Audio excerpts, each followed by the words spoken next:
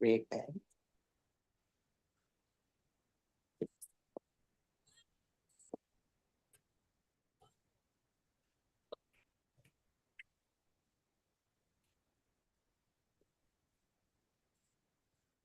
Last name D-A-I-G-L-E.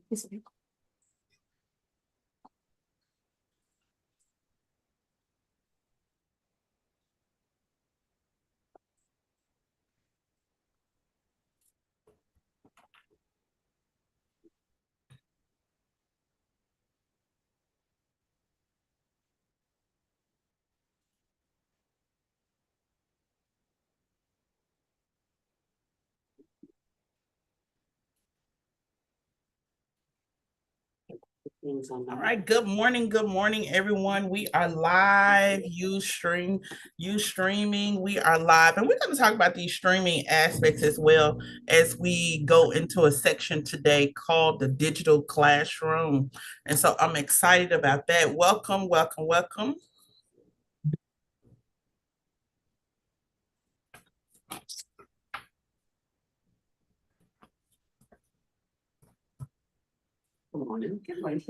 All right. So good morning. It's a good morning. You guys look amazing. You look amazing. Let's go over to the chat. Oh, yes. Good job, everybody. Good job. If you saw someone on yesterday who is not on now, please let them know that this is day 2, the last day of the BELC, and I want to commend you guys. Give yourself a round of applause. Let them know that we're on now. Good job, everybody. Now, I didn't bring my clappers in, but I want you to know I'm ecstatic, okay? I do this for Tennessee about 2 times a year, and it's always evolving. It's always evolving no matter how much I teach it. The lessons are literally God-given, structured, everything. And then we have to put some meat on the bone. So I'm super excited about everything that we get to do. And then just being one of the ones to bring a technical aspect. We can't get around it, so we might as well figure out how it works for us. And so that's our major focus, is growing in the future, growing our classrooms in the future. Let's see who we have. Let's make sure we're on mute. You see that number on this one? Okay. Put your things behind the chair. We have a seat for right now. Okay.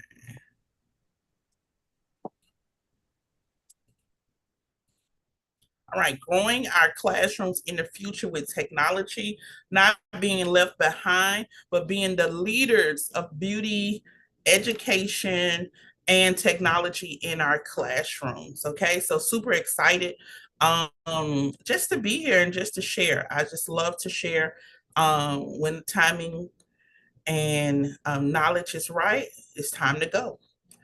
All right, so we are in our live stream. Once again, let me introduce that. DCI Education Group is our digital format on YouTube. Also, we're building our Beauty School University, which is going to be open to stylists, professionals, just pretty much the whole entire industry. That's the Beauty School University, where cultivated advanced training lives. But when we have DCI Education Group, that is where our schools are under. And DCI Education Group caters to our current students, our alumni, anyone needing assistance in the field of training. So if you're currently a student in another group, you're currently a student at another school, it does not matter. We have classes. We have about 3 to 4 classes a day. And so our new structure is micro school. We have a micro school structure at DCI. And so that's smaller classrooms, but being more available for our students. And the smaller classrooms, they really do help. It is a hybrid virtual training, which means we have a minimum of in-house, but most of our training is in digital classrooms as we see today. So we become a move with that with Tennessee. And that's been for about consistently for about 5 years. Last year, we were in a hybrid where the students spent 3 days in house, 2 days online, or 2 days online, and vice versa. And so today, in this particular structure, we're really taking advantage of the micro school concept. And so the micro school concept is the smaller classrooms, getting to a smaller group of students, catering to those students and making sure that they get to where they need to go. And that has been our voice. You can find this live stream. So on that page, DCI Education Group, yesterday's live stream, you can find it on there. Everything will be emailed to you. And I see that Roxana is in the house. Hey, Roxana. Hello, can you hear me? I can hear you. Good. Awesome. Awesome. We're just laying out, getting some rules together, getting today together. We will be with you shortly. Take your time. We're ready to roll as well. And so those aspects, that's where we are. You can find us on that DCI Education Group. We have over 200 videos, guys, 200 videos. And most of the time we use it as a study unit for our students as well. And the phrase I told you yesterday, I never want to hear a student say, I didn't learn anything. So with this digital age, 24/7, I want them to be able to go and find any kind of study material they want. They will reference that I help them study and help them move on. And so it doesn't matter how great our lesson plans were, it doesn't matter how great our presentation was, but we have to make sure that the student is absorbing the information. And so teaching that classroom management, teaching the methodologies, learning and understanding how you learn, how you teach is going to really take a moment and just do a personal eval. It's going to really change your classroom. It's going to change how things happen in the classroom, and you're going to see better results. And so let's just jump in. Do you need presentation controls, Roxana? I think so. That way I don't keep looking up and bugging you. If you're good with a share option, then I'll put the PowerPoint on. Yes, I am good with, I'm confirming you now as a co-host. If we can, just for social proof, guys, we've already did a roll call. Social proof, let's recap yesterday while Roxana is getting set up. Let's do a recap. Go into the chat for social proof and make sure everybody's alive. Let's check the chat and make sure that we're good. And the chat says, what does the chat say today? The recap from yesterday. I want to see 100% participation. Let's go into the chat. Let's jump into the chat today. Yesterday, we learned about Beauty School AI for instructors, how you can use AI to get your classroom together. So Rodney says he enjoyed the AI aspects. Amazing. Yeah. And then we had Beauty Scale AI for just licensed professionals. You're looking for some free certifications. Lynn, you liked AI as well? Yeah, I knew this was going to be a tech forward. CE. Yeah, Melanie says it can help you teach students in different ways, like music. Guys, we made a couple of songs yesterday for massage. We tried to work on one for what was that, diseases and disorders of the scalp. We also were introduced to the Google Gemini storybook if you want to create illustrations and stories for your students for topics such as barbering. And let me tell you, people absorb information in story settings. Emily said the different perspectives for different types of learners. Yes. the information. You enjoyed the AI info. Awesome, awesome, awesome. You learn more about the app's availability. Was that the Chat GPT where we went into the settings and how you can put it together? Yes, it's all in the prompt. Great, guys. Great, great. We're going to revisit it. Yes, Bernice, learning different types of, AI. And our ultimate goal is not to be left behind, guys. Use it. It's not going anywhere, but use it to make your classrooms better, to make your presentations top tier. We're going to come back and visit it, but I just wanted to get social proof, make sure everybody was good. We know how the chat works. We know how the roll call is. We're so blessed to have Roxana today. I know she has to go to another conference, but y'all, she is with us today. Roxana, I'm excited that you're here. Because I haven't seen you personally in a minute, and so we're excited to have you here today. Welcome. Thank you. Thank you. Can you see the PowerPoint presentation? Yes, I can. Okay, good. If it's big enough for you all, thank you for letting me join you, first of all.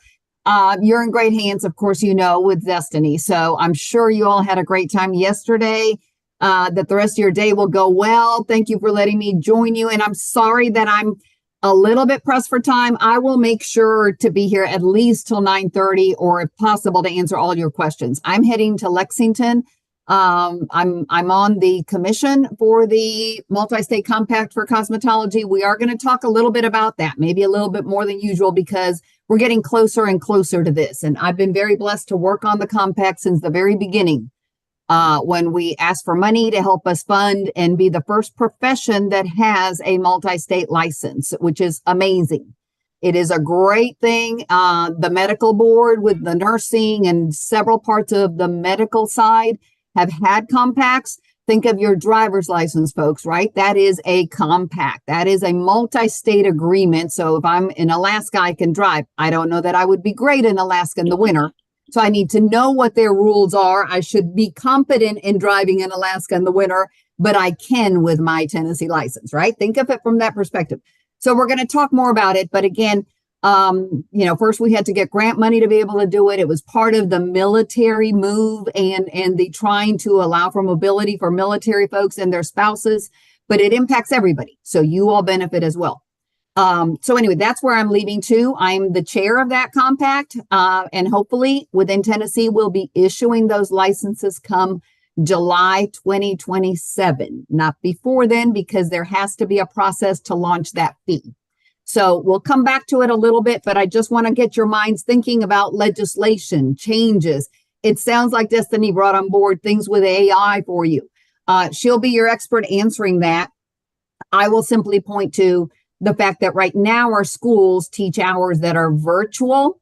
That includes this. We are together, meaning I could ask Annie to answer a question. She would, answer. She would turn on possibly her camera or not, or talk to Miss Hill or answer everything. We are together, even though not in the same city and same room, right? This is called synchronous education. This has been approved since June of 2020 with the board. Nothing online that does not include your instructors is currently approved. We are working on rules as I speak to be able to present those rules to you all, to the public, during a rulemaking hearing that will probably be in October. Those pieces take time to write, but that is something that the board understands as a need, but has some concerns. You as instructors might as well, right? What happens when I log in at 2 a.m. and take 2 or 3 chapters and finish them, and now we're moving ahead? How do you know that I was the one taking the short test or doing whatever? So those are things that the board's debating, but we know it's part of the times, just like AI is. There are great things with it. We just have to make sure that the students continue learning, right? Okay, this is one of the areas that you should be familiar with. This is the regulatory boards under commerce and insurance. The industry's regulated under the commerce side of commerce and insurance. Make sure that you've got, phone numbers, emails, any information that you need and that your students are going to need. If you need this PowerPoint presentation, I'm sure Miss Destiny has it. It hasn't changed yet because laws and rules that do impact the industry Nothing has been signed yet that impacts it. There's 2 potential bills in the pipeline that are coming. We'll talk a little bit about those 2, but until they're signed into law, I don't add them because they could stop tomorrow or change drastically. And so it's just something for you to keep in mind. When the legislative session is going on, this industry is looked at by a lot of people. You might love some of those changes, you might not, but it is your industry, right? Getting involved and understanding the legislative side is very important. So under tn.gov/commerce, that's where we were. That's the side of the commerce, all the other regulatory boards that fall under commerce. That second link that says Reg Boards Cosmo, that is your landing page. That is the page your students should have memorized. You should. So anytime you want to see something, find something, even the link to Renew Online, that's the landing page you go to. This cloud.commerce.tn.gov, that's what we always refer to as core.tn.gov. That's that website. You've gone to renew your instructor license, to apply for a shop license, to help your students apply for their license. That link is on the board's landing page. And then last but not least, you can always request public records. In case you don't know, that is how our continuing education providers get a list of you.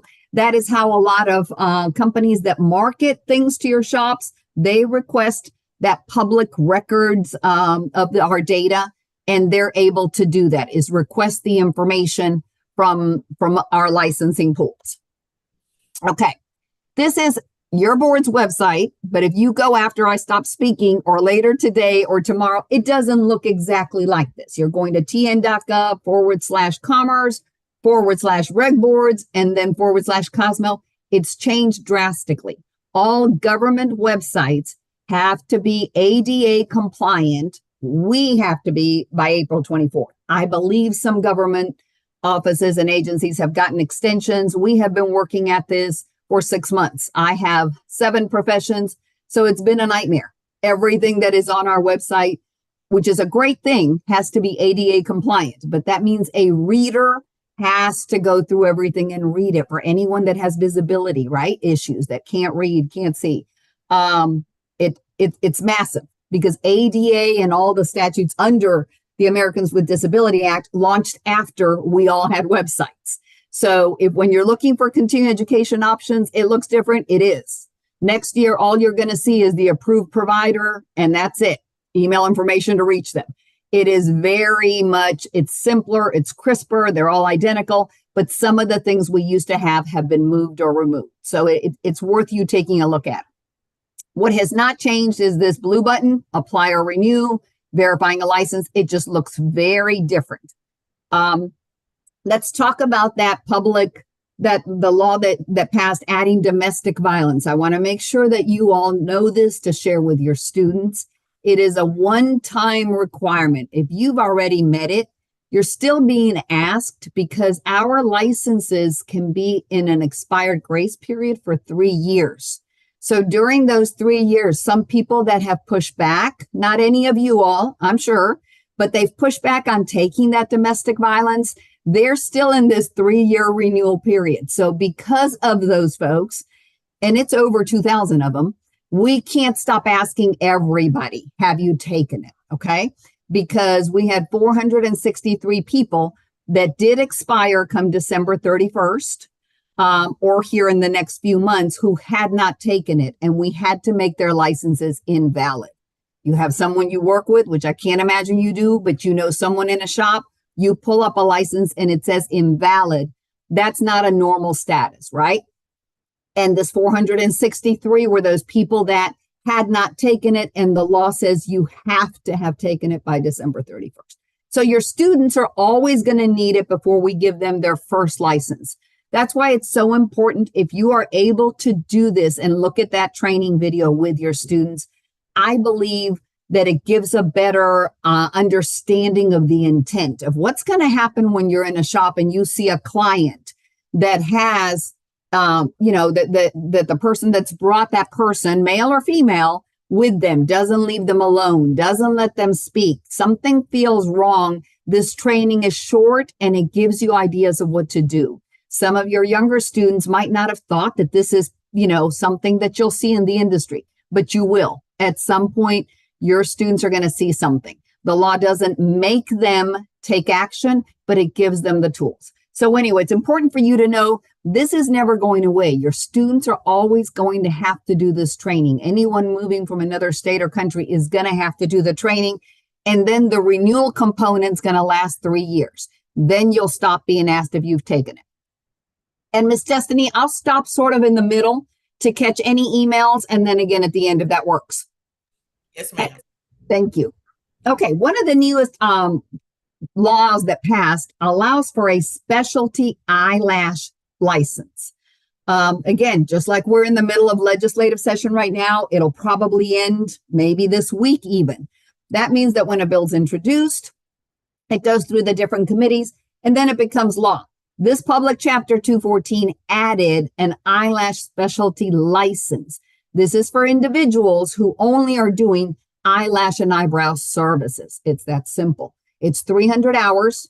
It's $60 for a 2-year license, just like all of our other licensees. It allows them to work only on eyelash and eyebrows, has the 2 exams, falls right in line with the definition of a cosmetology license, aesthetics, natural hairstyling, and manicure. No different. An eyelash specialty shop is the shop that only offers those services.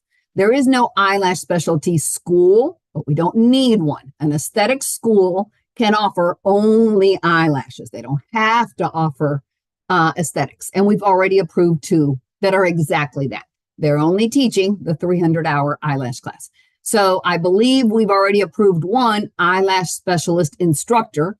Why? Because this law, as soon as it becomes 3 years old, we'll be able to approve that person. Then that person has held an eyelash license for 3 years. Okay. If you're a cosmetologist, can you do eyelashes? Absolutely. You're a master barber. You can offer eyelash services, aesthetics. All 3 of those license types have always had this in their curriculum and in their purview. This just specializes it and creates that separate, smaller license. Remember, and this is important to go over your students. This statute is the cosmetology. 62-4125 is the cosmetology law, and it lists exceptions. You must work in a licensed shop except, and it breaks out if you're in the medical professional and the like, you can do certain things. If you are working in a funeral establishment, right? And it used to say working on those that are homebound. That's been eliminated, and this is replaced. In other words, if you're a cosmetologist, and that includes aesthetics, manicuring, natural hairstylists, and the eyelash folks, you can offer services in a person's residence, their home, short-term residence, hotel, business. If I'm at work and want to bring in for Employee Appreciation Day 3 manicures to do nails, I can. Though that allows you, this flexibility allows you to do this. Our master barbers actually have to register with us as a residential barber. So they then, with that certificate, can also do services in people's homes, but they have to register, pay $50. We have to inspect their equipment that they're taking. Unfortunately, it's a big difference between the 2 industries, something we want to avoid, but we don't make the laws, right? As they're written and passed, sometimes they're not written and made identical. So although it exists for barbers, it has a registration process that allows you to do this. These options are important to talk about with our students, just like we talk about AI. People are wanting, more and more people are wanting things to come to them, right? Ordering food, ordering McDonald's and having it come to your home. That would have never crossed my mind. And yet folks do that. And so it's part of the times. And I think providing services in people's homes could be, you could have clients and your students could have clients that want services in their home. And that is a business concept. You can share with them the possible downsides to doing that. And there are some, right? You lose networking. You lose the opportunity to learn from those that have already been doing it. There could be a risk involved. We don't know what happens when we're going to someone's home. There could be sanitation concerns because when people come into your shop's clean, right? When you go into someone's home, you don't know what you're going, and you're bringing all your equipment. The good side is you create your own hours, you save on rent, you set your clients and those parameters, you meet their needs. So maybe you do charge more. A lot of good and bad. I think as instructors, part of your task is that you bring all that experience to the table and you get to help them kind of think about it. And this is a business concept that they could think about. A lot of this for you all that have been here, and I recognize most of your names a while, I skimmed through because you've heard it over and over. The hair braider registrant, not a license, it's a registration process, was created in 2019 at the same time that there were deregulation bill passed or introduced. It was to deregulate natural hairstyling, natural hair shops, natural hair schools. On the same moment or breath of air, there was this attempt to pass the hair braider registry. And this passed and that deregulation did not, meaning we still have natural hairstyles, about 356. We still have natural hairstyling shops, 50 something, 52, 53. We still have specialized natural hairstyling schools. And so that doesn't change. Those are all there. If you don't know how to offer braiding, weaving, wrapping of the hair, that's not your strength. You need to learn it. You would go to a natural hairstyling school to learn the 300 hours. You would take the 2 exams. You'd obtain a license. But if you already know how to offer those services, if this is something you've been doing most of your life, not every state, well, very few states have a natural hairstyling or a braiding license or certificate. So with that in mind, those services are being offered around the country. They just weren't regulated in the same way that we do. So you probably have been doing this. Or gifted is what I would say. I would have to start from zero, right? And so just some people have the gift and have been doing it, have been taught by family. This is what they've done. When they were moving to Tennessee, when they got here, that's unlicensed activity. And so there were a lot of complaints against individuals that were providing these services without the natural hairstyling license. But they already knew how to provide the services. They knew how to take care of the hair. They were not hurting anyone. They registered as hair braiders. This registration is $30 every 2 years. It's not $60. It doesn't fall in line with all the other license types like the eyelash does or all of our others. This is a little bit different and only requires the 16 hours on health and hygiene. It's a different business concept. If your clients expect you to work in a licensed shop, expect you to have your own natural hairstyling shop, expect you to pass the exams, that's your business model. And definitely if you don't know how to offer those services, right? Just something to think about.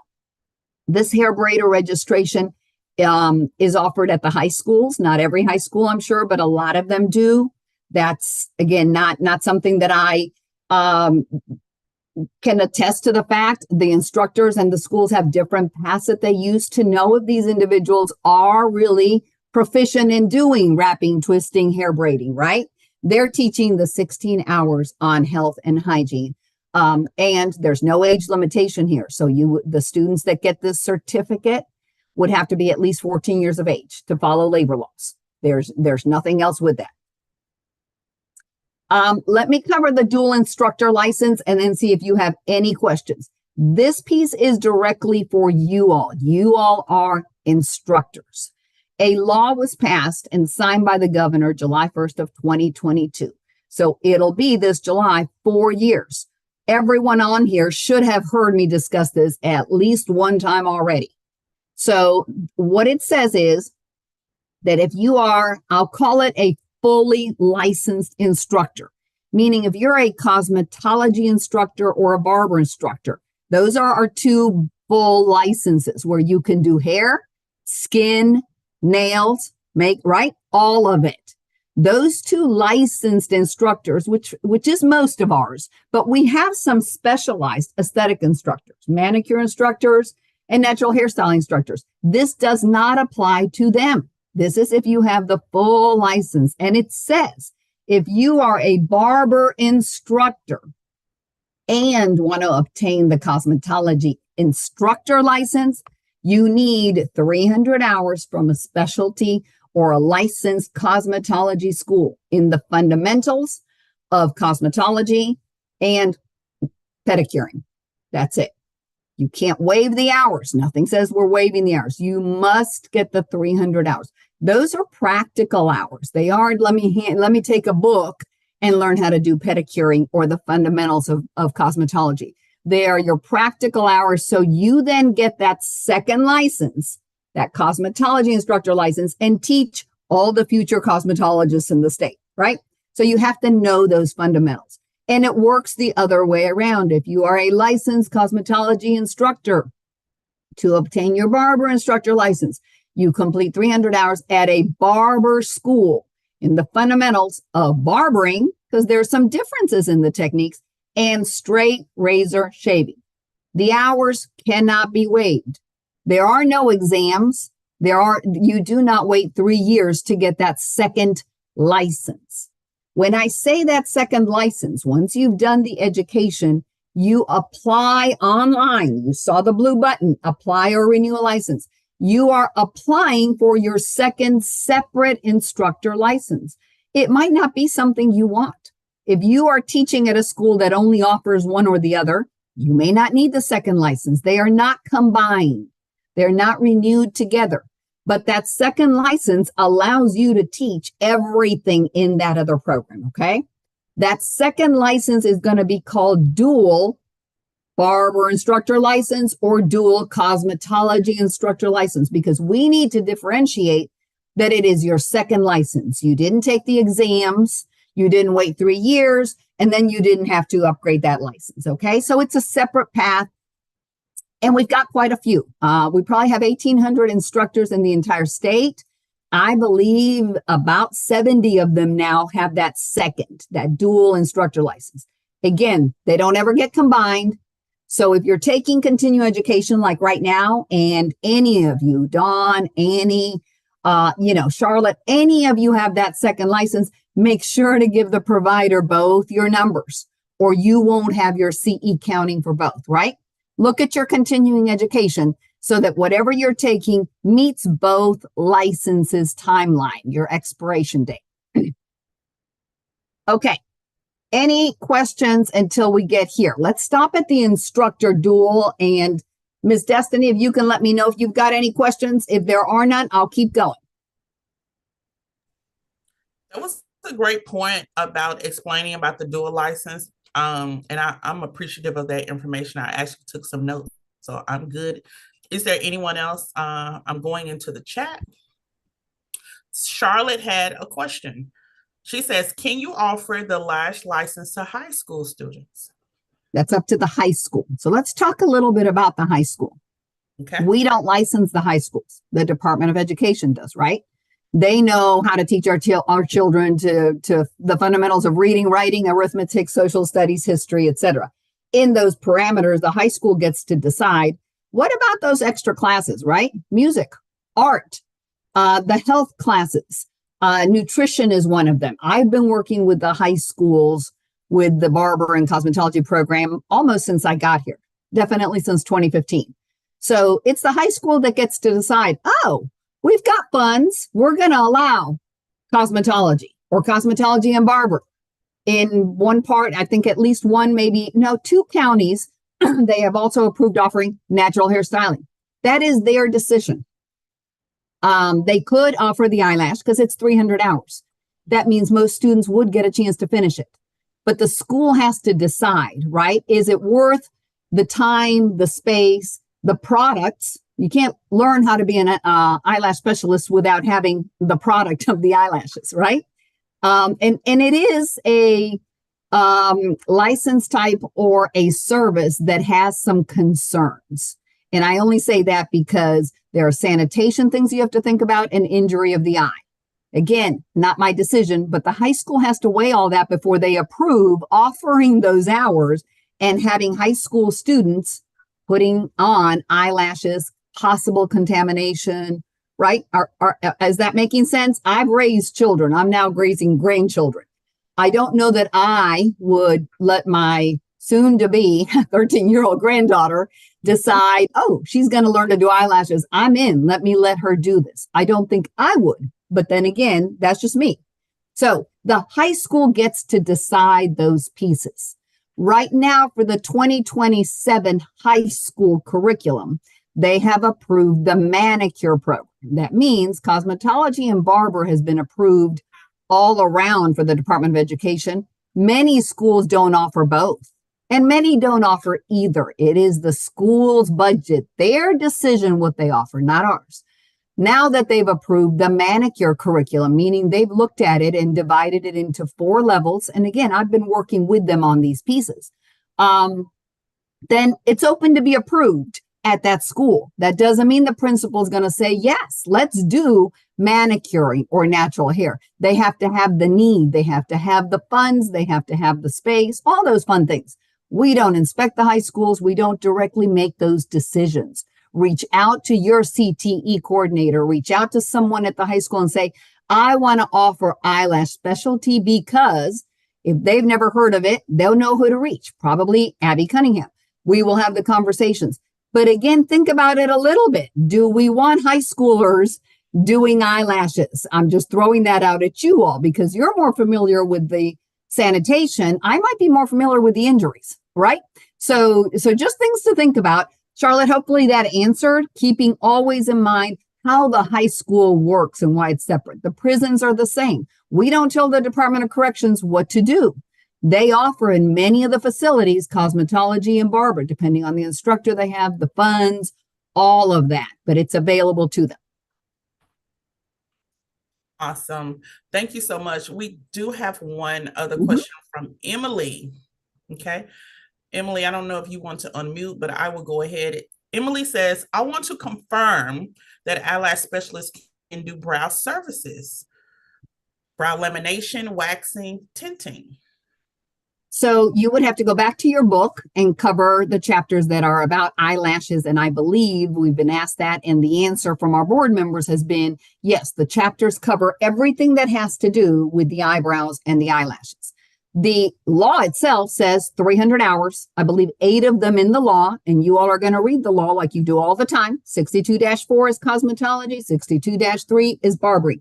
There are no special rules added for the eyelash. The law is simple, and we left it simple. So there's no curriculum breakdown for the eyelash. There's no general, physical, and chemical. Therefore, the chapters on eyelashes cover both, and then you get to decide, do those hours give you enough time to teach it? The exams were actually created for Texas. As you all know, PSI offers our exam.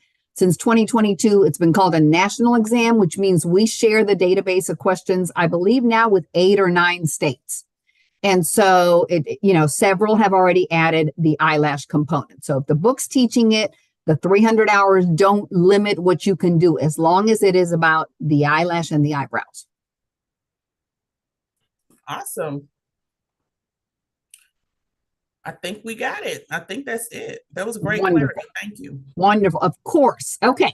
So we're clear on the dual instructor. We're crossing over now to the folks that are not an instructor yet. This is a colleague you might work with who only has a cosmetology license or only has an instructor license, but they want that second license, not the path we discussed for you. You all are instructors.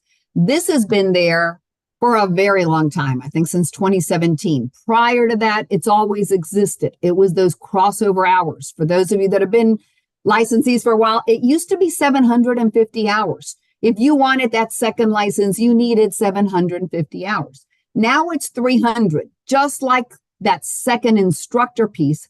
These 300 hours are in fundamentals of barbering and straight razor shaving, fundamentals of cosmetology and pedicuring.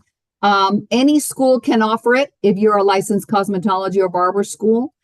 But this particular crossover for the licensees, not the instructors, requires them to either take the education or have them waived because you've been in the industry 5 years or longer. This is not for the instructors. This is for our licensees. So if you have a student that comes back to you and says, oh, Miss Bernice, it's so good to see you. Remember when you taught me 15 years ago? I'm doing so good, but the shop I work in has a lot of cosmetologists and I'm kind of limited. I think I'd like my cosmetology license, right? Because it's a dual shop and I'm stuck with only barbering. Then you say 300 hours, or you've been in the industry 10 years, fill out the waiver. It's on the board's website. The hours can be waived. They still need both exams. So if I think I know cosmetology and I want to skip the hours, I can do that. Fill out the waiver. The board puts you into test, meaning we're going to check that you've had 5 years or more. You're taking both exams. They're not waivable. Once you pass the practical, then you apply for your cosmetology license or your barber license. You then literally do have 2 separate licenses, nothing to do with the instructor, but the hours here are waived because the exams are required. Does that make sense? And this path has always existed. The path that's new is for the instructors. There was no option for the instructors. So there may be folks here attending Ms. Destiny's class who have both separate instructor license. That means that for the second one, they ended up doing the 300 hours or having them waived. They took the exams and they waited 3 years for that separate instructor license. And so this path is opening it up for our licensees. A lot of our shops have opted to have the dual shop license. And so that saves them money. And that means they can bring on board any licensees. They can have manicurists, estheticians, barbers. They can have the best of the best. So for those folks, it does make sense to have both of those licenses. All right, we talked a little bit about the compact. So now you know that I believe we'll be able to offer the cosmetology compact license come July 2027. In October at the rulemaking hearing, we will address the fee for that license. If you're an esthetician, can you do this? Not right now. The aesthetics compact has been approved. I'm hoping next year Tennessee passes it. There is nothing in sight right now for manicuring, barbering, natural hair, definitely not instructors. There are very few states that have an instructor license. I don't know if that's good or bad. I'm just making sure that you all know. So there is no such thing. So if you are a cosmetology instructor, when this option to obtain this license comes available, you will be able to apply for the cosmetology multi-state license, not your instructor, because they were not part of the conversations. There were too many differences, and most states do not have an instructor license. Most states do not have a natural hair styling license, but they do have some type of nail technician or barbering. But when we had the conversations, the barber representation was, no, this isn't going to work for barbering. Same thing with manicuring. Aesthetics wasn't part of the cosmetology compact for the same reason. The conversations and the differences were too many, but now the compact has gone through for aesthetics. I was blessed to work on it. I'm hoping that it will pass soon in Tennessee, and we move forward with that piece, right? But it's important that you know it's going to be an option to you. That means that every state that has signed the compact, you could work in just by having that multi-state license. So right now, Kentucky, Alabama, obviously Tennessee, Colorado, Maryland, Ohio, Virginia, those are our first 7. And the law that we wrote said 7 states have to sign on to have this compact before we can launch it. So we can launch it now. We've been working on the database, getting money for the database. All those moving pieces, establishing what needs to happen. How do the home states work? All those fun things. The law is on 62 in LexisNexis. If you have lots of extra time, want to dissect it, it still leaves every state responsible for the discipline. But we've signed into that law. So, kind of think about that as your students say, hey, I heard this. Can I do it? Not right now. The minute you're going to be able to get your cosmetology compact license is when you apply for a license or renew and the question comes up. Oh, Ms. Melanie, would you like the cosmetology compact license? Click here to learn more. Click here to continue, and you will be charged. Right now, we're setting that fee at $50. That fee is mostly going to be sent to the compact. The compact, just like everything else, needs money to function, needs money for the discipline, for the technology, and a portion will stay with Tennessee because fewer and fewer people will apply via reciprocity with us. So we're going to have funds go down from those that just move here to those that have this license. So that's important to kind of understand as you start seeing and hearing it, that hopefully it'll happen very soon. The high school level of education was eliminated. It's important for you to know That doesn't mean that our schools no longer require it. It means they don't have to. When you look at the law that says what a person needs, it used to say 16 years of age and 2 years, 10th grade, GED, high set or equivalent, right? That whole high school chunk is gone. That means that if you're a school owner, you work in a school where they're still requiring it, that's a business decision. Good for them. They don't have to based on statute. The statute has eliminated. So if you know of a student that only got as far as the 8th grade and is dying to join the industry, barber or cosmetology, it doesn't matter. They can now join the industry. They need the same 1,500 hours, 16 years of age, exams, but they don't need 10th grade education, high set GED or equivalent. Okay. Pardon me.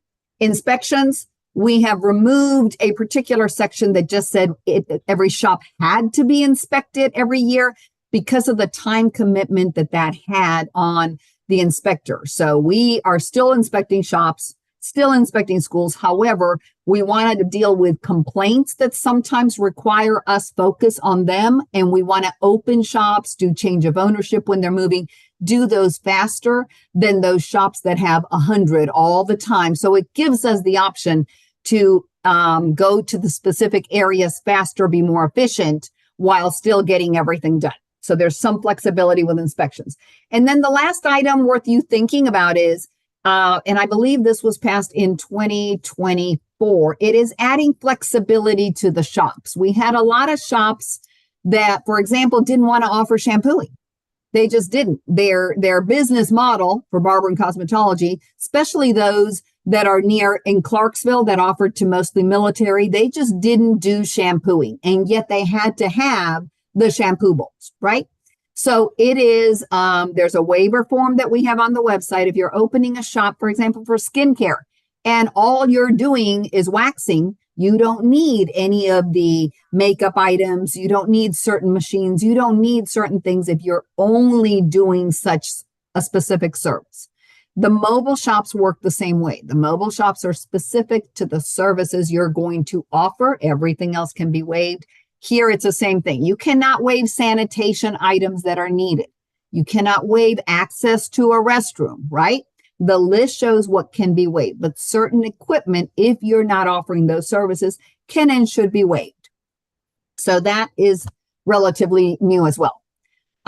This slide shows something that goes back to 2019, probably nothing that you need to worry a whole lot about, but you need to know. If you've got a student that is on TennCare, that is on food stamps, those are the most common. Those are programs offered based on your income. So if you have a federal or state income-based benefit, when you apply for your first license, so I'm talking about your students down the road, they're going to be asked. They don't need to fill out anything special, but they're asked, are you on a federal or state income assistance program, such as, and I think SNAP is mentioned, or TennCare?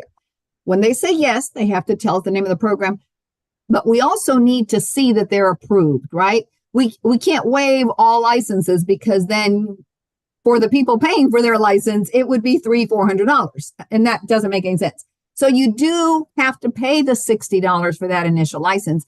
But if you are on one of these assistance programs, we just need to see that letter. For the SNAP, the card online now has even improved. It gives us the name of the person on the benefit, gives us the amount and the date. That's really all we need.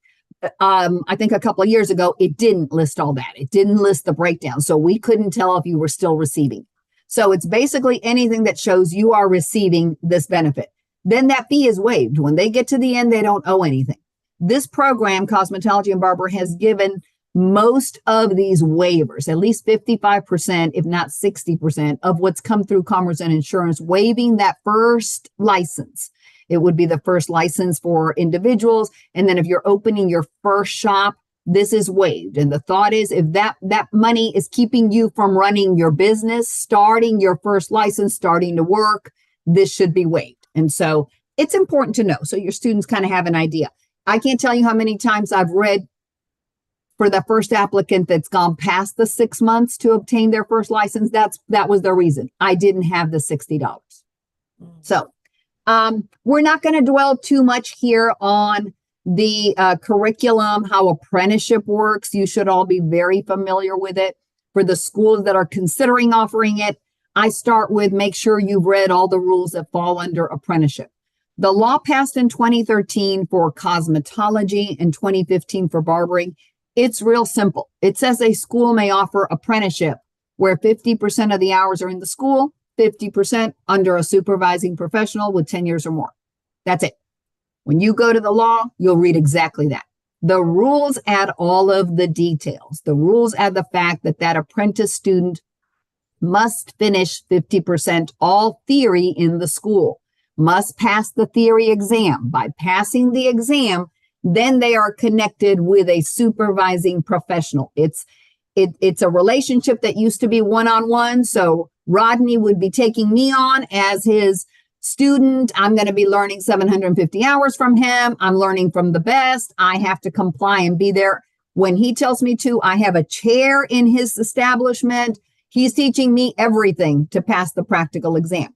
But on the same token, that started getting really difficult to do because so many schools are offering apprenticeship that it's been increased to 3-to-1. So Rodney could take 3 students.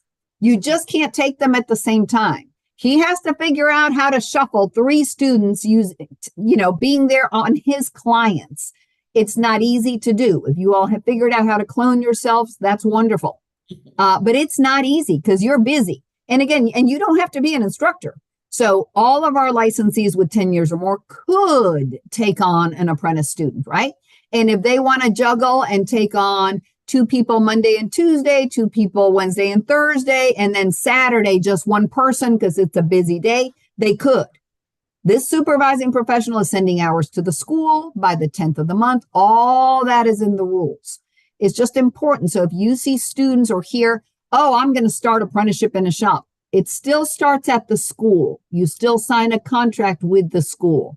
The school tracks your hours. The school's responsible for your pass-fail at the end of all your hours. You need a theory exam showing you've passed. That means you need at least the book, right? In theory, you've heard it all. So it's got a lot of moving pieces. Many of our schools, if not 50%, offer it. It frees up the schools, and as long as it's done right, it is successful. We've seen the test scores drop for our apprenticeship students taking that first time passing test taker. It has dropped for whatever reason or multiple reasons, but it's obviously a path for many students. So it's something to really think about. Okay, let me make sure I haven't missed key pieces, and then I am open. There is no such thing as a silly question. Please don't hesitate if it's on your mind. So your students, don't forget, have 7 years to finish their education. It is 7 years from the original start date. It is not from the date they signed a contract at a private school. If they have high school hours they're wanting to move over, you need to know what those hours are. You need to accept them. You need to look at that date carefully because they must finish in 7 years. If they don't, they lose all of their hours. My. But 7 years is a long time, right? Unless this law gets removed, it is a long time. It's just life happens. So you've got to keep an eye on that. From the first time when they pass that practical exam, because that's our second exam, for that first license, they have 6 months. Remind your students, this is no different from generations ago. When you learn something, it's fresh in your mind. Take those exams, pass the exams. You put all this time and energy and passion and money into joining the industry. Finish it. Get that license so you've got it under your belt. When more than 6 months go by, the statute says they may need to test, meaning it's up to the board's discretion. But the board does not accept the exams if it's after a year. They've given me the authority from 6 months to a year to consider their reason, the good cause. What happened, to Ms. Hill that she couldn't apply for this license? So I need an explanation of what happened to approve them. Your best bet is always to teach them as soon as you pass that practical, apply for that license, right? That is your best bet. So they don't have to juggle Why didn't I do it, or possibly have to retest? The other piece that is sometimes confusing is their data, and I've got some school owners on this meeting, or those that have owned schools. When you put students in to take the exams in PSI, when you upload them, their data lives in PSI, right? Just like it does for contractors, appraisers, my land surveyors, auctioneers, and I could go on and on. PSI has exams in most states. In some cases, they're doing the exams for NIC, for other. So all these names cannot live in a database forever, right? Think about it. They just can't. So PSI has always had that technology limitation of how long your students can be in there for the database to even work. And so our 3 years also take that into account, and the fact that if you started taking your theory exam but didn't pass both, and it's been 3 years, you've got to start testing again. That's it. They don't lose their hours. You can actually put them back into PSI to test. The problem when students delay the exams is what happens if the school closed? And it could. I mean, in the last 6 months, we've seen 4 schools just close like that. Students are left stranded. The board can assist them, but then we're counting on your school hours to have been sent accurately, right? So you're putting a lot of these what ifs if your student delays testing. But there's ways to get them into PSI. It's just important for them to know within 3 years, you should pass both. Because if they pass that theory exam at 2 years and 10 months, guess what? In 2 months, they're done testing. They lose that theory that took them so long to pass, right? That's what that 3 years does. And then the last piece that I still always see is for you all. Instructors forgetting, time going by, not remembering. You must complete 16 hours of an approved continuing education course. The only ones on our website listed ever, even now that it looks different, are the courses your board members approve once a year. And then throughout the year, anyone that's new or needing to be approved, that list of approved courses, you have to complete 16 hours within your renewal cycle. Look at your license. You have a 2-year license. It expires the last day of any given month. So for you all that expire April 30th, this counts because it's within your cycle. It's after May 1st, 2024 and before April 30th, 2026. That's your cycle. Keep that in mind. If you're taking this course and you expired in March, I'm glad you're taking it. I'm sure Ms. Destiny is going to be thrilled with your feedback. You can't be approved because you've gone past the 2-year timeline. Your license expired March 31st. It's important if you see new instructors, colleagues, and you're talking about requirements and what have you, they should know this because it's in the rules. You should know the rules before you take your exams, but just in case they don't, that is rough on a new instructor that says, I didn't know I needed this, because the rule says unless you had a good reason for an extension and you asked for it before you expired, you have to retest. Okay. And this continues to come up. Renewals, responses to the board, make sure that you keep on top of that your students know when you move, let the board know you moved.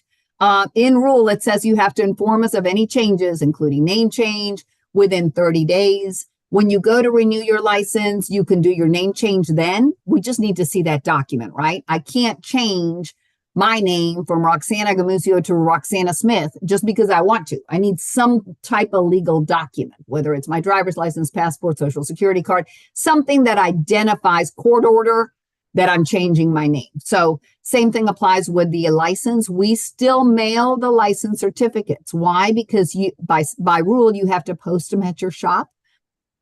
I can't think of another single profession under the regulatory boards that still has to mail those. They are available online to print. We can't do that. We still have a lot of false licenses on occasion. I think the day we do that, it'll be very difficult on our inspectors to know who really is licensed and who is not. So for that reason, we print the certificates. You use the top card for your discount. The big card gets posted at a school shop. You need duplicates. You can, ask for duplicates. They're $25. But for now, we still mail the renewal reminders. We still mail the licenses. The renewal reminders, if you've opted into email, are going to be emailed to you. which is great because hopefully that is what you've said, that you prefer communicating via email. That's why they would be emailed to you. The monthly hours, this is kind of our last chunk, should be pretty comfortable for all of you. You should already know we have the online submission for your hours. That allows that if the person that handles this on my team changes and leaves, is on vacation, anyone can grab those reports and work them. So this month, our system that does customer service, phones and emails, that receives these reports, it's called Zendesk, decided without letting us know on the 10th of the month that everybody had to validate their address, that to make sure there weren't any, hacking in or computer systems using this, everyone had to validate it. So I am sorry if that happened, but I believe everyone's having to validate their email at least once. The downside was when you went in to validate your license, it didn't let you know the board has it. Please don't send it again. We received several reports 4 or 5 times. So we had to create a process with which to close the extra because Jessica's the only one that works those on top of the hair braiders, on top of 10 other tasks. And she's amazing, but there was no way she could do all that. So technology is wonderful, but then when it updates, changes paths, or has to do something, bear with us if that's the case. And of course, it happened on the 10th, right? When everybody was sending them in. But this is working well. We are pushing and encouraging, and I believe 85% or more of our schools are actually sending Excel spreadsheets, have gotten it down and are sending PDFs. That helps immensely because that's a saved image. Just know that we're hoping to have a path that's a little bit smoother, hopefully in the next year. And that's the reason that everybody has to be sending exactly what is needed so that you don't have all the back and forth emails and so forth. PSI, as you all know, has an online exam. That doesn't mean it's perfect for all your students, but please remind them they could take the exams from home. This would be virtual. This would be me staring at the computer. The minute I start moving and looking away and looking down, that exam is halted. That is for security reasons. That's in every industry. It's not just because I'm about to take a cosmetology exam and, I've dropped something. That is the downside to electronic exams. If you're looking odd, if you're looking away, if someone walks into the room, that exam's canceled. We have several schools that offer a room to their students for that reason, to make sure that they can test in peace, that they have a laptop, that they don't have anything on the walls, that they're focused. It's just something to think about. It's opened options, but you still need, someone will be watching you while you're taking the exam. And then the report, this shouldn't be new to any of you, but it is important to know that we need the license number for the school on this main page. This page is about the school name, the school license number, the month you're sending it for. If for some reason your Excel report isn't working right, I had one school whose Excel report was over 500 pages. Clearly, no one intended for a report to be 500 pages. Something happened. Email Jessica directly. You can email me. You can send cosmetology.board@tn.gov. As long as we know you are a licensed instructor working at a school, then we will be able to send you a clean Excel report for you to use. But basically, this page is about the school, our public schools or TCAT schools, the lockdown facilities, the prisons, all have a registration number with us. That is so that your monthly reports are scanned and kept in the system. This second page is for the instructor. This is where you add your name, your license number, how many students did you have. If you are using junior instructors or barber instructor assistants, the second page, it's a sheet on the Excel spreadsheet, is where you would list that information. Okay. Ms. Destiny, I'm going to stop. You all should have my phone number, my email. If you have questions about your renewal, email the board, cosmetology.board@tn.gov. If you want to know how to open a shop, email the board. If you want to know, the equipment that's needed and the link to the rules, email the board. If you need something in the weeds, I just had I had a call every week. It's either reciprocal or people moving from other countries. You're not expected to know that Texas, New York, California is now 1,000 hours, but it is. Happy to share that with you, right? You're not expected to know that California eliminated the practical exams. My team knows that. I can share some of that. When you're thinking maybe of opening a school or something in a shop is odd, you can come to me with all those specific questions. Kind of, I call them in the weed questions that customer service ends up sending my way anyway, because they're not sure what we're asking about. So when in doubt or you think it's something very unique or different, always reach me. If I'm not answering, it's because I've been traveling, and I'll check my email the minute I have access to internet. But the board's phone number, that's 741-615-741-2515. You can always reach someone in customer service. You can leave your callback number. Friday, I was on the phones for 2 hours so they could have meetings. My staff rotated. We took all our own calls. They will get you to the right person. All right, Miss Destiny, I'm going to stop sharing so I don't forget to do that. And you go ahead and ask me anything that you've got pending. Thank you so much. I do not see anything in the chat. Was there any questions for Ms. Roxana? We have a lot of thank yous. And Thank you. Yeah, I really appreciate that. You know, things have been squirming around about Mississippi. And them being so close to us, and I've had a couple of students to say, hey, I want to go to Mississippi. I just want to know in the future, how well does that impact our numbers of not having those licensees initially in Tennessee? You know, I think on that end and those licensees going to Mississippi. So, and that's a great question. That's one of the reasons I'm really excited. Kentucky, Alabama, Tennessee. These are bordering states with us. Ohio's not that far. Virginia's not that far. They've all signed into the compact. It eases some of these things, not for all license types, but we don't control what other states do. I also caution you to tell them how this will impact them in the future. We don't know what happens in the future in general about our own lives, let alone a state regulatory board. Right. There's always legislation that touches this industry. I've been here since 2013. I haven't gone 1 year without responding to laws and rules that touch the industry. Right now, the bill it's either signed or will be this week, touches and impacts the schools. It basically says something along the lines that the school will issue the students a student ID number. It is intended to stop the full Social Security number from being written everywhere, right? And so what will happen is what the high schools do. The high schools already a few years ago stopped including their full Social Security. Well, first of all, we haven't included the full Social Security number since 2014 when I got rid of the paper monthly hours report and we went to technology and just asked for the last four. I didn't love it either. We didn't need the full number traveling through mail because you were mailing them to us. So the high school started issuing and just writing down the last four of their student ID number. And of course, we accepted it because really think about how would we know it's their student ID versus their Social Security number? We don't. Right. We don't know the student's date of birth, their address. They are not in our system. Schools, you all need to know that, right? Your monthly hours gives us the name, as you've written it, the start date, number of hours, and then it adds from the previous month. But all we're getting is four digits at the end. So with this law, as you switch to issuing your students a student ID number, which TCAT does already, the prisons are using their inmate number. The high schools have been doing. Our private schools may already have a student ID. If they don't, they'll create one. If they continue using the last four of the social, again, I won't know because some of these students never get a license.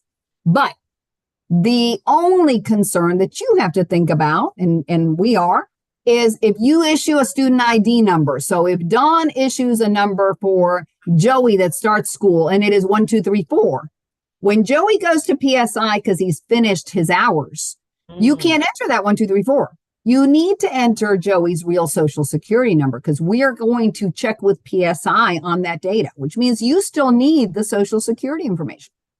You also need the Social Security information to go over the fact that they need permission to work in the United States for this particular license, not a debate that's political, not a you judging or doing anything, but they need to know that our license is only allowed to be approved for U.S. citizens or qualified aliens. You're welcome to do your research unqualified aliens. We need paperwork. Most of it is that employment card, visa, the 551 permanent resident card, the Verification for Entitlement Act gives all of those options.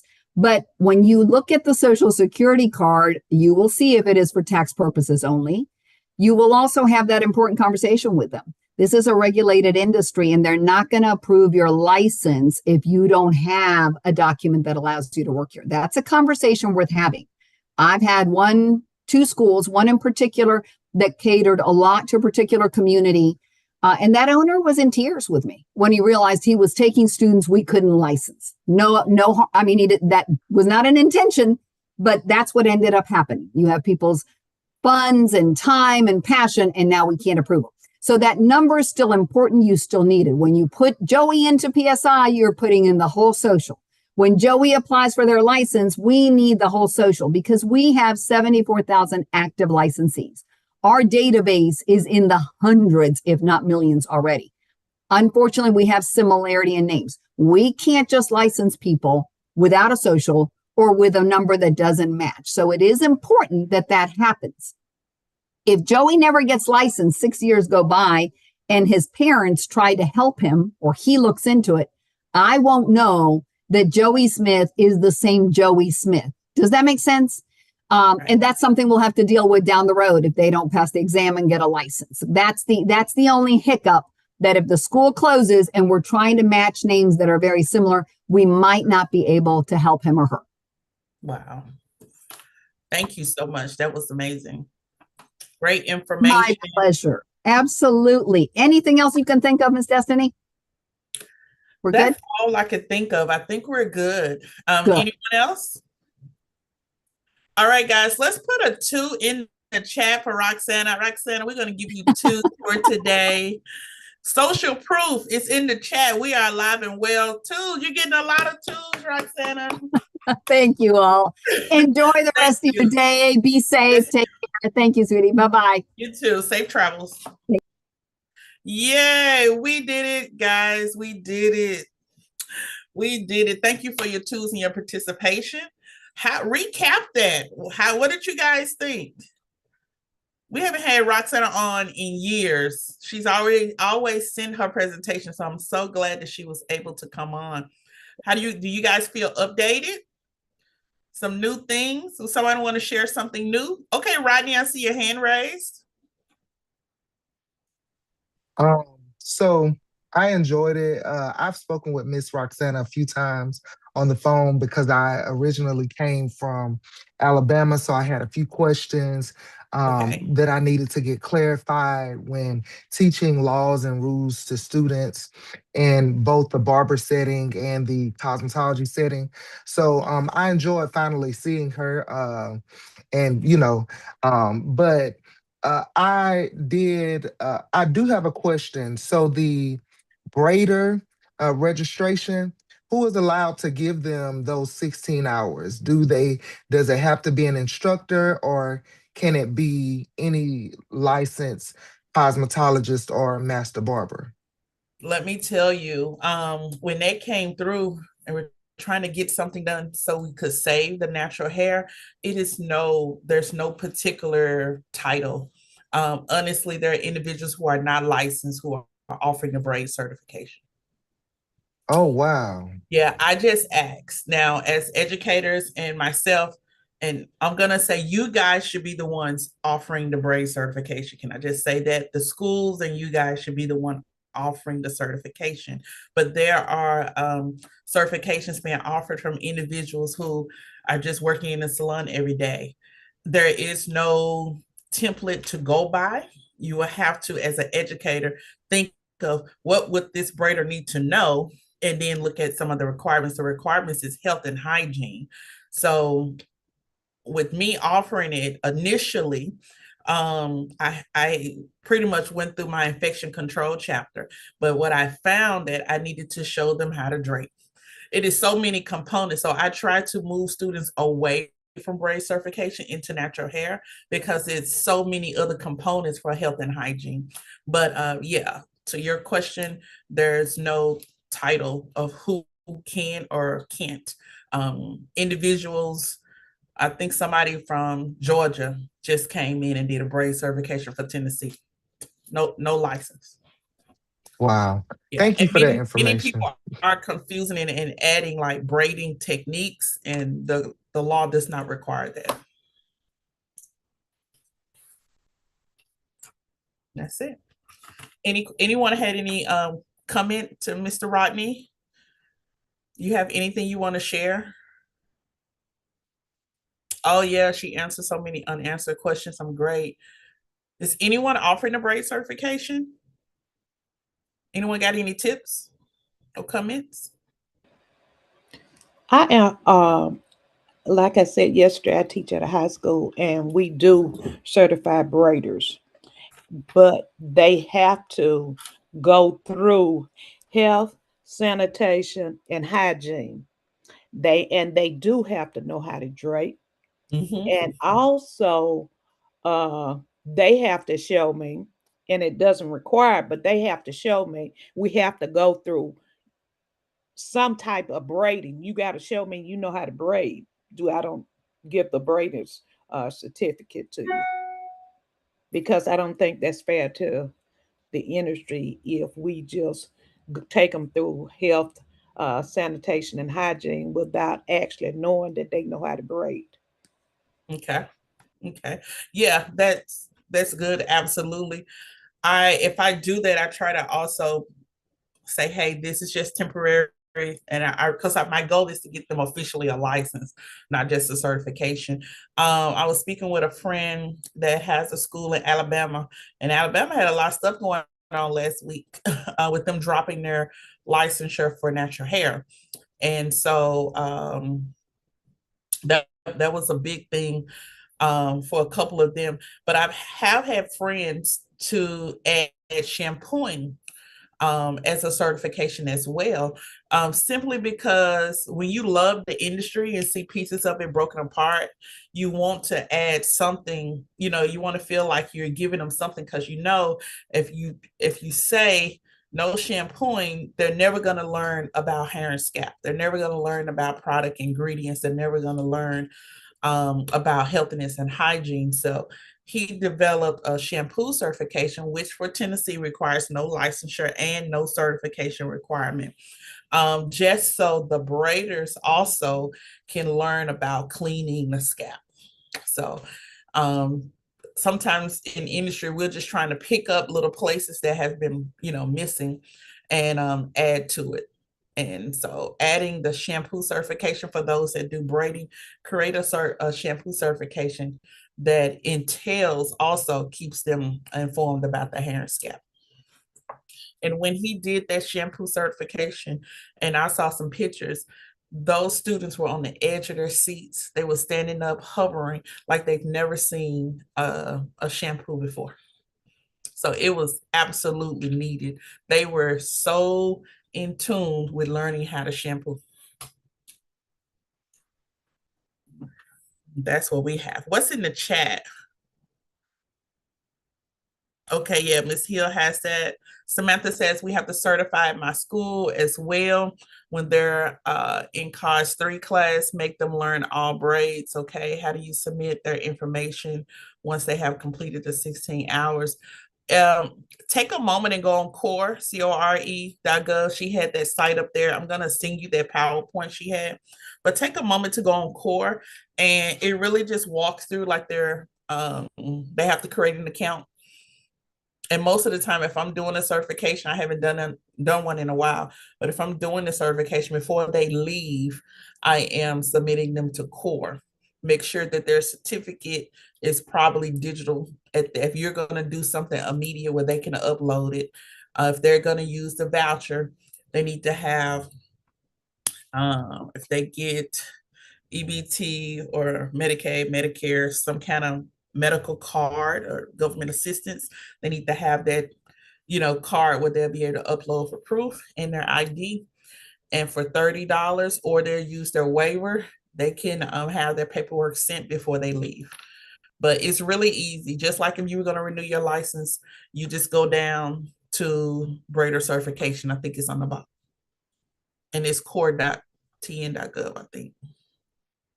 Yes. So a lot of people are offering the braider certification. Okay. I challenge you to add more. Power packet, power packet, add some more body to it, because when I saw them, those students that came for their braider certification, they were like, you could hear a pin drop at how detailed they were, and tuned in to learning how to shampoo. So, and shampoo is not a requirement. So you can add it as a bonus or keep it as an additional certification. But the two go together. But cultivate your training how you want to cultivate it. Was there anyone else? All right. Well, good job, everybody. And so, yeah, we had a great presentation from Roxana. I'm going to make sure that goes in the email as well. Literally, I hear this presentation 2-3 times a year. It's good to have that information. I've always been present in the industry, but to hear recaps, to know what's coming down the pipeline. Also, let me share, it hasn't gotten to the board yet, but it is on the floor about pulling makeup artists. So they're trying to go under certification, just like braider certification. So if you're, against that, what needs to happen is find out who your representative is and call them and tell them no. Rally your people together to make phone calls to your representatives and say, hey, no. Because most of the time, like she says, most of the time it's July and in October.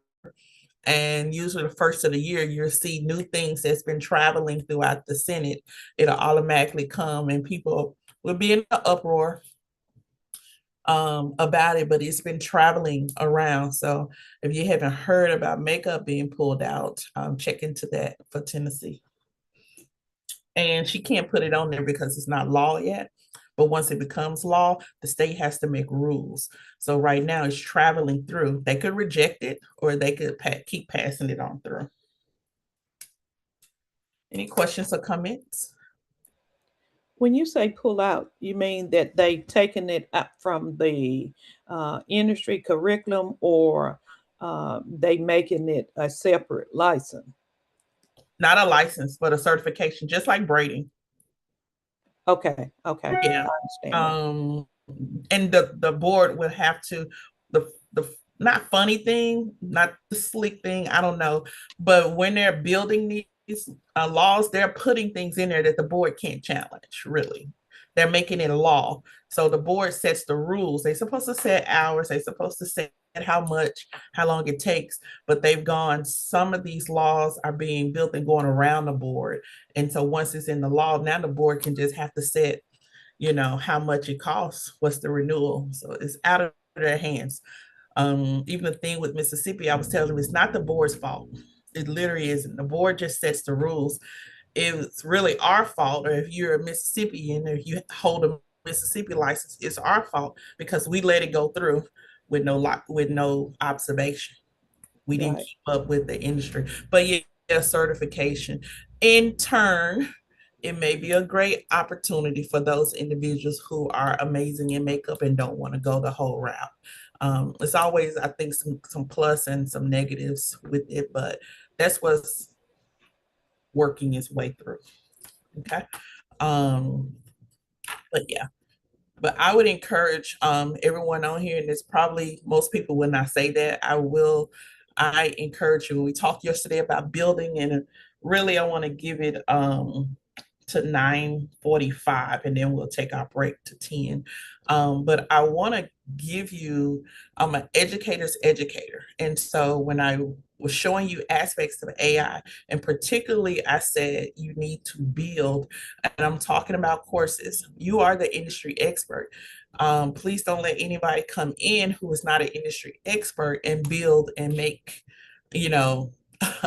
still have you as being a facilitator of what they build. I think industry experts right now in beauty, you have the opportunity, if you build something, what they say, they will come. But this is the great opportunity right now for you to learn as much as you can about technology and how to make your classes, use it as practice, amazing. You know, when we are in business, we build to sell. We don't build for seniority, longevity. A lot of people don't build for legacy anymore. They build to sell. And so we are at our prime, and nothing really has come to the forefront of beauty. So I would challenge you to be in your classrooms or just sit in your private time. What does the industry need?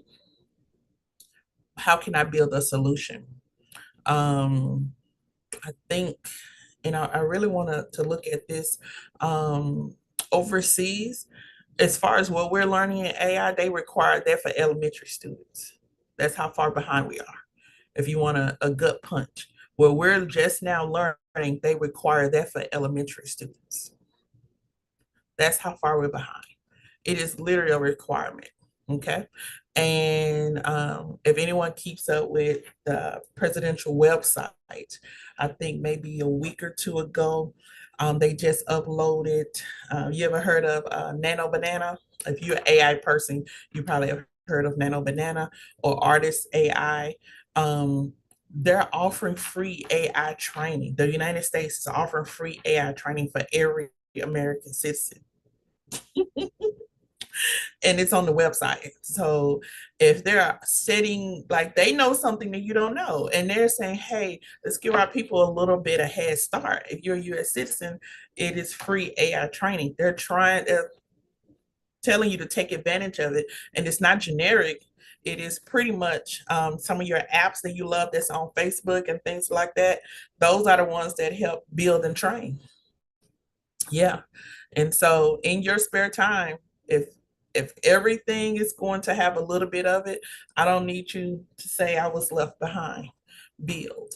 And so just a reflection of yesterday, we had beauty scale AI, and we had beauty school AI for instructors. Think about, as an educator, you're in your classroom, what do you need? Even there's an app called Notion. I don't want you to really get Notion. It could be expensive, but it should ask chat to give you something like Notion that's free or least expensive. But Notion will, I like your virtual assistants. So if your goal, your thing is, hey, I can do it, I just need some help over here doing this, I need an extra set of hands. There are companies, I think Alicia Little has like a 9-person company, but only 3 real employees. 6 of them are AI. And they have assignments like running reports, paying payroll, things of that nature. And only 3 of them are real people. So she's learned to automate. And so she has virtual assistants. And I think virtual assistants are going to be coming into the classroom. Went to a beauty school conference, and they're talking about automating the classroom, not replacing teachers, but giving teachers more responsibility, and their responsibility is shared through AI agents. And so, I have to tell you what's coming down the line. So just get ready, even if you just look at it every day, it's something is coming. Any comments? We have about 4 minutes, and we're going to get ready to go on break. When we come back, we're going to do our PSI. I'm going to pull the recording for PSI, and his information will be posted. I would not be able to answer any questions because I respect you guys. I'm not a PSI expert. Okay, so I don't want to give my personal information, my personal feelings about stuff. I want you to call Sean. I want you to call Taylor. I want you to communicate with them and ask them the questions. I never want to give anything that that may be contrite. I don't want you to feel like the type of way. This is a neutral, safe place, and I don't want to be opinionated. So I would not be answering any PSI questions that pertain to licensure, because as things change, we're all learning. And I really do appreciate Roxana being on to break down about the compact licensure, also about the crossover licensure. We've always had a lot of questions about that, and she really helped me in those aspects. That's it. All right. If there's no questions, are y'all good? We can go to break and still come back at 10. Are we good? Yes. 1 in the chat. Great, great, great, great. Give me a one. Social proof, one in the chat. Great, great, great. All right, y'all. I will see y'all at 10 and we will move into our PSI updates at that time. If you want to go camera off because it's a video, fine with me. He's going to be on for about 45 to an hour. Okay. All right. I see you guys at 10. Have a great, awesome break.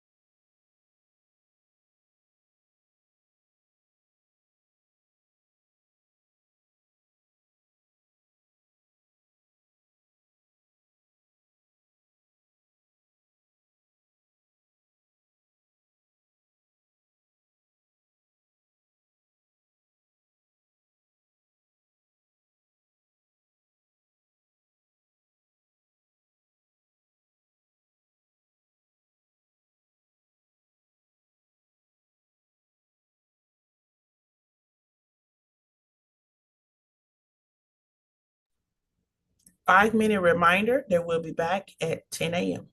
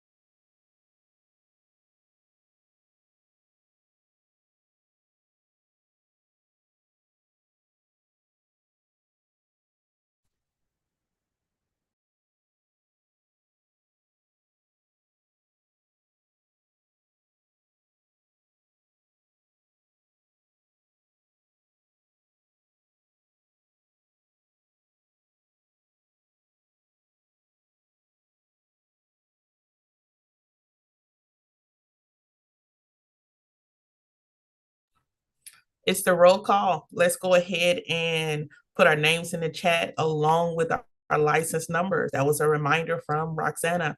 Make sure you put that in the chat as clear as possible. This live stream is being recorded, and we are recording in our back office who's returning on time. So as we close out this second day, we continue to move forward. It's the roll call. Let's build some energy. We're about to go into our PSI updates that are pre-recorded. Last November 2025, per the office, the PSI office, Sean said there are no upcoming updates. But if you need to speak with him in any kind of way, please follow the directions within the recording. If anyone doesn't have any questions, we're going to go ahead and get started.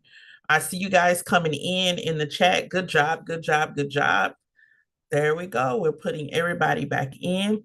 Remember, if you have emergency, you have to step away, please let me know in advance. And if you jump off, please make sure you jump back on. We do have accountability in the background to make sure we are reporting everything. So note is taken. Please spell out your name. I need to know your number and whether it's cosmetology, aesthetics, or barbering. It's very, very important. When we prepare to send these up, I don't want them sent back because of inadequate information. So please, your whole name, your number, and whether it's cosmetology. Well, if you don't put anything, I know it's cosmetology. But if you have a barbering license, please let us know barbering. If you have aesthetics license, please let us know aesthetics. And I saw that earlier. Thank you so much for in putting that information out. Is helping us on the back end. All right. Hold on one moment as we prepare to transition over to the recording.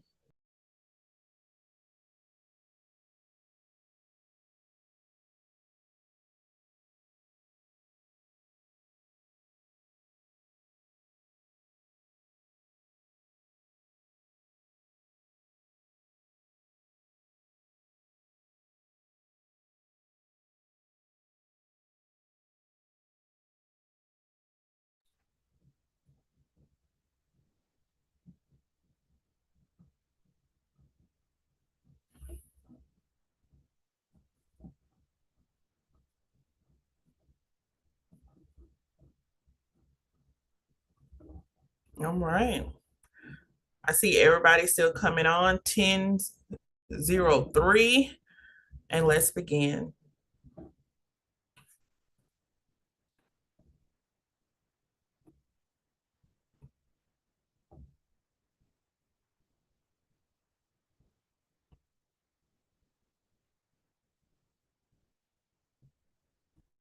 It'll come on in a minute. So I didn't want to miss any of the presentation.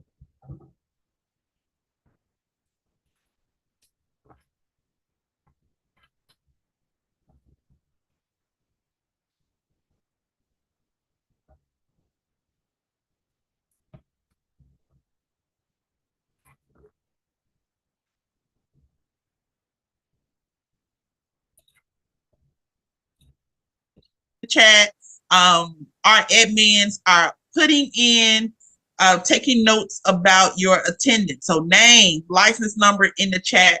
And Sean, there you go. You can have way. Okay, perfect. Great to be here with you this morning. We're going to run over quite a bit of material. Some of it you may have seen before. But we're going to talk about what's going on and what's coming up in 26. So basically, I'd just like to kind of introduce myself and what PSI is all about. We do have a mission statement here in our barber cosmetology department, which names out our core values, which are value people, work together, be dependable, think creative, and embrace diversity.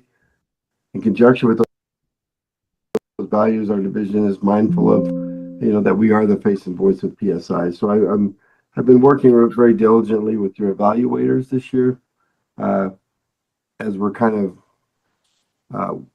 I don't know how to say it, upgrading our whole evaluation system here. You'll notice that the sites now will have new tables, they'll have new floors, paint.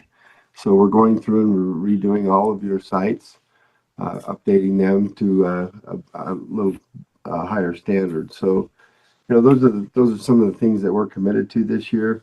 What we do as a mission, uphold integrity, reliability, professionalism, accountability, and respect for those who are following in our footsteps. So we really work hard to make sure that, at a management level, to make sure that our evaluators are expressing these things as well. So I did have an evaluator training with your evaluators not long ago, a couple months ago, where we all sat down and went through everything and made sure everybody's on the same page and kind of explained some of the upcoming additions that we'll have. And we're really excited for 26. So most of you know me. I've been around a while, so but I am multi-licensed in a lot of different fields and in several states.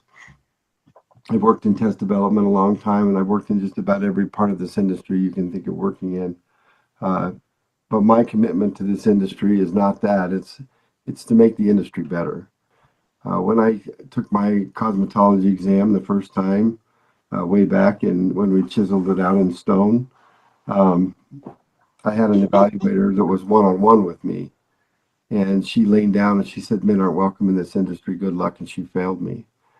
And I vowed at that time to change the industry into a positive, nice place to work rather than having these intimidating practical exams go on like most of us encountered. I had a lady once tell me, "I've had 9 children and all I can remember about the children is pain, but that actual practical exam, I remember every single minute of it." So that's pretty traumatic as far as I'm concerned, and I don't want that to happen to anybody anymore. That's not necessary. But at any rate, we have been purchased by acquired anyway by ETS, who is the largest education organization in the United States. We're very excited about that. They acquired us in January of last year, and there's been many changes since then. But we're still testing a lot of candidates in a lot of states, a lot of countries.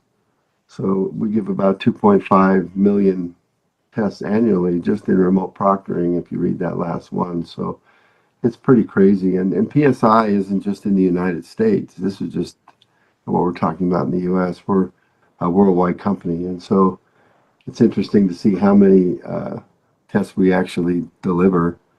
But each test is important to us. And if you have an issue with one of your test takers and they encounter a rough time or have difficulty, I want to know, because that's just as important as the rest of the 4 million candidates that we've tested this year.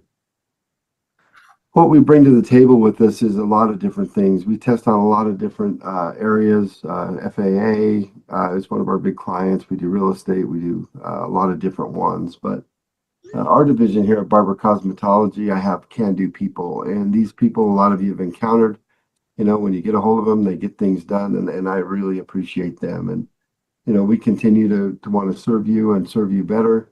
We're making a lot of changes internally currently so that things will flow much better for you and for us. As far as what's going on in legislation and government, I've been talking about this for a while, but the Texture Education Collective is up and running. Many years ago when I was in Alabama, they were regulating barbers, and I was going around trying to get people in the barber profession to kind of buy into licensure. And this wasn't very long ago, which is, kind of sad. But I realized that there was a lot of those barbers that would never cut a straight piece of hair. And so I wanted to make sure that the education got out there because, cosmetologists need to cut super curly hair, not just straight hair. And the practical exams were based mainly on 90-degree haircuts and cuts that only focused on straight haircuts.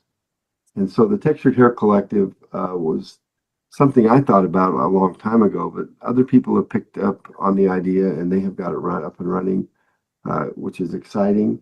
All the PSI exams, they can cut any type of hair they want, bring any kind of mannequin they want.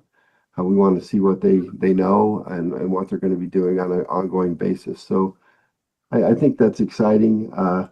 In the industry itself, most of the stylists wanted to know more about textured hair. And 66% of the people out there couldn't find anybody to do it.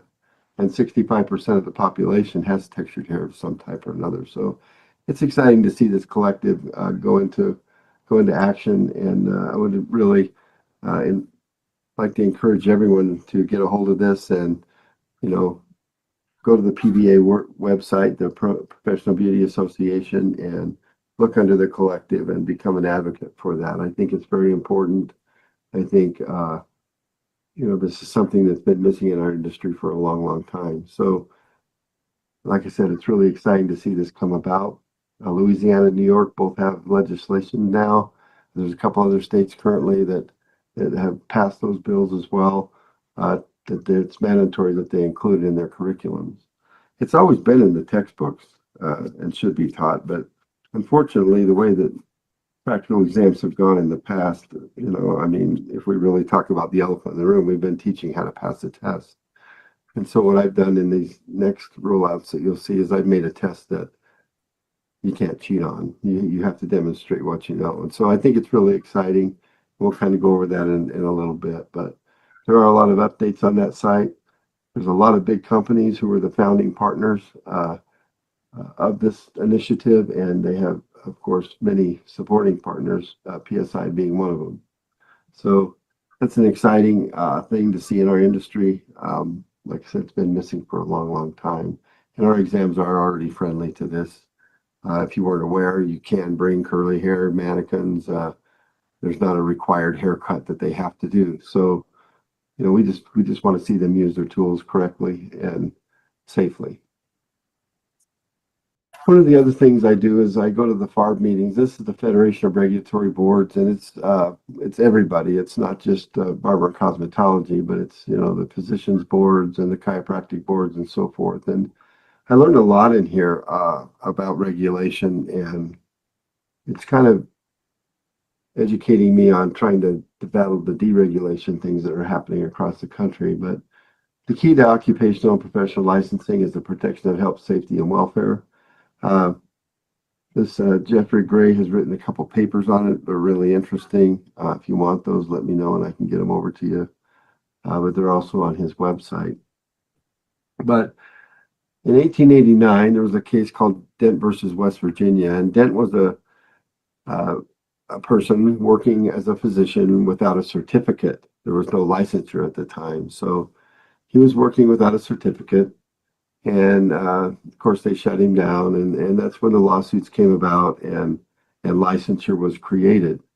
In that licensure creation, the government cannot regulate an occupation or profession unless it can be shown that the regulation is for the protection of the public health, safety, and welfare. So, that's kind of where our exams are leaning the way they lean, because that is actually the key to licensure. We're putting more responsibility back on the schools as far as education goes, which is exciting for you because it gives you more flexibility in your training. I always fought that 90-degree haircut because it's not something I use even to this day, 40 years later. I don't use a 90-degree haircut, maybe pieces of it, but not all of it. But that was the haircut I had to learn to take the test. And, why not just teach them the haircuts that they enjoy and that they want to learn how to do, and then they can come to the test and cut the hair the way that they feel comfortable cutting it, and we can evaluate them for the exact same thing. So I think that's really exciting to have that in place. We also worked on a Nevada legislative report, and this is getting a little dated. I'm wanting to do a barber one this year. But what this did, and it was actually introduced into their Congress last year, but we have an issue with cosmetology in that when people have an accident or hurt someone, they're their friends. And so they never really go to the board. So the board has no information as far as health and public safety or injuries. So when a legislator comes to the board and says, why is applying a relaxer so dangerous? Well, it's dangerous, this, and this. Well, where's the proof? And we don't have any because nobody turns anybody in. Nail techs, they'll turn in all day long, but cosmetologists, they won't. And so they're our friends. If we hurt them, we take care of them, and so forth. So there had to be a means in order to see what was happening out there in the world and really validate that cosmetology did have some risk to it. So we took the top 21 cosmetology-based services. There were over 40 collaborators that combined over 500 years experience in 16 states. These were not just cosmetologists. They were board chairs. They were industry people, Barbicide attended. There was different levels of this meeting that were taking place. And what we assessed was the infection risk, malpractice and safety risk, and the product reaction risk.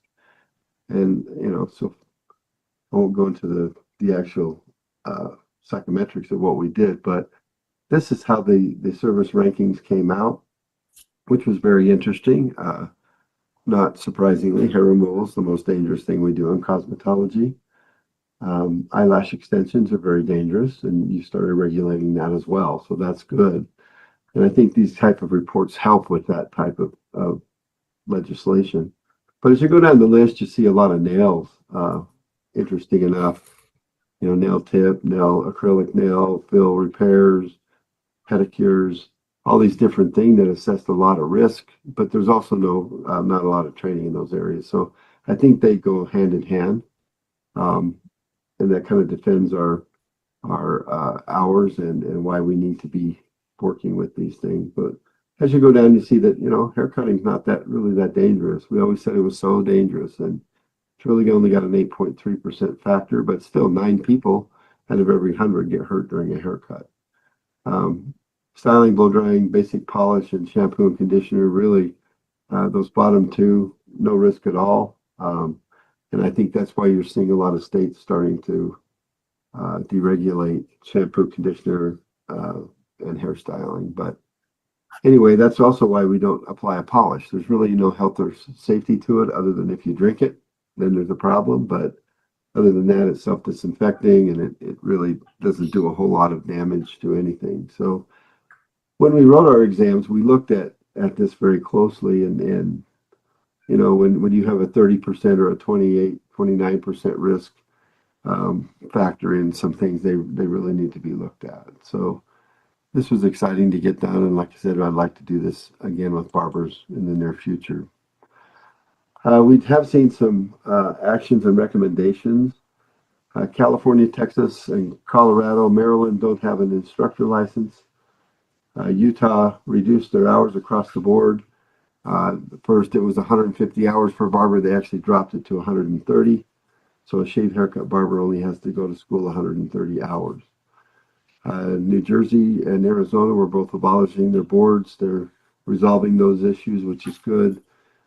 The governor of Oklahoma exercised a veto on their sunset bill, which could possibly abolish licensure next year.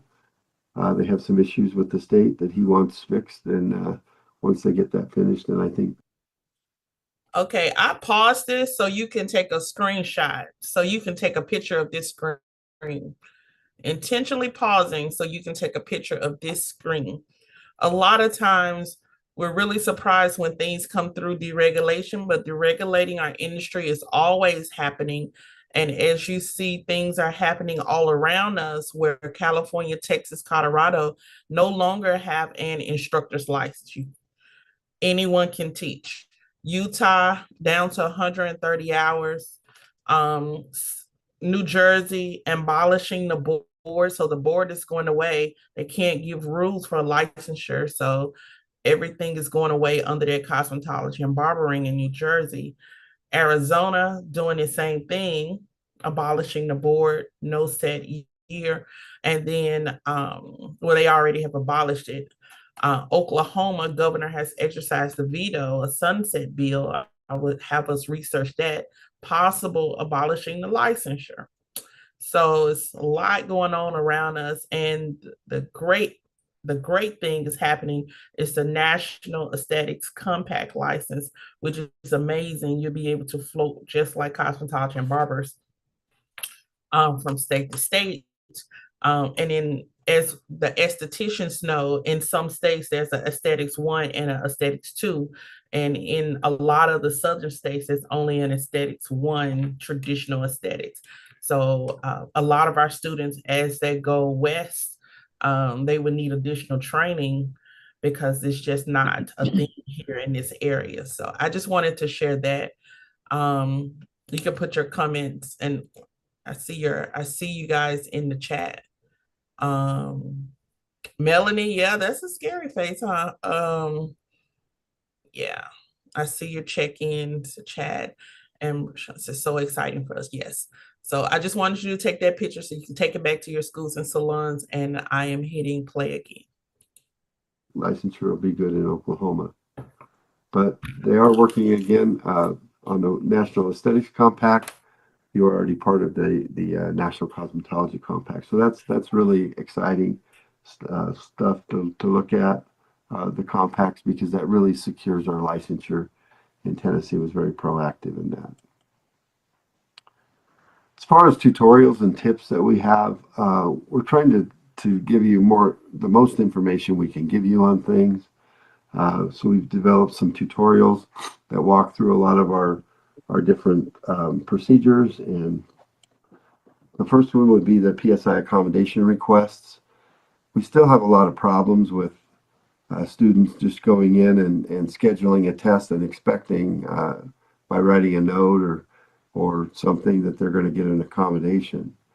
What actually has to happen is in your test taker guide, you have a section about test taker accommodations. When you click on the click here spot, it will take you to the actual form that they need to fill out and upload their documents. And once they do that, then our accommodations team takes it and they will investigate it, and they will call the candidate or contact the candidate and get them scheduled for their accommodation test. So that has to be done that way, or they will not receive an accommodation. Unfortunately, IEPs expire, and if an IEP is expired, they will not recognize an expired IEP, so that IEP will either have to be brought up to date, or they'll have to test under the normal testing conditions. We also have a prepaid test vouchers. Excuse me, please repeat that for the IEP. You want me to go back a little bit? Yeah, repeat that for the IEP, because I have several students who have those, and Yes. I kind of missed part. Okay, awesome. That's a good part. He's encouraging them to keep it active because they can make test accommodations, which will improve their test scores of them passing on the first go round if they keep their IEP active. Hold on one moment. Okay, thank you. It's too far.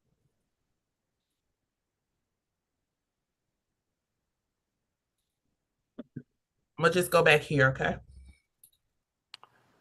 As far as tutorials and tips that we have, we're trying to give you the most information we can give you on things. So we've developed some tutorials that walk through a lot of our different procedures. And the first one would be the PSI accommodation requests. We still have a lot of problems with students just going in and scheduling a test and expecting by writing a note or something that they're going to get an accommodation. What actually has to happen is in your test taker guide about test taker accommodations, when you click on the click here spot, it will take you to the actual form that they need to fill out and upload their documents. And once they do that, then our accommodations team takes it and they will investigate it, and they will call the candidate or contact the candidate and get them scheduled for their accommodation test. So that has to be done that way, or they will not receive an accommodation. Unfortunately, IEPs expire, and if an IEP is expired, they will not recognize an expired IEP, so that IEP will either have to be brought up to date, or they'll have to test under the normal testing conditions. We also have a prepaid test vouchers, and there's a tutorial in there about how to gain those and what the rules are with those. I don't really want to spend a lot of time on these today, but you can go into our page and see, or email Taylor. I'll give you her email address in a minute, but you'll be able to email her and get these different tutorials. We have a kit packing tutorial, which will help you pack your kits for your students. I can't emphasize enough some of these things that are happening in the tests. Their disinfectants aren't proper. We're still seeing EPA on the bottles. They have to have an actual manufacturer label. It has to be virucidal, bactericidal, and fungicidal. Therefore, Lysol wipes and Clorox wipes and those types of things are not they're not allowed in the test. So the disinfectant has to be something that has virucidal, bactericidal, and fungicidal properties. Maybe bought in a beauty supply house or a barber house, and you can check those. I've also given some other examples of those in the kit packing that you'll be able to see exactly what you need for the disinfectant. When they bring alcohol, it has to have a manufacturer's label on it. It can't just say alcohol on the bottle. Their hand sanitizer has to be labeled. Acetone, monomer has to be manufacturer sealed and labeled, no odor. So those are the things that absolutely have to have manufacturer labels on them. And that kit packing tutorial will go through that with you and help you to sort out what you can simulate and what actually has to be a real product. Also, the online scheduling. We have one that goes through the whole scheduling experience. There's also some test center videos that you can watch and maybe, show your students if they're a little nervous so that they have kind of an idea of what they're going to see when they walk into a test center. But you can make your site selections. You can see the days and times available. You can pay for the test and then get confirmations.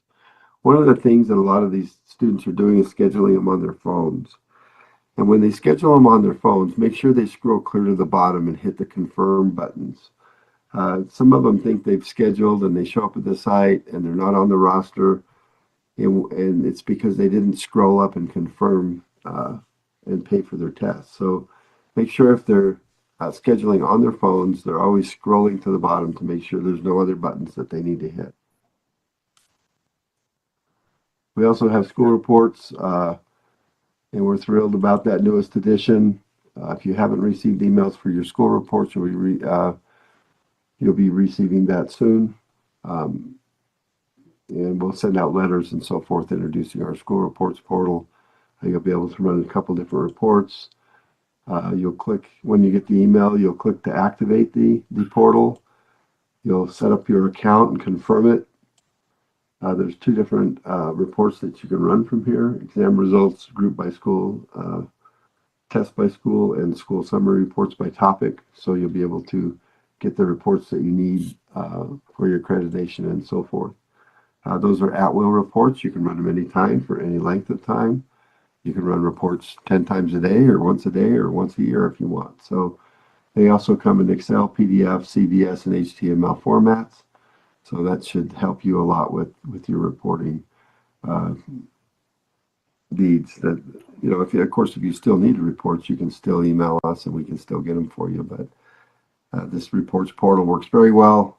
We've had a lot of really good feedback with the people that are using it. Sean, Yes. I'm sorry to interrupt. Are you taking questions after the presentation? Yes. Thank you. It would go the fastest that way. Thank you. You bet. Are you writing them down or am I reading them out of the chat? I see a couple of hands up. I just wanted them to, wait till you're done. Okay, great. Yeah, write them down. If I haven't answered them by the end, let's go ahead and answer them for you. Yes, sir.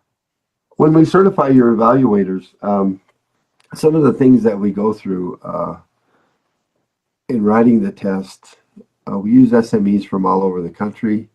I believe there was 32 states involved in this last round, but we have an advisory board that we have been using, which is kind of interesting, but I meet with them every now and again and make sure that, what we're doing is on track with what the professionals are seeing, that the book companies are on board with this. And you can kind of see that on this board, we have, some executive officers, Christy Underwood and Gina Fast. We have Leslie Rosti, who's with the Cosmetology Compact, Myra Reddy, who's the Director of Governor Affairs for Professional Beauty Association. We have Mr. Ron Gillihan, who is on this call, I noticed. And we appreciate him. We appreciate him very much. He's been involved in that advisory board as well. Robert Passage and Karina Santoro from our book companies of Pivot Point and Milady, and then Tammy Taylor, President and CEO of Tammy Taylor Nails. These are people who go through and they, we talk about what we want to do, what our goals are, what the test looks like, how we change the test, and they give us some feedback on what they think about that. So I think it's been highly effective as far as making sure our psychometric practices and so forth stay valid, and that our tests are actually bumping on the things that are important and need to be tested on. We also have to deal with acceptable competence, which is very difficult, especially in today's environment. For some reason, our comprehension, and I think you'll all nod your head when I say this, comprehension has gone down. Students don't seem to comprehend as well as maybe they used to. And so we really look at those minimum acceptable competence levels, and we really looked at them hard in this last exam when we did the cut to make sure that our exams are clear and concise, that the stems are easy to read, that the distractors are all on the same topic, and that the actual key is clear as well. So we've really looked at all these questions. I actually deleted 30% of our bank because they were dated or confusing, or I just didn't feel that it was a good question. But I have gone through those, made sure that each and every question is easy to read, and hopefully that will help with our comprehension issues. But as far as acceptable competence, it's really hard now to say 10th grade, 11th grade, 9th grade. Competence levels are so scattered around within those grades that it's very, very difficult to find minimum competency. But I think we've found some good common ground with them. Our questions are performing well in the states that we're using these updated exams. As you know, there's several things that we don't necessarily test on, not once, and they're probably in your state curriculum. So you still basically need to make sure your students are aware of these subjects and make sure that they're competent in them. But human anatomy and physiology, unless it has to do with the occipital bone in barbering or some kind of a landmark, we don't really test on those types of things. Electricity is safety of electricity. So they'll need to know, about, bare wires and water and electricity and those types of things that would harm them if they were to use electricity improperly. Bacteriology, we want to know how to kill things, how to kill bacteria. We don't necessarily need to know what the bacteria derived from, or I don't think any time in my 47 years of licensure I've taken a microscope into my salon and looked under it and said, "Oh my gosh, Sally, you have duplicocci." Just something I've never done, but we need to know what's going to kill duplicocci. And so I think that's one of the essential things that we learn with our disinfectants is that those Lysol disinfectants and so forth that we commonly use only kill what's on the label. They're only effective in deleting the things that the label said, and that's only 99% of that. It doesn't get rid of anything beyond that. And so the labeling is important to read, and so that's a big health and safety issue as well. The chemicals, we don't really test on chemicals, but chemical safety. What can I store in the same room? How do I deal with this certain thing? Or the health and safety of chemicals is what's important, not the compositions themselves. So I think that has helped a little bit in the testing environment. You still, of course, will teach them those things, but the health and safety is what we as a state are actually, and as a vendor are actually looking at to educate our students on and test them on to make sure that they know what's going to hurt them or their clients. What we face with the training evaluators is perception.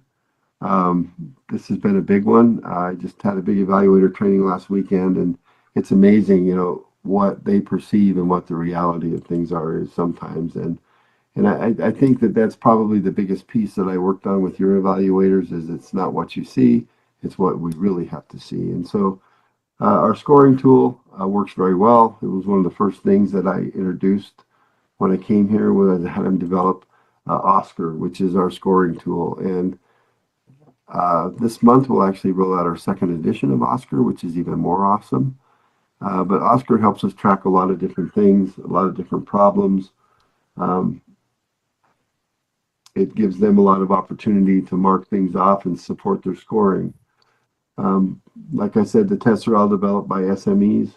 So when we look at Oscar, everything in Oscar has been developed by subject matter experts.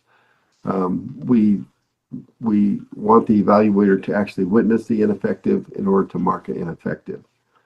In the case that the evaluator doesn't see a task performed, they don't mark it off. So I get a lot of calls and they say, oh my gosh, the evaluator wasn't even watching my student, that's why they failed. Well, if the evaluator wasn't watching the student, they would have passed, in honesty. So I think it's important that you understand that this tool works very well. I'm going to kind of show you how it works, but and when you do call and give us, my star student failed the test. I hear that one a lot. And, star students who cut hair well and do things well, that's great. But is their infection control intact? And are they, performing these tasks the way that they need to, according to the textbooks and how the tests are written? So it's not necessarily their skill sets that we test on.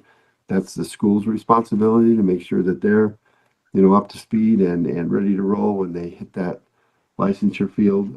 It's our responsibility and the state's responsibility to make sure that they're safe and that they have a good basic knowledge of infection control and safety. There are no COVID standards currently in force. We get a lot of questions about that. Can I wear a mask? Absolutely. If they would like to wear a mask to the test, they are absolutely welcome to wear one. We don't keep them from wearing masks or enforcing COVID issues. But we do hold those evaluator trainings annually. We make sure that they're in calibration with the state and national averages. When evaluator is off, we address them. This is going to become more and more prominent through our new delivery. We're going to a true national testing base where we can actually compare the evaluators across the states because they'll all be testing on the exact same issues. So it's really exciting for us, and it's exciting for the industry that we can look across the board and see if an evaluator is testing well according to the rest of the evaluator pool in the country. So it'll definitely bring our performance in line a little tighter. Currently, we allow them to be 10% out of calibration. As of January 1st, they will be 3% out of calibration. So we're tightening down on that a little bit as well to make sure that everyone's seeing things, perceiving things the same way. As far as Oscar goes, the way it works is that in the beginning, every task line for every candidate is marked yes. And once they see something happen, so our task is detangles the hair with a brush in this particular exam.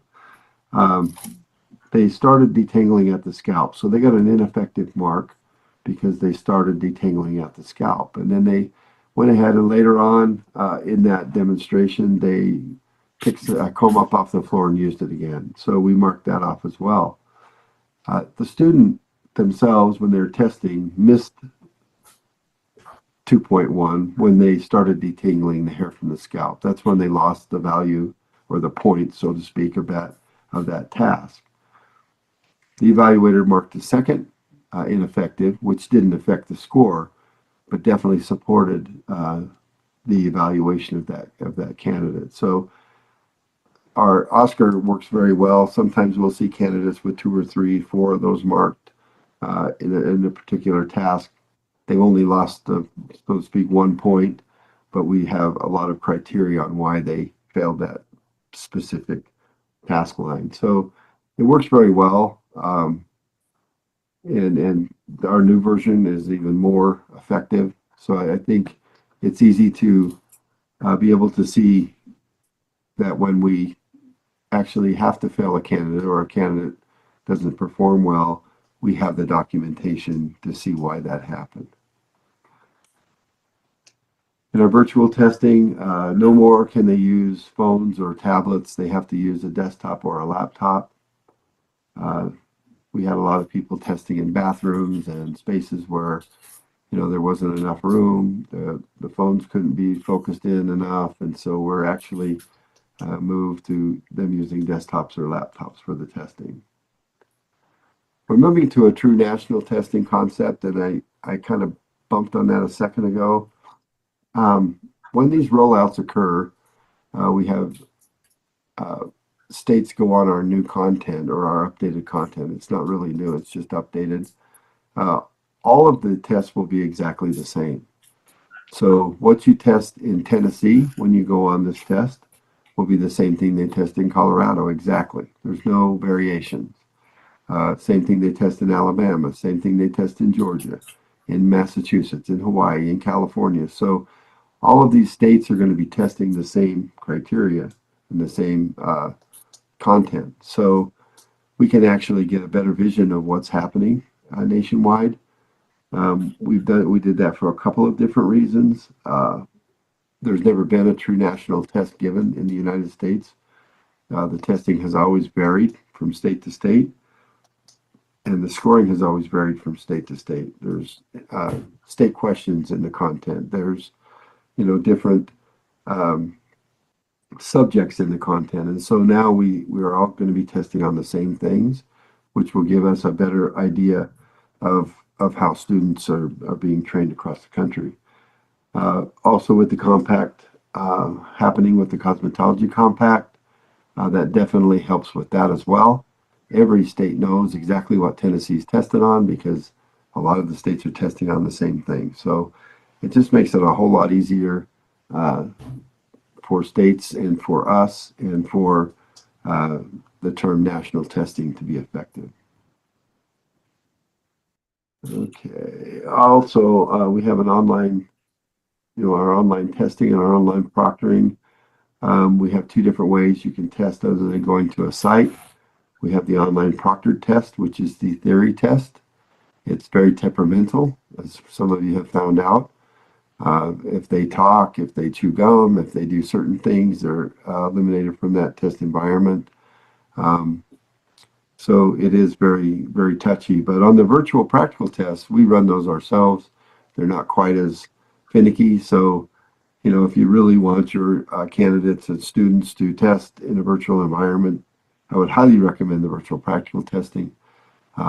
We definitely have much better results with that. We're working a lot on our online proctored theory test, but there's a lot of confidential information in there, and it's been very difficult to nail that information down and make sure nobody else is getting that information. So, but we do have more control of the virtual practicals, and you will see that they have a much easier time getting on and getting their tests done and getting their results.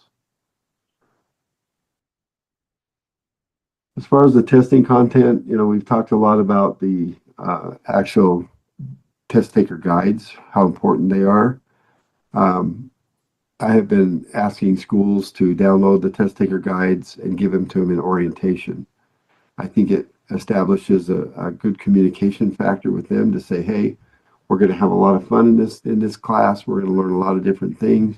But bottom line is you're going to have to, you know, take these tests. And so you're going to have to study. You're going to have to make sure things are taken care of in that environment. So I think it just establishes a little more trust with the students, and they know what their expectation is. So when they get to a test, it's not, oh, you didn't tell me this. It's, yes, we talked about it. So always download clean ones, you know, before they test, so that if anything has changed, you have the good information. But I would definitely give them the expectation and the outlines of the tests and what to study for those tests. We've also come up with a different configuration in standardized workstations. And as you get these tables put into your sites, which they've been delivered and they're being assembled currently, each student will have their own table. It's 4 feet long and 2 feet wide. And so each one of them has the opportunity to test in the same environment. In the upper left-hand corner, they'll have a red book, and we'll talk about the red books in a moment. In the upper right-hand corner is where their ID is placed. Their kit will go under the table. Their mannequin clamp goes on the center of the table. We would like them to put their single-use bag on their left side and their multi-use bag on the right side. As far as where the bags go, they won't be graded off for that, but it just makes it a whole lot easier for them to test and a whole lot easier for us to see where they're putting things. So I think the scoring becomes a little more uniform if we have uniform style tables. If they're taking the virtual test, their laptop or camera will go on the right side of the table, but they need to have about the same test area as well. So if I'm taking a virtual test, I see a lot of times they'll be on a little desk or something where they really don't have enough room, or they're on an 8 by 12 foot table that they have all kinds of room. They can't even get it on the camera. So we'd like to suggest that they all use a 48 by 24 inch wide table. I think it works very well.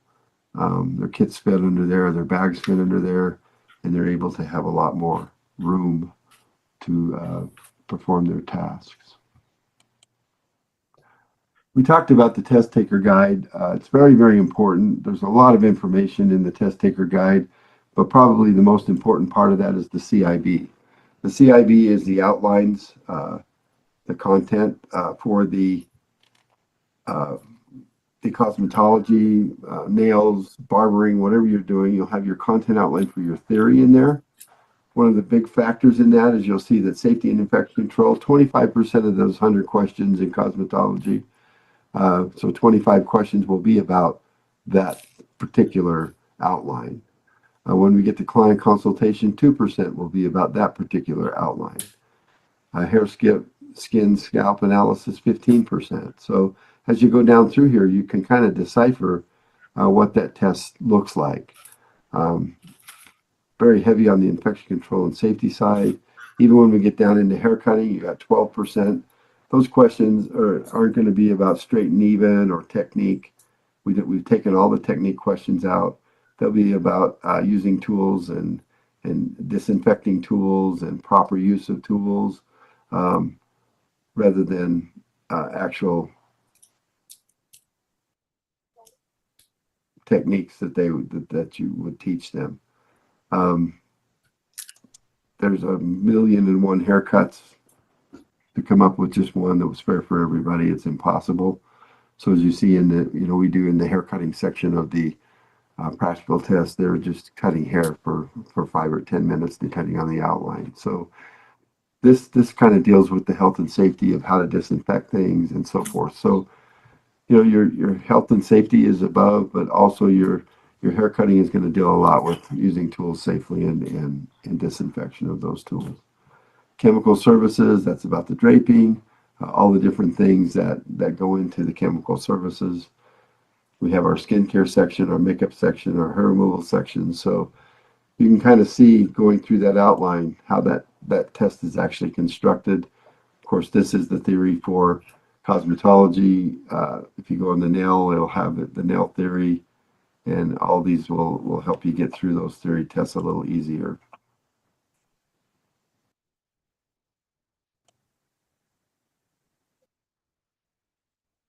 And then when we get into the practical test, it'll also show you those outlines. It'll show you all of the instructions, the way they're read, so that when you do your boards, you're able to read the instructions and use the proper timing and then look at the different parts of that outline that are necessary.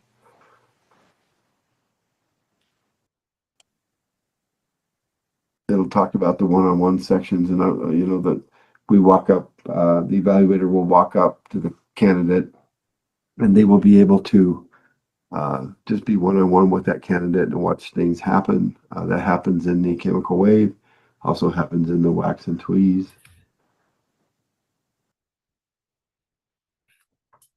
Can't get this thing to click, hold on. But it'll go right through all of the different sections that you go through. End of day cleanup is something that I wanted to talk to everyone about. we're seeing a lot of the candidates right here just putting things away and getting ready to go home. This is actually a turnover of your workstation. So basically what's going to happen here, it should end up looking just like it did in the first topic area. They need to slide everything from the previous section is already cleaned up. This is just cleaning up the station and getting it ready for a new client. So basically they're just sliding everything over to one side, disinfecting one side of the table. They'll wipe off each one of the products, set it on the clean side, and then wipe off the other side, and then reset it up for, the next day or a new client, so to speak. Anytime we use disinfectant, they need to be wearing gloves. They only disinfect in the first topic area and in the last topic area. They don't disinfect between each topic. These are topics. They're not roll along tests like you're used to. Topic area 1 is about setting up initially. Topic area 7 in this exam is about the end of the day cleanup and setting up for a new client. Other than that, you're doing a haircutting topic, you're doing all these different topics. They don't have to disinfect between the topics unless something happens that they need to disinfect. So if I accidentally in my haircutting section set my haircutting bag on the ground and then set it up on the table, oh man, I just contaminated my table. I would need to take out gloves and disinfectant, clean off the bottom of that bag, clean off the table where I set it down, and then go forward. And that would be how I would recover from that. So, those are different things that maybe we look at the test that could make a difference between a pass or a fail. But they shouldn't be putting anything in their kit in this end of day cleanup in any exam. They should be putting things in the bags. They should be disinfecting their tables and going forward in that sense. The PSI Red Book, you'll start seeing these appear in the test stations. They're in all the languages that we currently test in. You'll have the book in English as well. So all languages will be able to read the instructions as they're being read. So basically, your candidates in a test site do not touch these red books. The proctor will come around, they'll turn the book to the proper page, and then they can read the instructions while they're being said, or if they didn't understand the instructions, they can go back and read them again. This was derived. I'm ADHD. If you start reading instructions to me, I hear absolutely nothing because I'm too worried about what's going on the table. Then when they say, please start, I'm just at a total loss. And so in this case, I could go back and I could read the instructions in my red book and say, okay, this is what I have to do. So they're welcome to read those instructions as many times as they need to.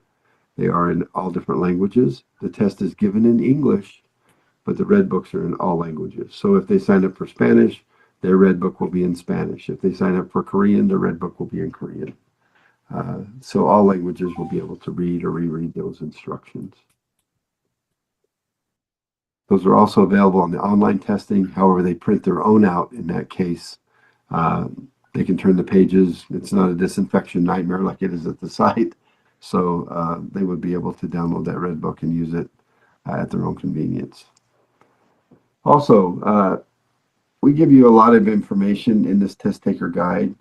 And these test taker guides are available at psiexams.com. And when you go into the Tennessee tabs, you'll see the cosmetology or barber test. You click on that and you go in. There was a slide earlier that kind of showed you how to get in there. But these general rules for security are definitely reasons that they're going to get, that they're not going to be able to come into the exam, or they're going to have items that won't be able to come into. So make sure that you go over those with them. We also have general rules for testing. We do recommend the size 24 by 24 by 24 for the kit. If you can get it down to 24 by 18, that's even better. All there's going to be in there is bags and some extra stuff. You can really kind of limit the size of that kit, and that really helps them, and it really helps them with their space under their table. But this kind of goes through and tells them basically what they can bring and what they can't bring, what has to be labeled and sealed, and so forth. Now, when we talk about the practical test and we say does not follow infection control procedures or does not follow workplace safety procedures, this is actually the criteria for the workplace infection control procedures or precautions. So as they're testing, these are the things that we watch for. Are they cleaning their hands before they start the service? Do they know when they become contaminated? In other words, I tuck my hair behind my ear. Do I know that I had to sanitize before I did that and after I did that? Are they aware of the supply kit becoming contaminated, leaving it open, or they have to close it and so forth? So these are just all of the different workplace infection control precautions that we actually grade. These are the ineffectives in the exam so that you're able to teach those to your students so that they're successful in the test as far as their infection control. We also have the safety precautions that are also published. These are the safety precautions that we're looking for in the exams. So these are very important when you're doing your practical testing and they say, oh man, what is this? What's a safety precaution? Well, I can show them a list of safety precautions that they need to know about in their actual workplace. So these are what they're tested on. There's no secrets here. I would definitely go over these and drill these into them so that when they get to that practical exam, they're able to pass that other criteria. Be sure you're using up-to-date teaching materials. Last editions are good. New editions have new sometimes verbiage in them and so forth. So it's always good to stay caught up on your editions, making sure that you're teaching an edition that is up to date. We have our identification that goes into their test taker guide. We have all the online side test housekeeping in there. We're getting a lot of people thinking they can vape in the online testing because they're at home, but no, they cannot.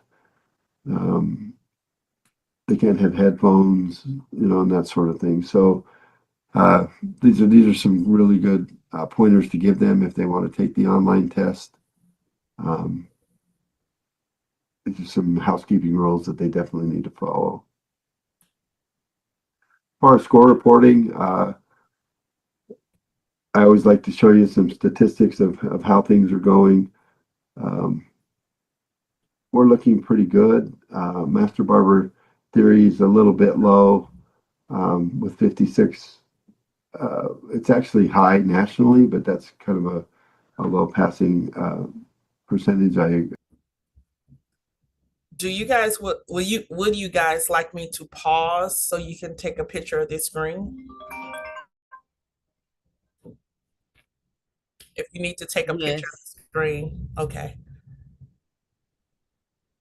All right, take a picture. I agree, but they're you can kind of go through this and look at them at your convenience. I don't really want to go through each one of them individually. If you have questions, absolutely direct the questions to me. But as we go through these, we can kind of Pause for cosmetologist and cosmetology instructor.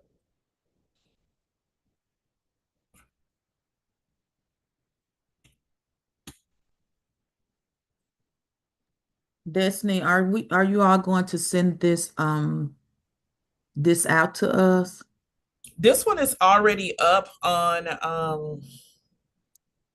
the YouTube. I was thinking about clipping it and sending it to you. If that's what you would like, not a problem. Okay, YouTube is fine. Long I know how to get the link to get to it the right. Yeah, I can send it to you. Okay. I actually was thinking about including it also. I just thinking about not overwhelming you guys, but definitely We it's need it though. We really okay. need it, especially you guiding your student, your future professionals. We Yeah. need every information that we need because they have so many questions, especially when it comes to the practical part of their tests. Yes. Also, can I just stick a note here? Please make sure that you guys are on the list for the updates, like any updates that come. I think you can go to the board website and do that.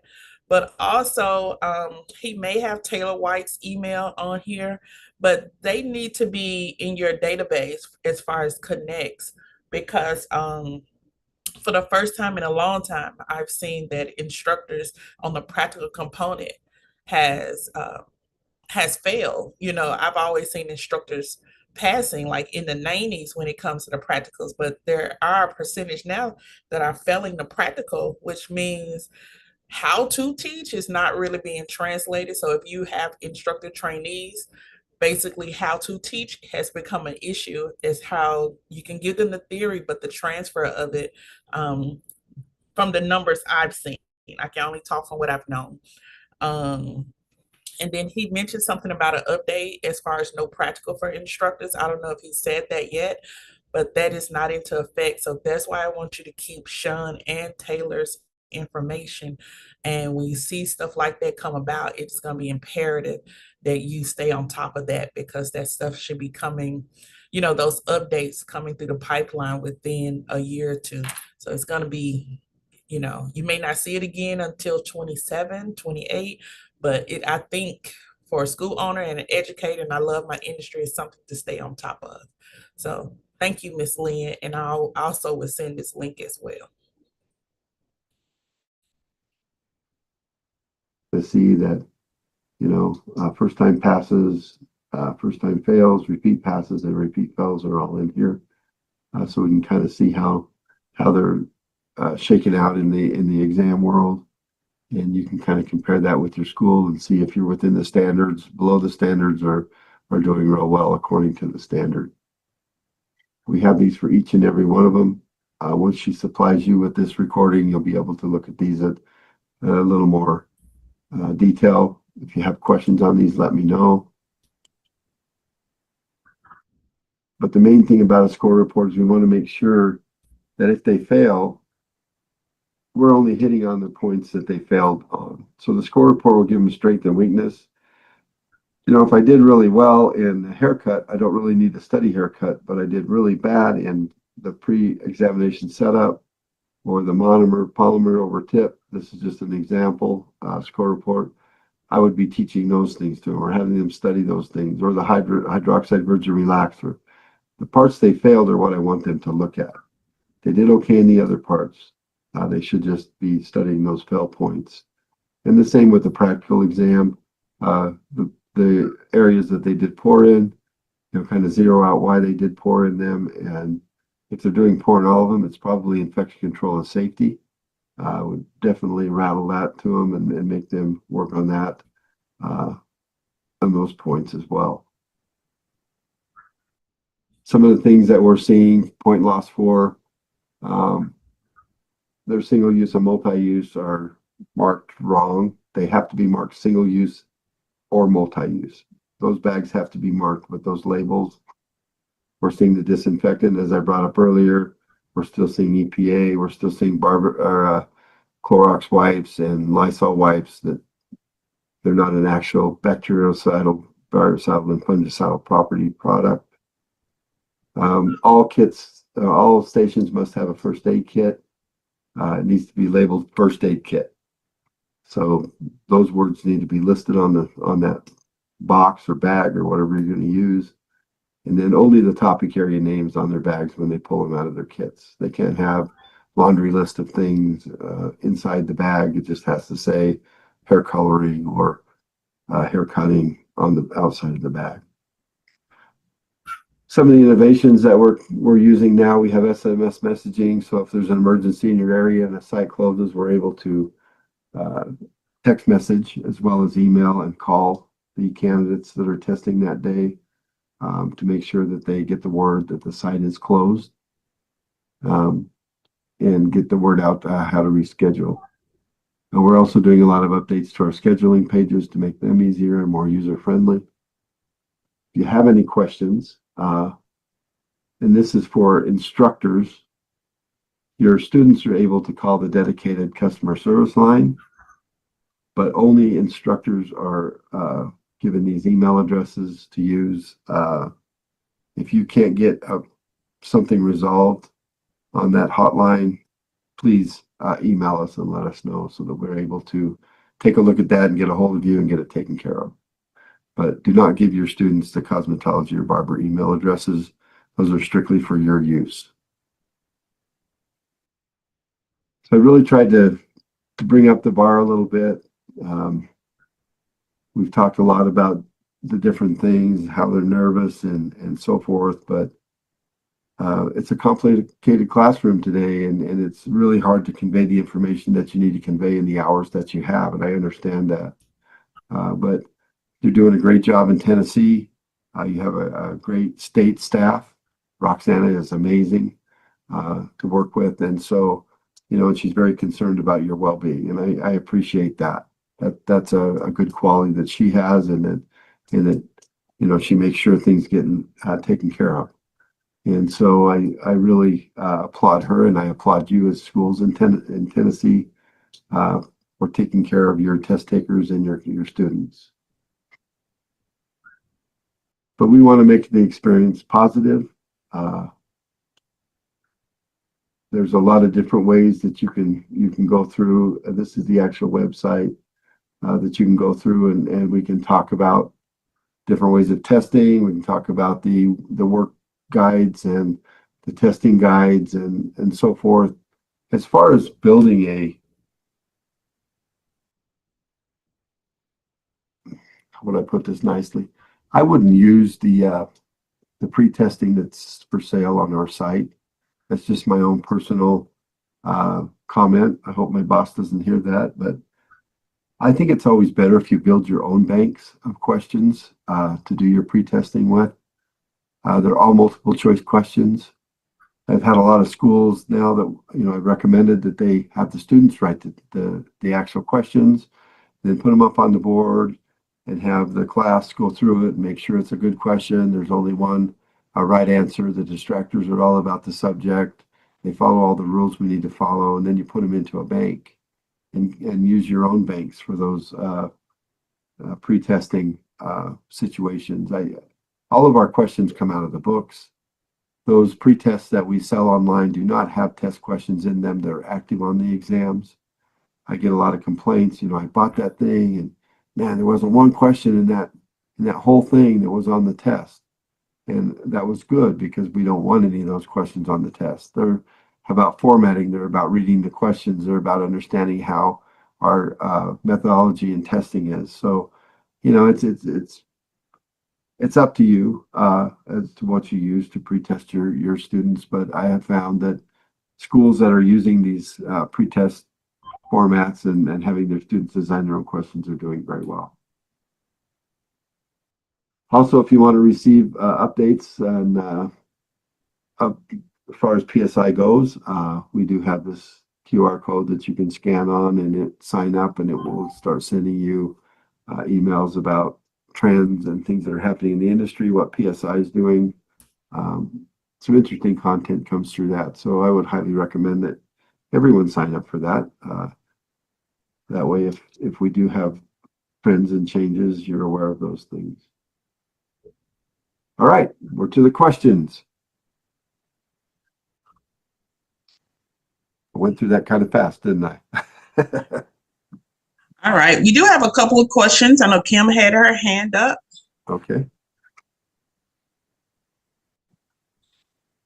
Good morning, Sean. This is Kimberly Anderson with Kink Education Academy. I had a question regarding a student that had been waiting since April to take the second part of his barber instructor exam. Upon taking the exam, upon scheduling, we finally got a date, but he went there on last week, and he was not allowed to take his test because there was a misunderstanding with the attendant at the testing center. I did send an email to you as well as I think Tammy, but he has not gotten a reply yet to reschedule. And what we were trying to do was get the test rescheduled as well as get the fee waived because it was an error on the testing center. So there's a disconnect between calling the customer service and the testing center. So I wanted to know if you had any feedback on what the next step should be for us. I'm sorry. Kimberly. What'd you say? I'm sorry. Your name, your Kimberly Anderson. Kimberly Anderson, King Education Academy. Okay. The email was sent from him, from the student, which was Antonio Jones.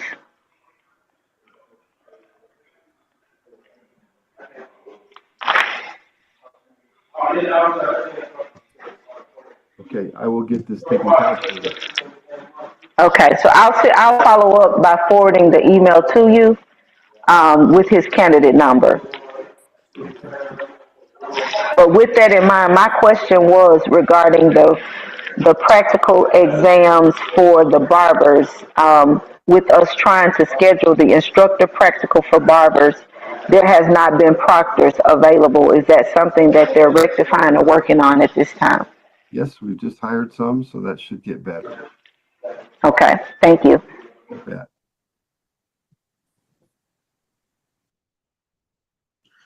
All right, Sean, we had some questions as well as to where they could find access to the bulletins.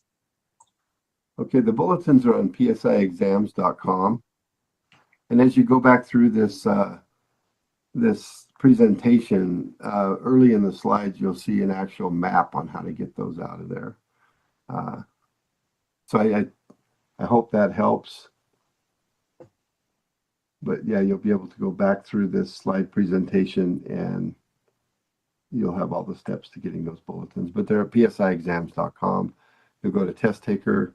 Let me see if I can back up a slide or two and kind of show you that face page. You go to I am a test taker. You'll go to Tennessee, and then it will list all the tests available. Then you go into that test, and you'll see in the left hand, up the right hand corner, upper right hand corner, you'll see candidate information bulletin. You click on that, and that's where they come from. Thank you. Is there anything you can share in relation to the other states that are connected to the compact license? I'm not real up to speed on what's happening with the compact right now. I'm not in on that at all. That would be there's an email address you can email at the USG that you can get information about the compact, or you can call your state board. Okay. I know Miss Tony had a question. Oh, Mr. Sean, they said I can barely hear you. You guys got your volume up? I'm trying to see if I've got an issue going on here, but I don't see anything. Yeah, as two people said they could barely hear you. I'll try to talk louder. Okay. Okay, could y'all hear him now? Yes. Okay, Miss Tony had a statement, and then Mr. Ron has his hand up after that.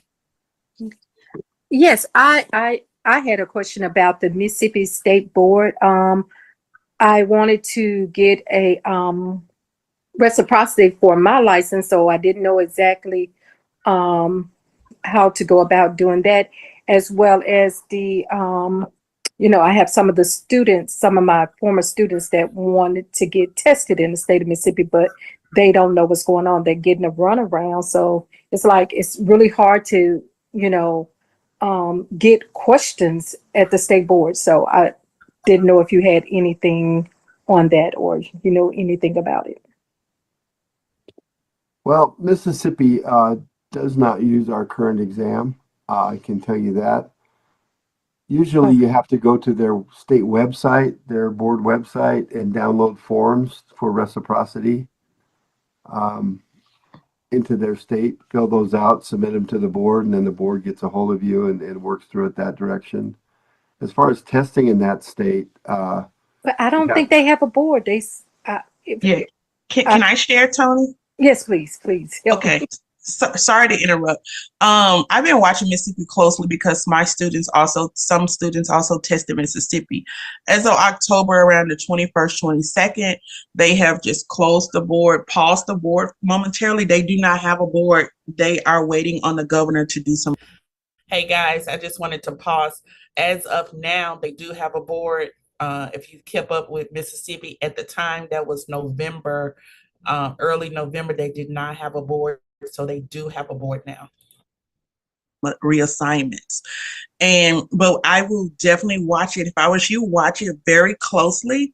If you give them a call, they're doing some work, but they're not really doing a lot of work. So a lot of people are just in the middle and they're just watching it day by day. If I could, I will find on another break there's like 2 major associations that keep up with Mississippi law that are very active. I can kind of post those groups on social media. You can join those groups and you can keep up with that, with what's going on in Mississippi, and be ready to apply for reciprocity and testing when it opens back up. Okay, thank you so much, Destiny. Not a problem. I hope that helps. Mm-hmm. If you go to their board website, it kind of gives what's going on with that. It talks about their educators, how they're stuck in that transitioning as well. So maybe you can read some of those articles and figure out what's happening there. I'm actually going to study that too. I wasn't aware of that. So yeah, let me dig into that. And if I have anything, I can let you know. But yeah, interesting situation. Yeah. Thanks, Sean. Melissa Fletcher. Oh, Melissa, before you go, Ron hand was up. Hey, Mr. Ron, if you want to go. Hey, Ron. Oh, that's fine. I just wanted to circle back to what Sean was mentioning on the compacts. I think there was a question about that. The status of the compacts in Tennessee is that Tennessee has we've approved it, as have a number of states. Right now, it is really applicable only to the cosmetology side. The barber side is kind of dragging their feet in some other states to have enough support to bring that online. There are, I believe, we had 7 states initially, then I believe we're up to 13, and on our way to 22 states that have essentially said, yes, we want to do this. We have to draft legislation and get it through the legislative process, which may take, a bit more time. But as individual states come online, it will grow in this assistance with reciprocity. We're talking about Mississippi. Yes, Mississippi they have some issues going on down there. I don't want to really go into those right now, but if you'll go online and just do a little research, you're going to find some things pretty readily that may direct you somewhat.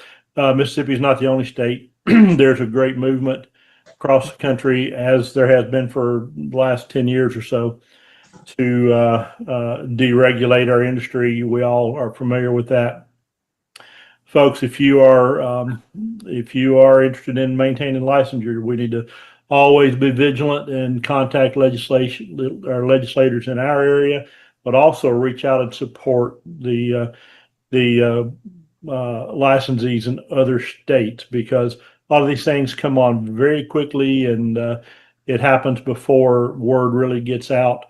But this compact is a wonderful thing, in my opinion. I've been privileged to work on it for a number of years. Sean and PSI have really led the way on this.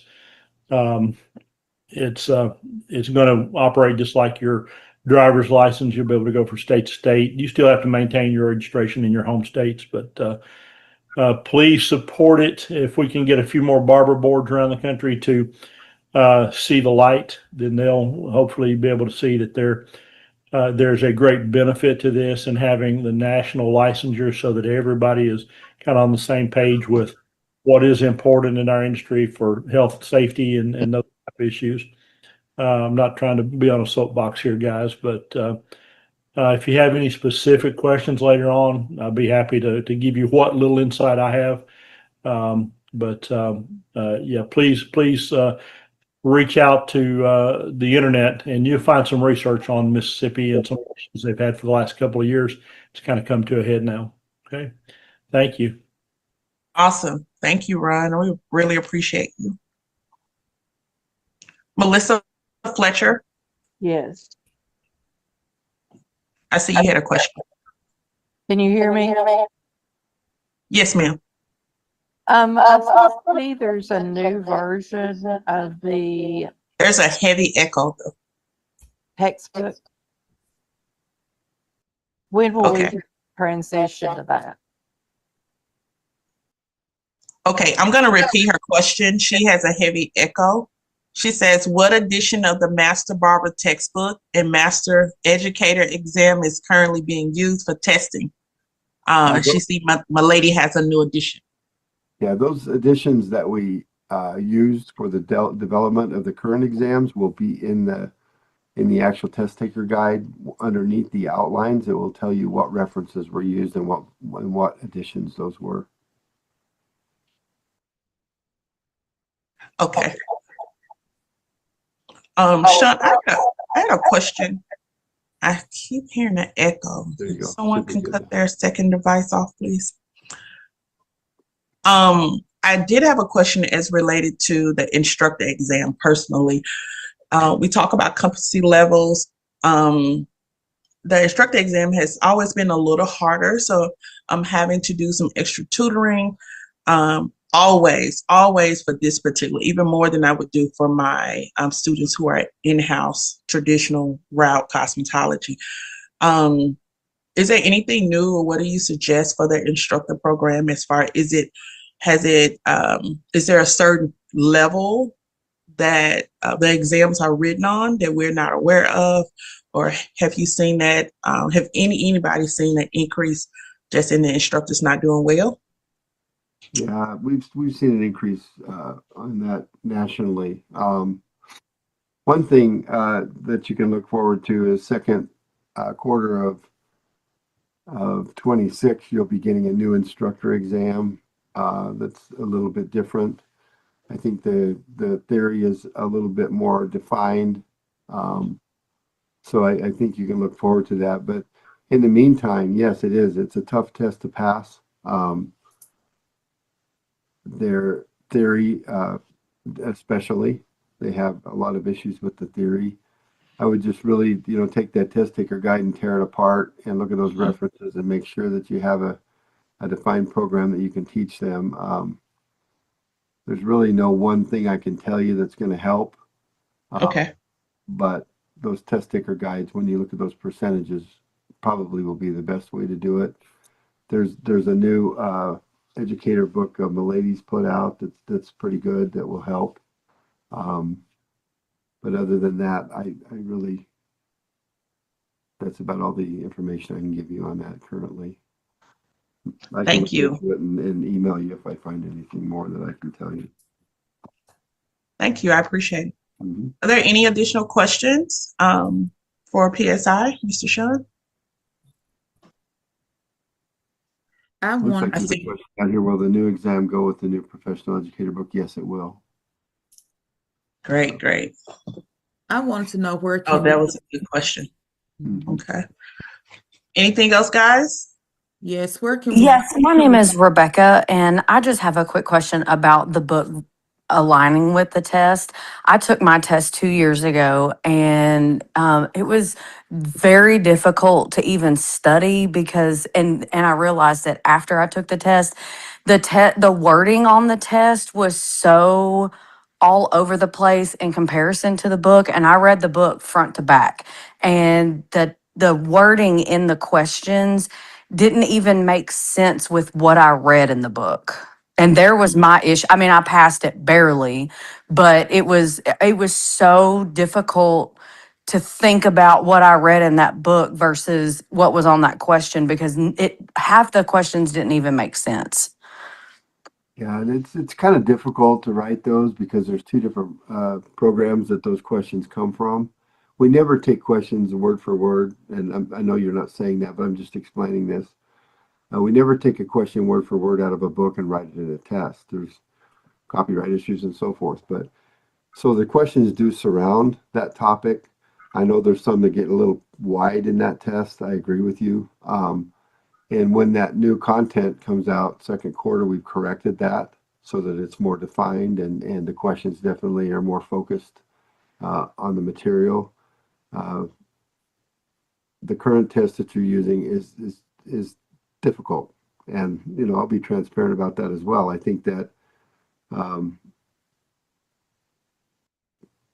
that new book that Milady's come out with helps a little bit with that verbiage. But yeah, it's hard.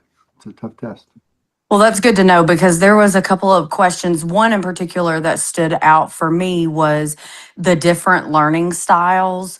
And I read that chapter probably 3 times because that was in Milady itself. There was just things I needed to rework in my brain to make it make sense. And one of the questions I distinctly remember was talking about learning styles, and the question and the answers had nothing to do with one another. I mean, I got it wrong, and I know that I did. But it was so far fetched in how I was supposed to answer that question, and I knew that chapter, and the answers were none of the answers listed that I could pick from were in that chapter, and it frustrated me so greatly. So to know that this is about to be changed makes me feel a lot better about that And when when I'm you talking to others. Yeah, when you come up with those specific scenarios, I mean, I don't want to bring questions back to you, but if they say, wow, the learning style questions, there was one that had nothing to do with the learning styles, I can go in and look at those and we can see if we can pull the question. But you need to let me know so that we can Okay. look at it and make sure, because I don't want anybody, with a question in there that's really confusing like that, and like you're saying, doesn't have anything to do with something. I want to be able to go in and research that question and all the questions in that section and make sure that they're question that can be answered correctly.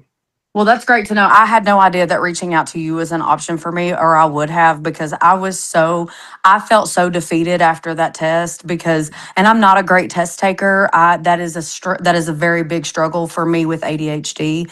I just don't test take well, and trying to read those questions had me all over the map with my brain, and it was stressful to say the least. So that's good to know that I can reach out if we ever have questions moving forward. That's awesome to know. Thank you so much. Yeah, yep, I understand exactly what you're saying. And my email address, if you don't have it, is S as in Sean, CONDER, my last name, at psionline.com. Perfect. Thank you so much, Sean. I appreciate your time. All right. Shauna, I also want to ask, would there ever be, or it could presently be, opportunities where educators could assist in the advising of the exam as well? We use educators. I like to use educators because they know the books, to be honest with you. But we do use educators. We develop our exams every 5 years, which that development's just come through. But if you're interested in test development and interested in working with us on those, you can email me and I'll forward you into our pool of people that work on the subject matter experts that work on the tests. And it's more of a lottery system. So I can't guarantee you'll be on there, but we'll definitely try to use you if you put your name in. Awesome. That's all that I had. Shauna, I appreciate you. Is anyone else? If it's okay if I add a comment, I hear other instructors talking about having issues with the theory exam and using Milady. I actually took the Pivot Point Mindful Teaching course, and I felt like my exam was almost verbatim the Pivot Point curriculum. They have these ACE exams at the end of the curriculum, and I think it was like 13 exams, and it was basically the same exam in different order. And when I got to my theory exam, I really felt like I was taking the same test. So if that helps anybody, Pivot Point may have the verbiage that you're looking for. Thank you, Carrie. That's good to know. This I Lynn, appreciate that consideration as well. Miss Destiny, could you ask him if he's still on here or not, about the tutorials for the PSI practical, where to find those? It's pre-recorded. It was a pre-recording. He stated where it was, so in the link it'll be there, but also his email was posted where you can email him, or Taylor White, and they could possibly send it to you. I think Taylor may have sent me some links as well. So I know Taylor is all about making sure the educators have what they need. So you'll probably get a definite early response from her. Can you put it in the chat, the email, or? I can try to go back. I don't want to, put it in. I got a couple of screens up, so hold on. Okay, I got you. I was wondering where all these people were coming. I was like, I don't never seen it. Okay. Yeah, because I definitely need that about because I had questions like, do they need to bring the mannequin stand? Some students want to know, can they bring the mannequin stand? He talked about that. Yes, they do have to have a mannequin stand. A mannequin stand. They don't have to have a little swerver clip that goes on it. They have to have a mannequin stand. And he said that, and of course you guys can, I know we have some representative that may know more than I do on here. If you would like to come in, free, please feel free. If not, I totally understand.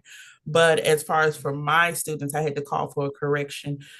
And they're supposed to be taking a mannequin stand, a tripod. That's my students. I don't know if anyone else has had that, but the floor is open if someone wants to discuss it. I'm looking at the questions. But why it's so secretive? It like it's such a secret to PSI. Look like they just need to this is what you need. Bring this. It's like it's such a scare to the students. It's not secretive. I'm gonna just say this in the defense. He did mention the transition. So there's another company that acquired them, and a lot of times that's big. So and actually in November when he came, I probably hadn't had Sean or a PSI update for maybe 3 or 4 years. So this is big, it's kind of been a big deal across the board. It is big for them to come on, but he did lay out. I remember them coming to Nashville in October. And he, make sure you're on the email. He sent the email out to like directors and school owners that for educators, and I saw a large representative of Tennessee educators there as well, where it was a free, almost like information seminar where PSI laid out everything. It was in Nashville in October of 25. And then we had this training in November of 25. And so I felt like he was making up for a couple of years, but they did redo that bulletin, and that bulletin is a little clearer than what it was the last couple of years. I just got them on speed dial now. Yeah, so it's not as detailed as some other states, but once you get in there, you just get to rolling. But like I said, I had to find those little bitty details and call and find out for myself. We all educators, so if anybody has another tip or another suggestion, or please go ahead if you want to. You can have the floor. Ms. Cox, this is Ms. McMillan. Yes. I'm here. We actually do the testing here in Memphis for the cosmetologists, for your estheticians, and as well as for manicurists and instructors. And a couple of the things that instructors are failing to do that's causing them to fail the test is that the key to the test is that you're giving your undivided attention and instructions to your students. And when they're up teaching, they have, can you hear me? Hold on one moment. I think what you're saying is so important. Can I just make this statement? If you guys have a pen or pencil, whenever you have a proctor or someone who's willing to share, I'm going to let you know to keep all eyes and ears open. And so whatever she's stating is going to be beneficial to your classroom. I just wanted to give them a little note that what you're saying is very important. So sorry for your interruption. Go ahead for me, please. That's okay. I wanted to talk about the instructors first because it's far more so important for them. When they're up, we give them 30 minutes to 1 hour to actually do the lecture and the demonstration. When they bring their, they have a lecture that they have to turn into us. Whatever that they're going to be lecturing, it needs to be in their notes that they're turning in to the proctor and the evaluator. Whatever they're going to demonstrate, it also needs to be in writing. They're up teaching things that does not concern the objectives. Whatever your objectives are, that's what you need to lean forward to stay with. Don't get off of your objective subject, because all of that information is in there that we're grading, saying that you're taking the students in left field because you're leaving from what you're actually saying that you're going to be teaching and that you're going to be demonstrating. So don't add any extra things in there because it counts against you, because they're saying that it's confusing the student. When they're getting ready to do the demonstration, make sure that you involve your students. Tell them to get up, come around, look, pay attention to what you're doing. Hands-on, if they want to come in and give hands-on while she's giving a demonstration. Focus on the student. That's the key to the passing the instructor exam. All of the information is for the student. And if you're not giving the student the attention and giving them the information that they need, such as when you say that you're going to tell them about state law, just don't say state law is involved in cosmetology. You got to tell them that, look, part of state law has to do with, you have to make sure that you're using the right strength of disinfectant, that you're using the right type of alcohol, if it's 70% or if it's supposed to be 90%. You got to tell them what state law says and not just say state law. You got to do what state law says. You got to tell them what state law is, and they're not doing that. Also, they have to put their weights in with their curriculum. We probably had one instructor out of about 25 that has come in and put their weights in, meaning that let the students know how they're going to be graded, what score they're going to get for chemical relaxing.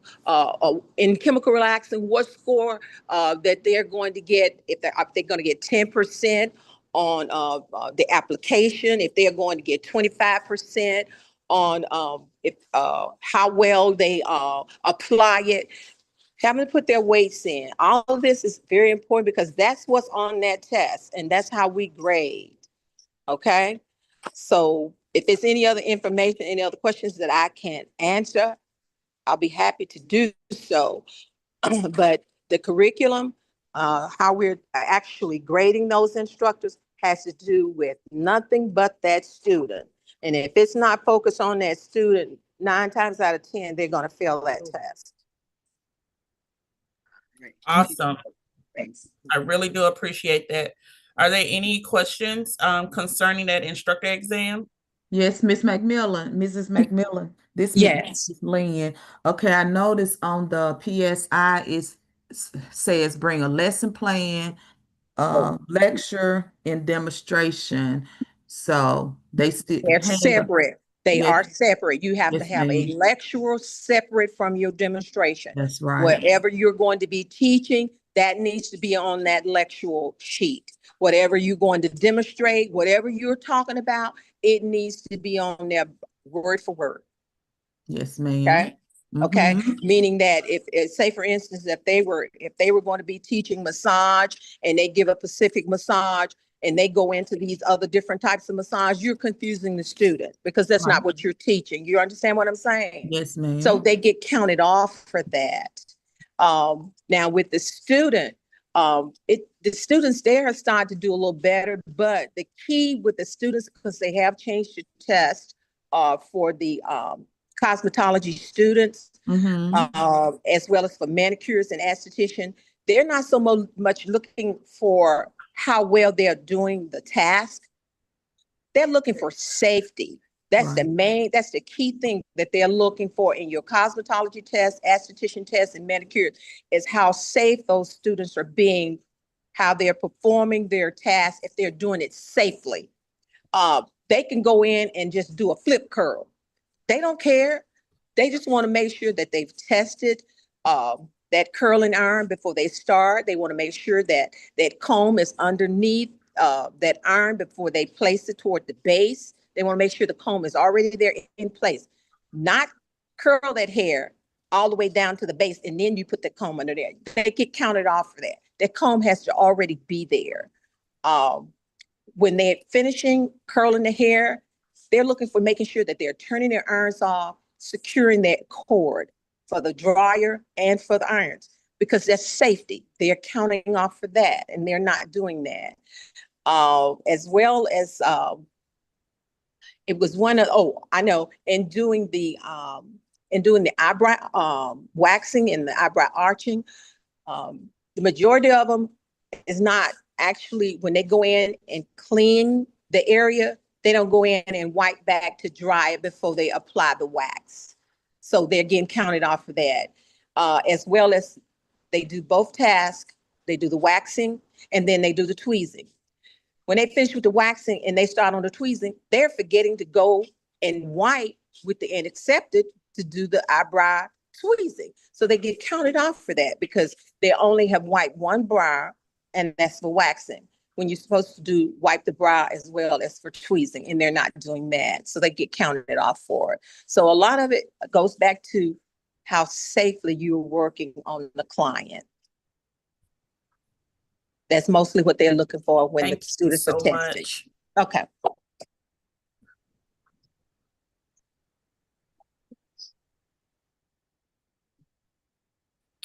That's amazing, guys. We're gonna stay on. We're gonna lunch right at about 12. That was some great information. Now I'm going to just kind of give me about 2 minutes. I was gonna go into digital classrooms. That's really the next one, but I do want to do a tour of Canva because I wanted to share something with you. And since we're talking about instructors, lesson plan and training and things of that nature, I wanted to show you something that I built that I use specifically for the instructor training classes. So let me pull it up. Where's the lesson plan for this? Let me go into home. And so hold on one moment. And we could just take a few minutes and do a Canva tour. That way, when 12 comes, we can go ahead and go to lunch. But I thank you guys and appreciate for that information. Someone said, will this be a link? Yeah, I guess I'll go ahead and send a link to you as well. But today is day 2. All of this will be within day 2 as well. I didn't even think about that. So you're going to get this automatically. Also, you're going to get information that pertains to everything Roxana went over. Someone says, how do you become a proctor? The email address, please contact PSI State Board, or if you know someone personally, just hit them up in their inbox and just see how it goes from there. But I do want to go ahead and jump into digital classrooms. I'm just going a little bit ahead of myself, but that's just because minutes to spare. Okay, we have a few minutes to spare. And so this is my digital classroom. As I told you before, I do Canva a lot. And so I have Canva Teens, which is about $12 a month. I'm not an affiliate for Canva, but I need to be. But I build a lot of things, especially for the school, on Canva. And I do want to show you, while I have you here, where's one of my forms? This particular form, I don't know if you can see it.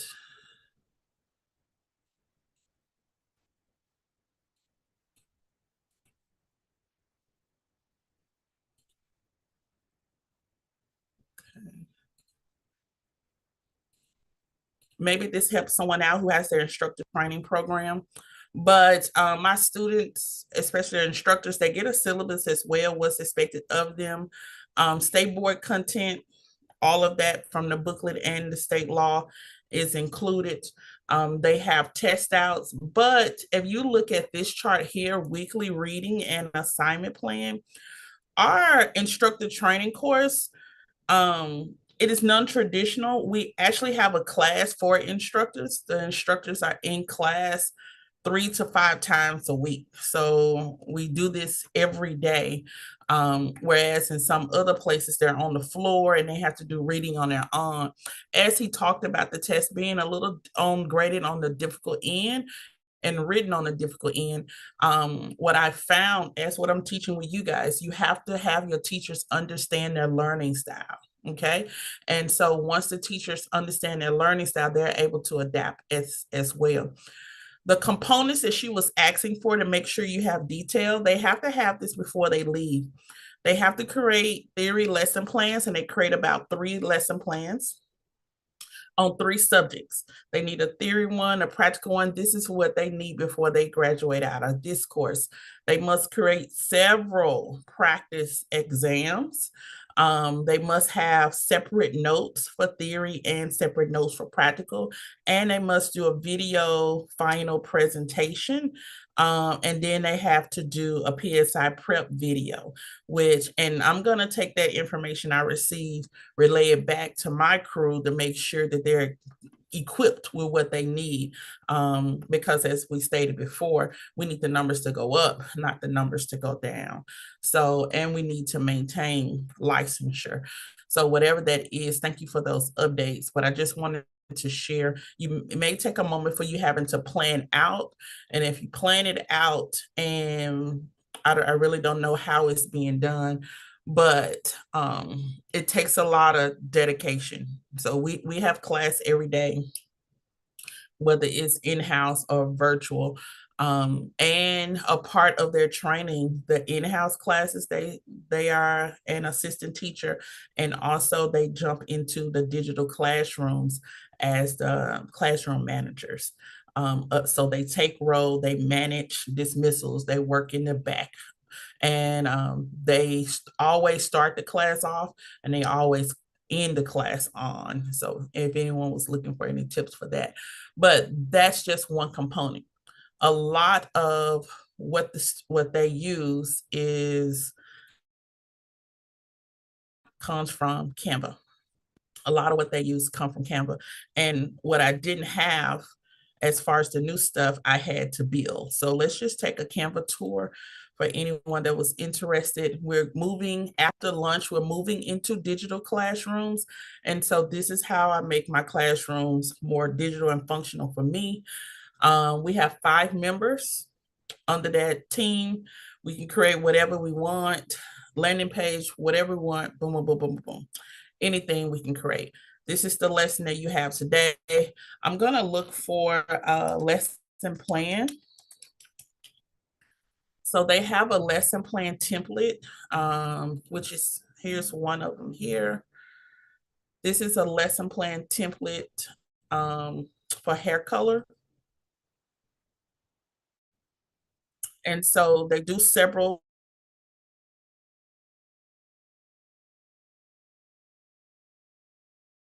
they grade them, they turn them in. Remember, that's my pet peeve. I don't like that. Okay.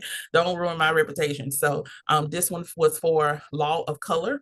And so even in the lesson plan we created, they have to present, and they just get the early practice of what's due to them when they go to the state board. So theory lesson plan, practical lesson plan, them adding assessments, they have the opportunity to add structure, materials needed. These are lesson plan notes. They created a handout.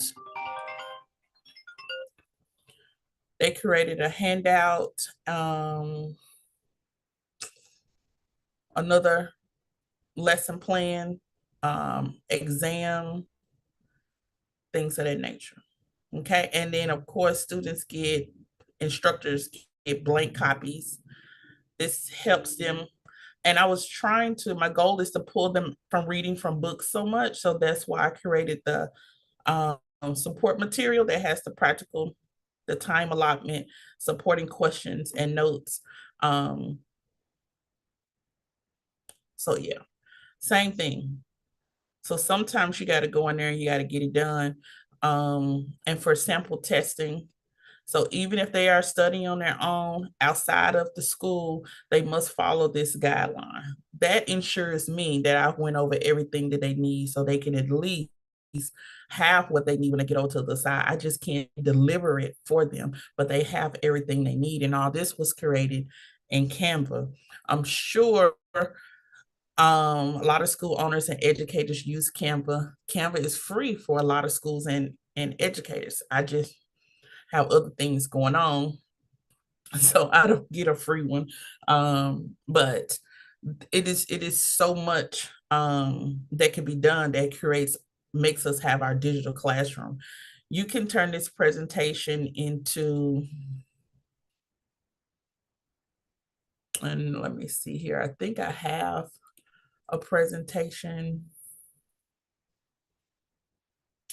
Canva is a safe space as well. So every digital classroom requires a color on the screen. So you cannot teach the class with a blank screen. So all the educators are required to use Canva or Gamma. So you have to have some form of presentation on the screen. Let's see, let's go here.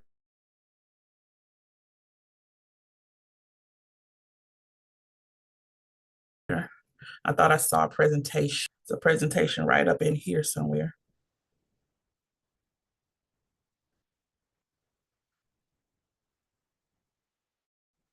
Okay. Okay. All right. Chapter 4, diseases and disorders.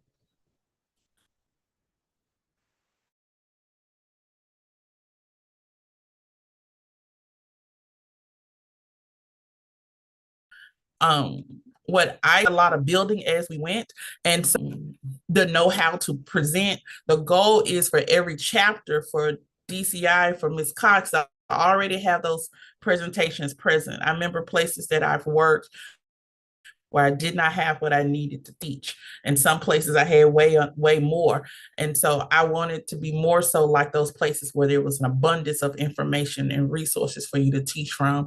And so no one has to teach a class without the whatever. You can teach it whatever. Anybody can log on, even if they want to do it on their phones, they can. Once the presentation is done or whatever you want, I want them to present and record. So for me, I may present and record all of these. When I hit present and record, just say go to recording studio. Start recording. There you go.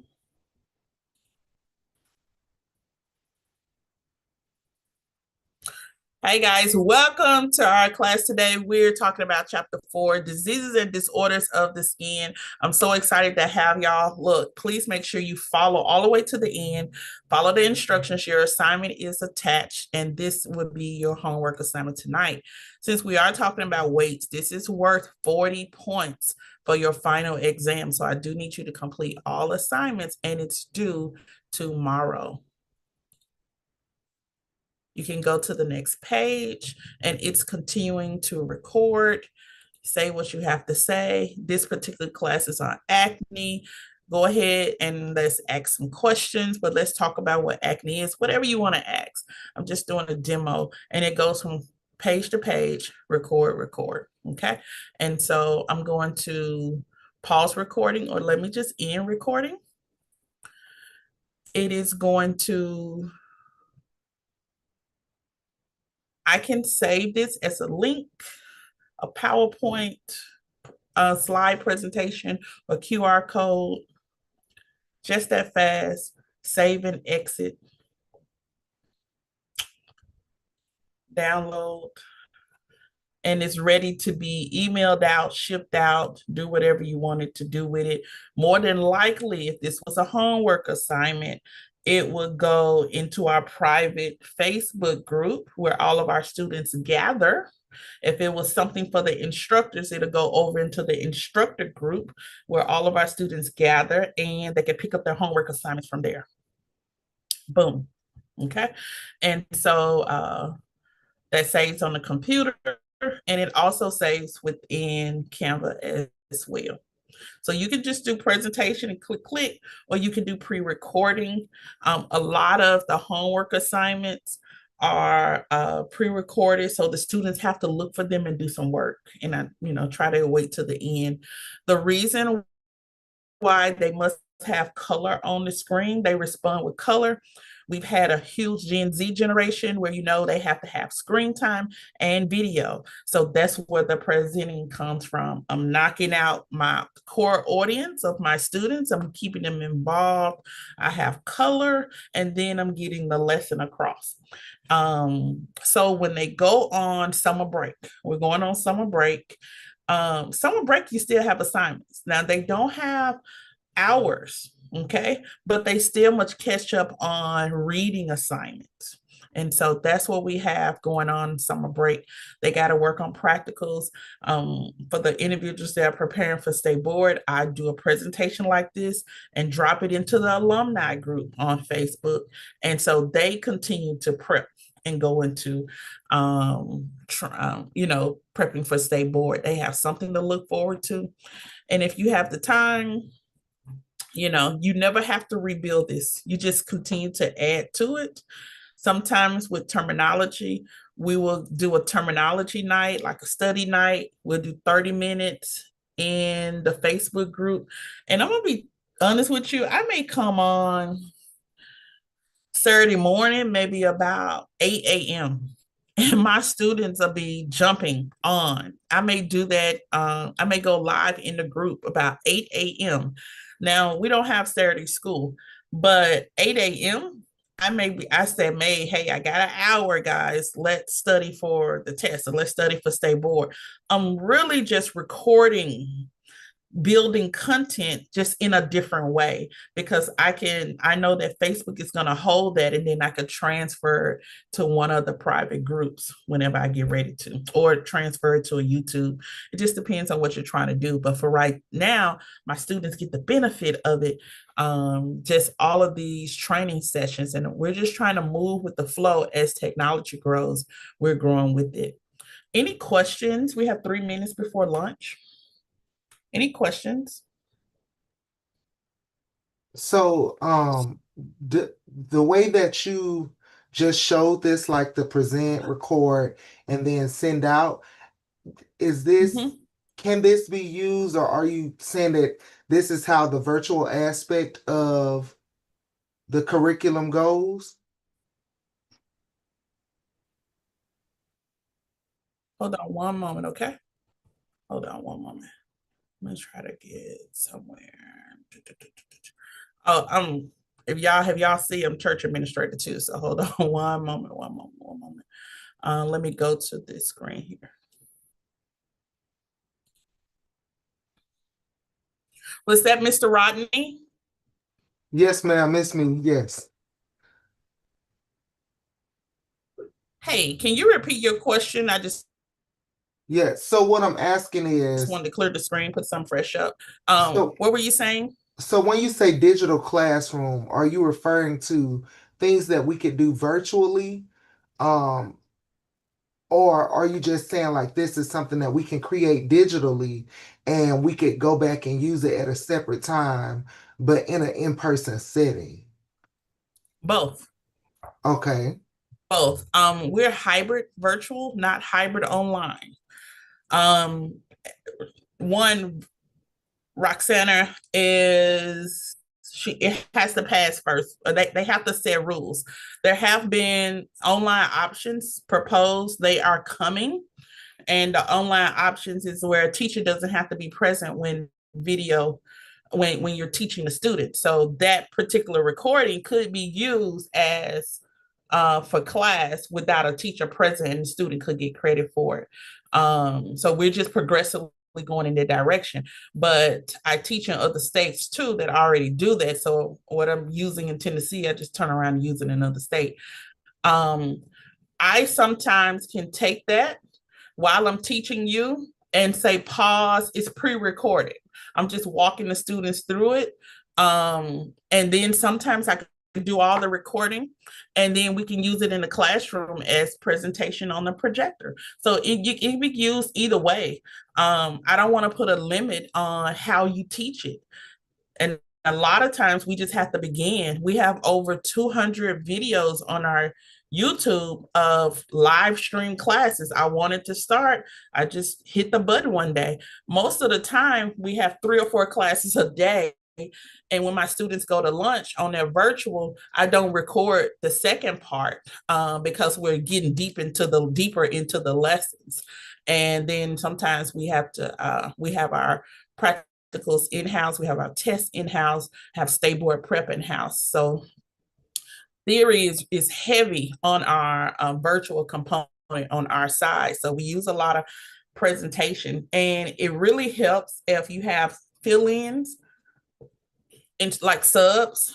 They're not with you every day. They don't know the consistency, and I don't want them to just be saying anything and giving out any kind of information. So the sub will get say, hey, you have to join our group on Canva, and the subs will be able to see what the lessons are. Just go into the lesson and get it. We have two teachers in Texas. They're licensed in Tennessee, but they teach from Texas, Houston and Fort Worth. And so only thing they have to do, go into the SEMA if they want to, or they're going to the Canva lesson that's already recorded, and they log on at 6 to teach their class, or they'll log on at 8 and teach their class. The work is already done, and we're in year 7. So we've been doing work for a long time. Before a new school or a new educator, just start somewhere and you'll begin to build those lessons. But Mr. Rodney, I know you said you're new. I am just so excited to see what comes in your years to come, what you're going to build now that you have a lot of technology present. Yes, thank you so much for that, because I I think I may have met you before, but we'll talk about that later. But me coming here was new to like find out that that was a virtual aspect of cosmetology and barbering in Tennessee, because that was something that we didn't have in Alabama. So I really appreciate this portion of it. Yes, anytime. And if you have any questions, I'm always available. I may have some stuff. I do want to show this one thing. Can y'all see my screen? I see someone says they can't see the screen. Let me pull up orientation 23. This is an Yes, I old can see it. orientation. Awesome.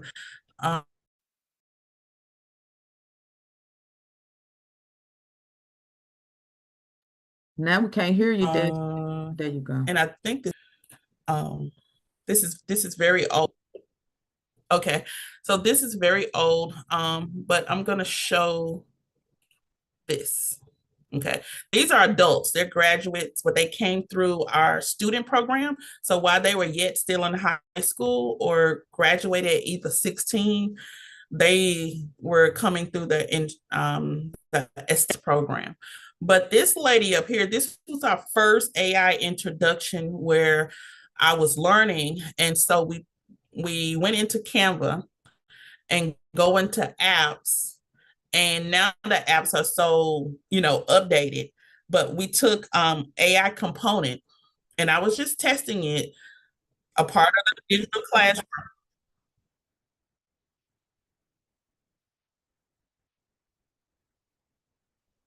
Okay, so basically she's reading a script. I pretty much what I wrote is what she's reading. We got to pick, was it a lady, was it a man? We got to pick her voice. But when I tell you, it's so much more sophisticated. And I think we were a little ahead of our times, because what I wanted was not to replace a teacher, but I needed it to be a teacher assistant. So a lot of times when I'm going over my lesson, I would embed one of these AI speakers, embed one of the AI speakers. And so my teacher just really has to hit the button and give her experience, put some meat on the bones. And then the general information, she can just click the AI representative that's going to talk about the slides, so on. And this is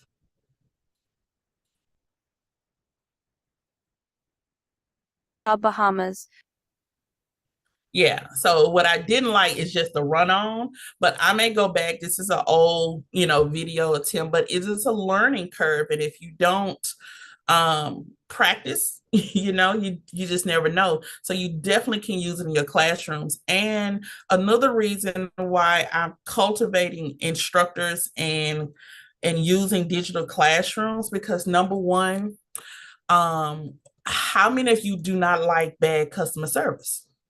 If you do not like bad customer service, um, if you have a problem with bad customer service, they think that you should not have a problem with AI, because a lot of times AI is being pushed because of instances and experiences of bad customer service.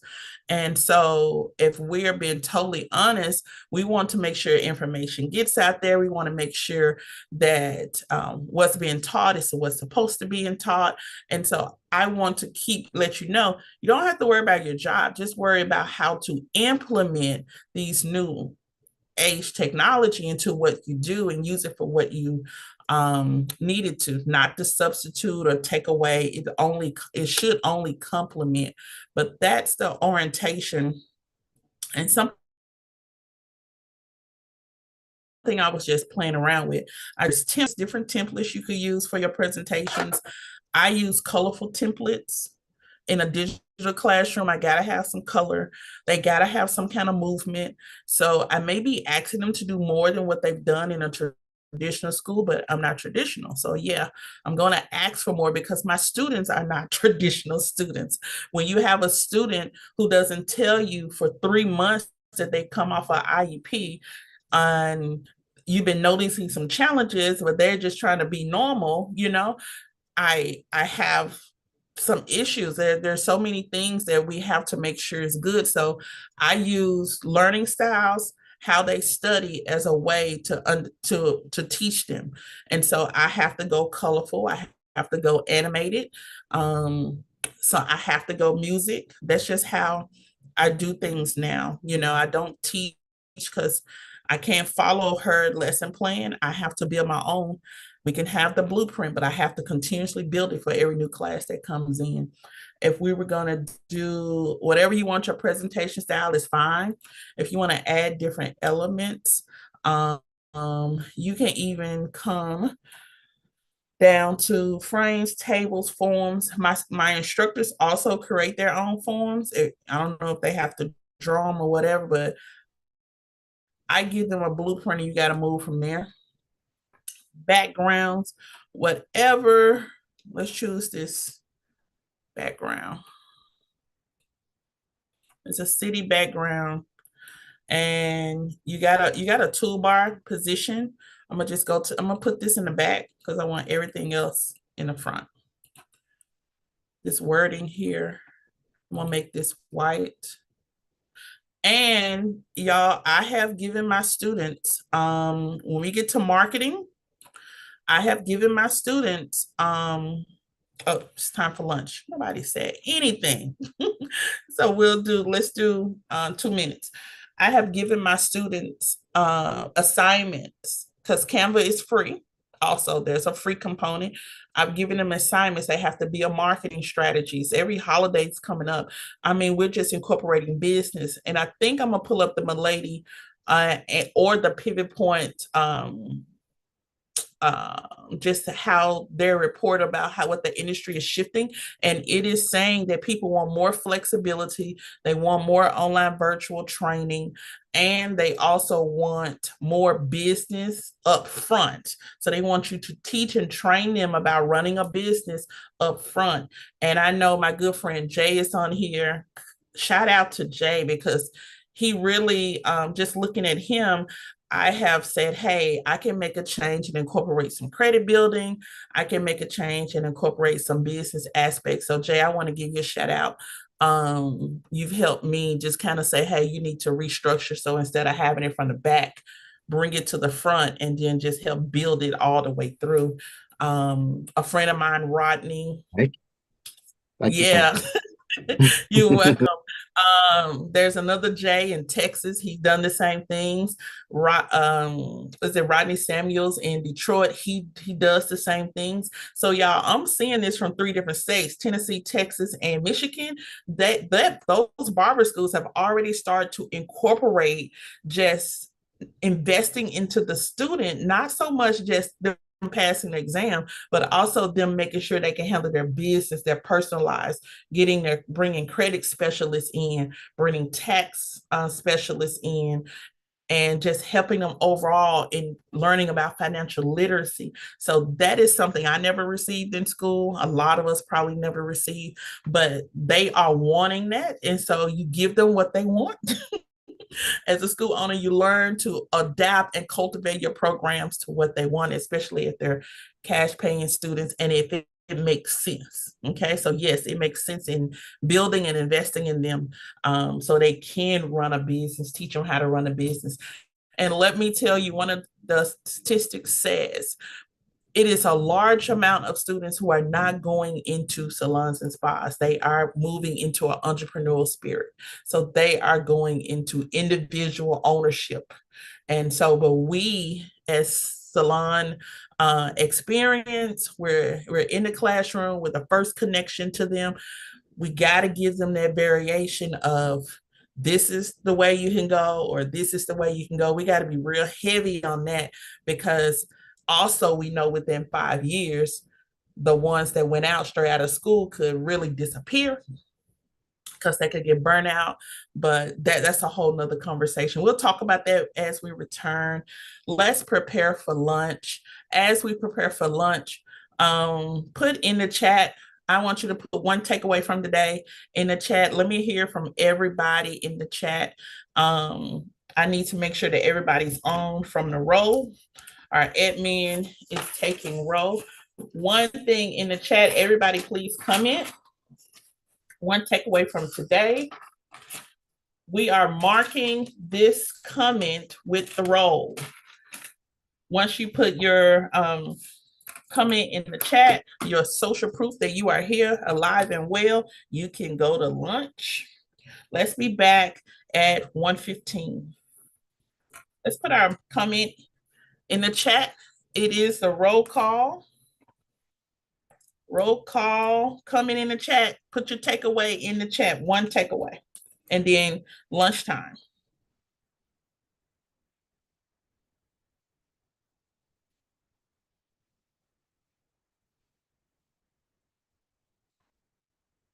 And if you guys want me to go back to Canva, I don't mind going back to Canva. We'll go back later. We are picking up on digital classroom. Ms. Cox, I would like to see the presentation from Sean for the state board requirements for the exam. Is there a copy of that presentation? You want to see it now? No. When we come back, I want to know if it is it's a recording. Yes. Okay. Can I get? Absolutely. Okay. Thank you. No problem. I'm going to make sure you have everything. Okay. Okay. Awesome.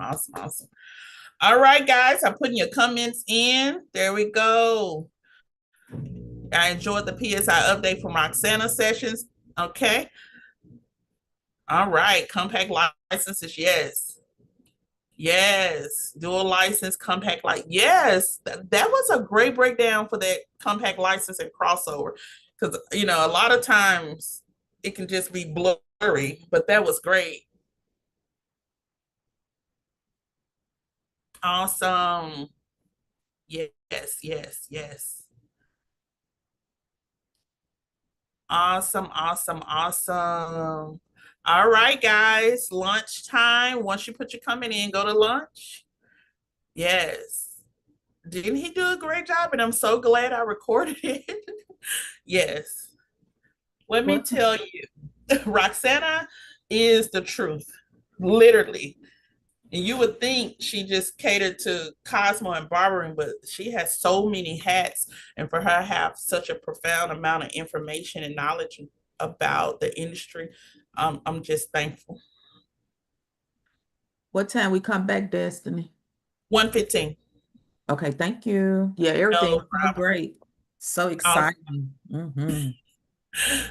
Awesome. So as we return, we'll pick up on our digital classroom. We'll discover some other things. Speak, teach, and learn as well. I'm excited about that. And then we'll do some motivations. Y'all have a great break.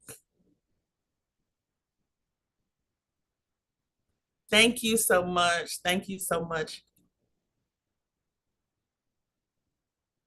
All right, I'll see you guys at 1:15.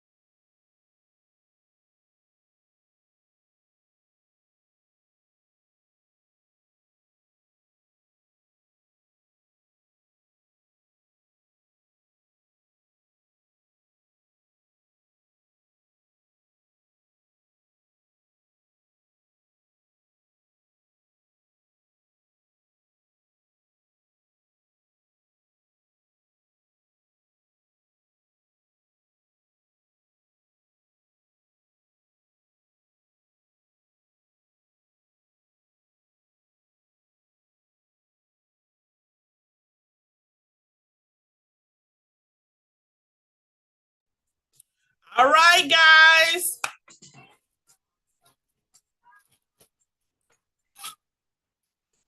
We're on the move. We're out to lunch. We are almost there.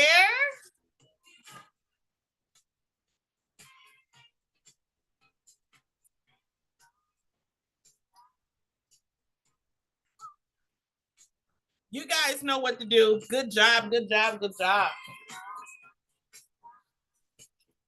I see you. Let's put our names in the chat. Your license number.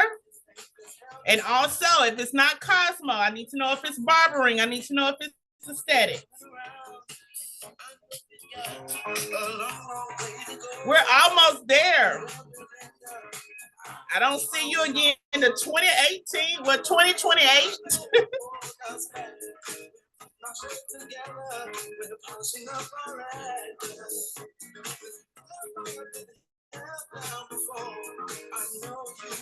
All right, I see you guys coming through. Welcome back, Melanie. Welcome back, Rashawn. Welcome back, Stephanie. Welcome back, Jessica. Welcome back, Charlotte.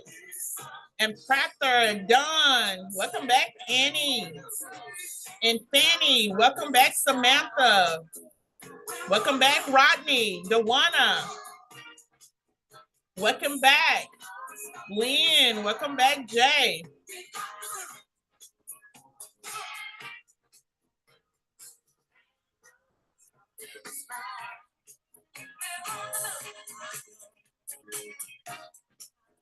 I'm gonna send a text or two out. That's the only time that you're gonna get a text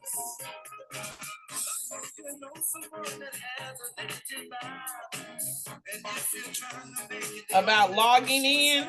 So if you know someone that's not on and they're expecting 16 hours, it may be a sad sight for them.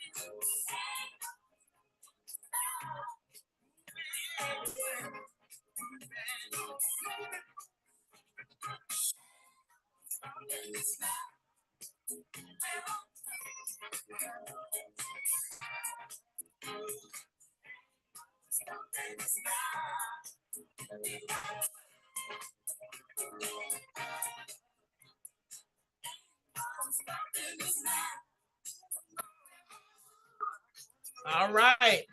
Upon board request, anytime they can request this video.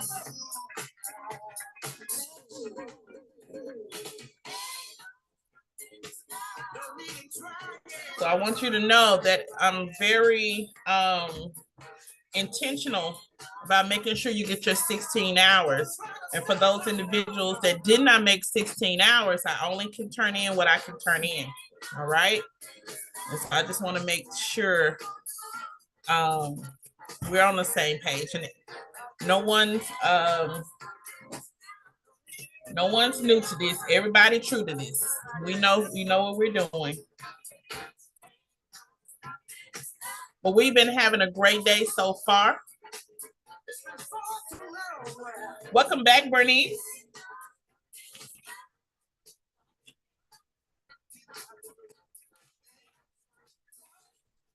Taking a picture of the chat. We're about to get started. Welcome back, Digital classrooms.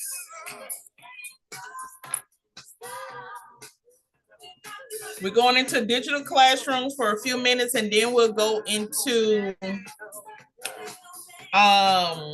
classroom barriers, dyslexia, ADHD, and adult ADHD. Building solutions in the classroom. Welcome back. Welcome back.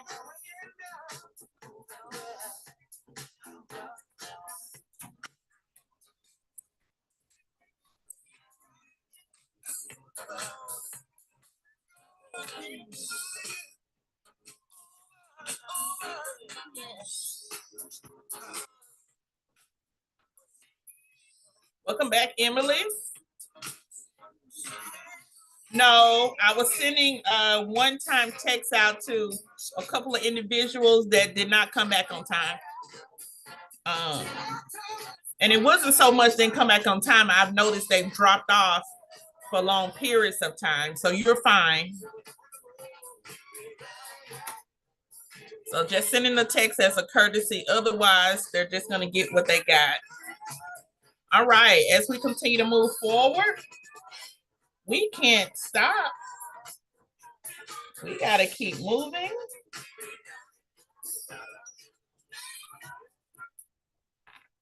Okay. We got to keep moving.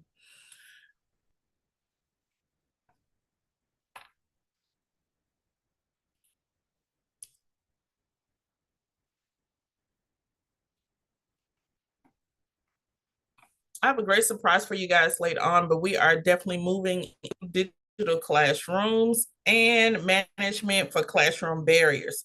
Let's look at it way.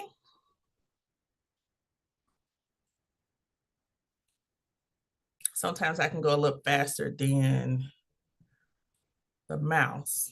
There we go. Interactive social platforms and teacher-led instruction. All right, let's look at digital classroom and defining hybrid online. I know we hear that a lot. Hybrid online is a two-way approach to doing something, and you combine the two together. It's a blended training, and it's for Tennessee. If you're going to do anything related to digital, it would be what we call a virtual component and teacher-led. Okay, teacher-led. A hybrid approach to course delivery combines face-to-face classroom instruction with online activities. Because we do not have anything set in stone for online hours, things of that nature, we do not offer online. So no one should be offering credit hours for online training. Everything is a virtual component. All right, so it must be a live teacher either in person in the building or a live teacher like we are now on the Zoom. So just make sure we are in clear for that. It says during classroom instruction time, students can be engaged in authentic collaborative learning experiences.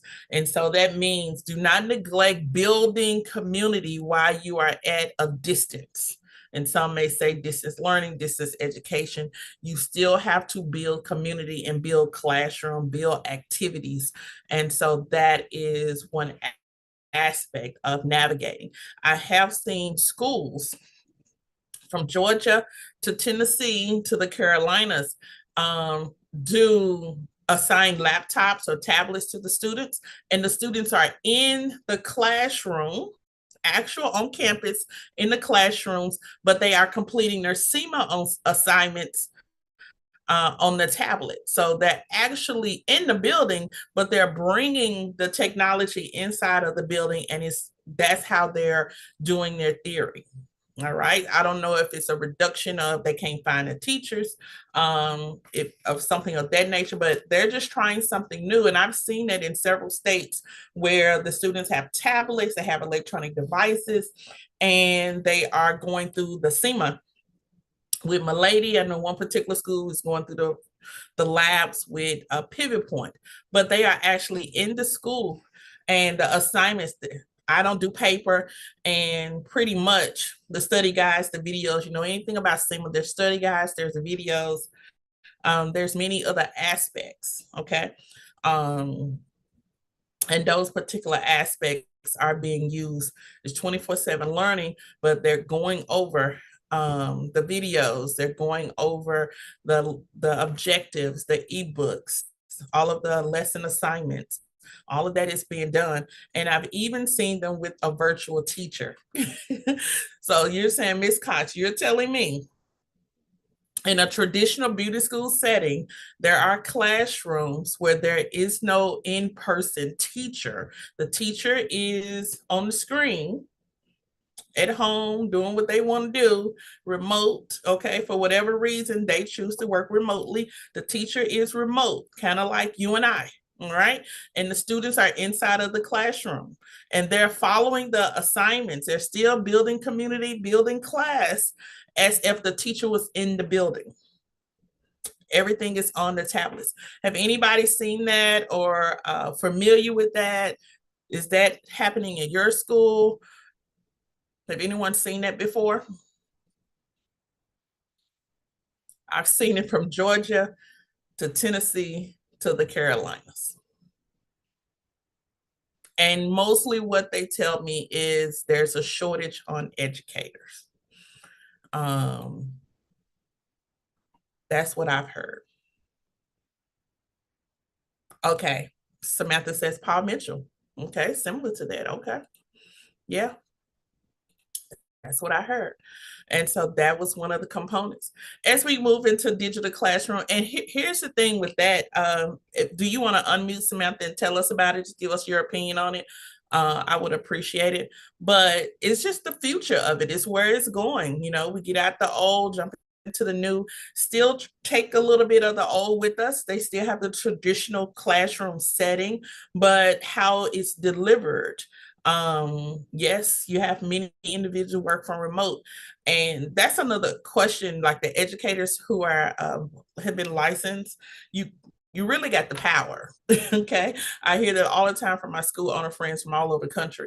The educators really have the power because you're getting to set how much you want to get paid, and you'll be surprised from $25 to $35, 35, and someone is even requesting, I think in Cleveland, Ohio, someone requested $50 an hour. They're working from home, but $50 an hour. So I don't know if that's where pay is going, working remotely. I don't know what type of school that is, but yeah, you definitely got the power in your hands.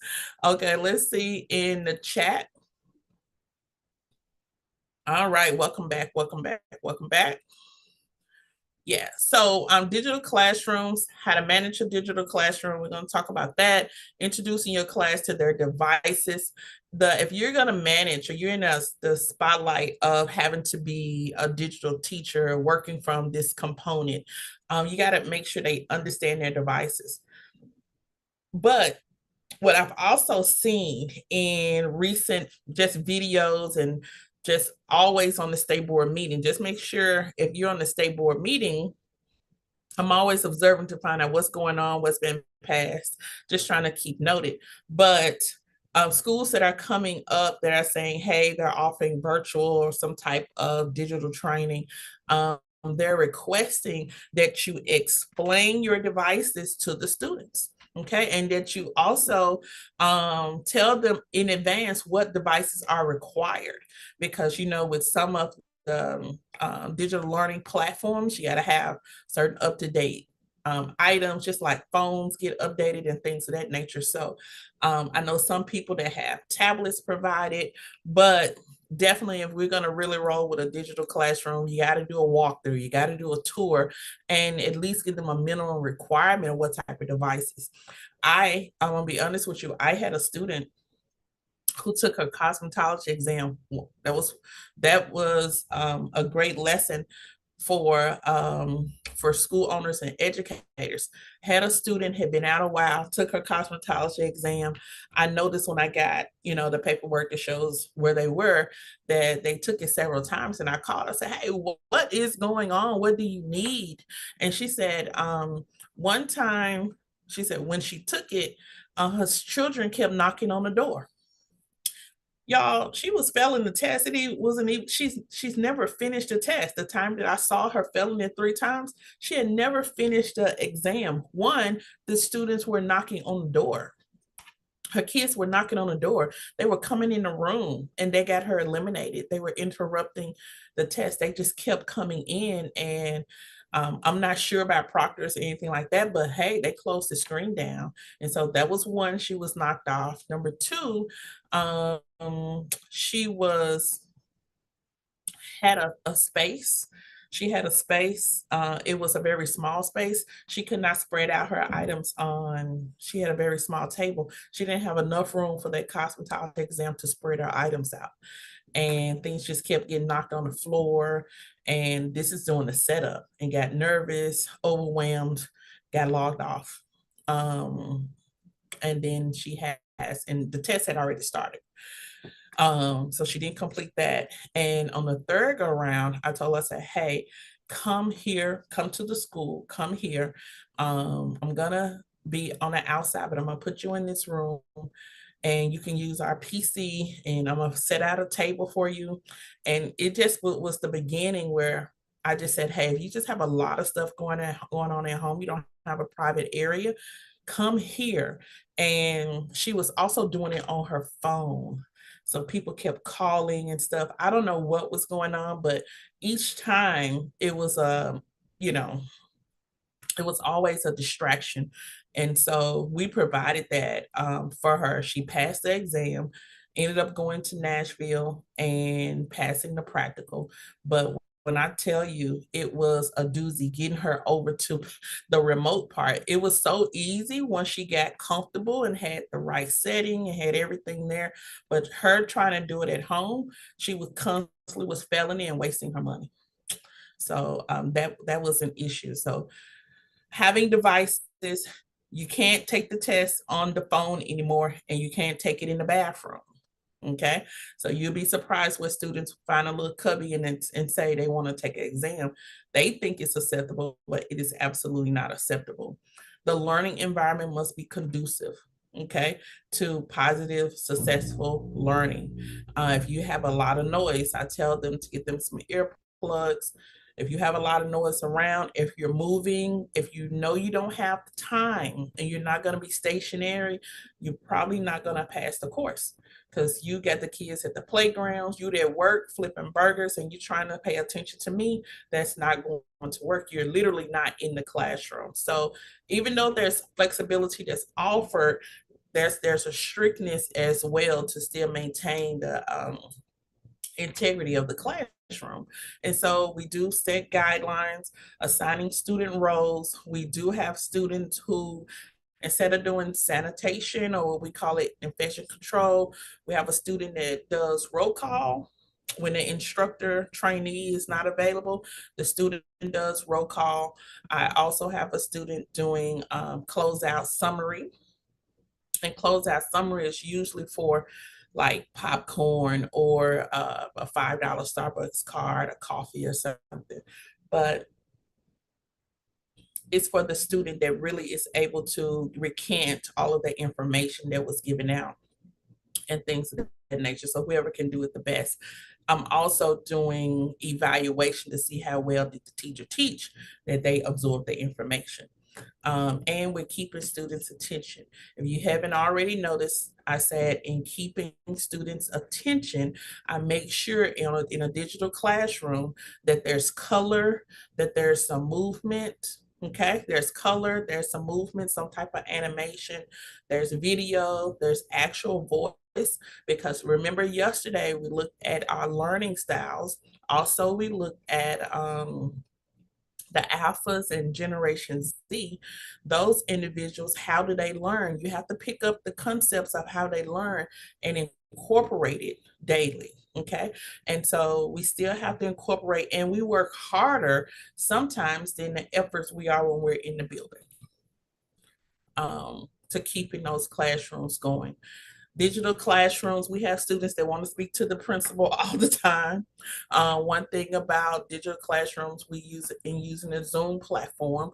It's strict. Once you're gone, you're gone. You're gone for the day. You cannot come back in. We do have the breakout sessions, and sometimes we will have all 3 courses cosmetology, aesthetics, manicure. We may have all three of them on one Zoom, and then we'll break away. Okay. Most of the time, when all the three of them are together, we're teaching things like electricity, sanitation, infection control, business, something related to marketing, soft skills, where we have everybody together. And so we have each instructor monitors the chat for that as well. And we always do chat updates, just social proofs, make sure somebody is there and they're not just, putting the camera or the phone down. We'll keep everything going. Today's digital classroom requires teachers to be much more mobile. All right. So in the trial of this, I was trying to figure out, where do I want to go to have this class? This is whenever I do CEs, I'm either doing it here in Memphis, or I thought about going to Chicago. They have the ABC show this weekend, and I also thought about going to Atlanta. They have the World Natural Hair Show. They had it this weekend, but usually I would go to Atlanta or any city. The ultimate goal is to be able to work anywhere. So this, as long as there's internet, I have my computers, jump drives function, I can teach and work anywhere and still be as powerful as I was if we were inside of a building. And so I decided to just stay here and just do staycation, but you literally can teach anywhere. Okay. Help answer questions and make sure they are staying on task. So you always, if you're in a digital classroom, you want to make sure that you're clear, concise, answering questions. You want to say, hey, I am available. I'm here to help you succeed. Are there any areas you continuously need help in? What happened last night as a review? Asking them to put certain things into the chat. We do study guide review. Okay, in the study guide review, I may have it up on the screen. Someone take odd, someone take even. But what happens with each question is a real in-depth review. We want to say, okay, what page was that? Go pinpoint it, because you're going to see that again. So that's where a lot of experience comes in, because teachers have seen it again and again. But at the same time, you want to help guide students who really are not digital people. Okay, and going throughout the ebook, different color highlighters, and sending them to resources as much as possible. We are monitoring the students' progresses. We want to take notes on their participation. Literally, although we are all on here, I know who's in and out. We're all on here. I know who's checked in. I know who's not. And so it may seems like, pretty much we're moving, but an educator, you got to see your students from the back of the wall to the front. You got to see them from every angle, from the side door and everything. And so it's good to keep an additional set. Just keep your radar on every now and then, because you may, you have to take into account who's in the classroom and who's not. Okay. Hold on a moment.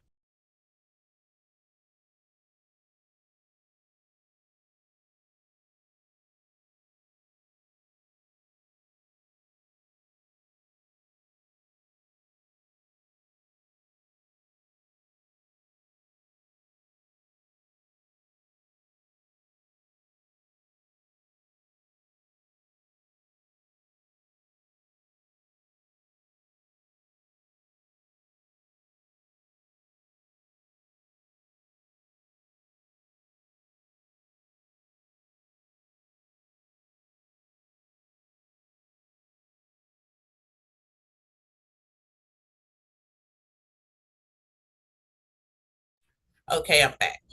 Okay. And also, when you put them over in the breakout rooms, it says pop in on small groups and listen while the students problem solve. You want to be there as a support. Okay. So you're there for flexibility, but you always want to be there as a support. You never want anyone to say, especially in a digital classroom, you didn't have any help. Okay. So it's plenty of help, plenty of flexibility, and it is a plus if you have these junior instructors or instructor trainees that can assist.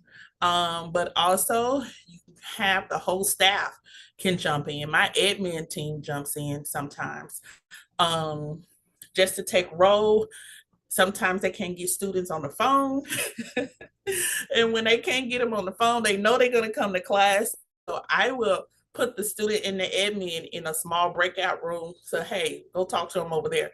Also, the Spanish liaison, whenever we have a Spanish student who doesn't have good English, or just a beginning Spanish student who needs a little more time to be in the classroom, they need more understanding, the liaison would come on and just help explain different things to her. We have students who need to have their Zooms and things like that set up for captioning in different languages. And so all of that is try to have all of that set up prior to everything going on. So super, super excited about that. Let's move to the next one. In the wrap up for our digital classroom, students should be given fair warning that the end of the class is approaching. Remind them to save their work, back it up, or submit it if it's necessary, okay? I like to keep my Zooms going just a little bit more. On my side that protects the student is we do have the AI assistant, so which means all of this is being transcribed as well. And AI will put it into a summary. That summary will probably be dropped into the student group, or if somebody was out and wanted to know, hey, can I get an update? Okay. And I either send them over to our Facebook, not our Facebook, over to our YouTube to get the recording, or I will send them the AI summary. They don't get credit. Can't give them credit for something that weren't there. But the student is not left behind, because also in digital classroom, we are progressively moving. I did not mention that our apprenticeship courses are accelerated courses also.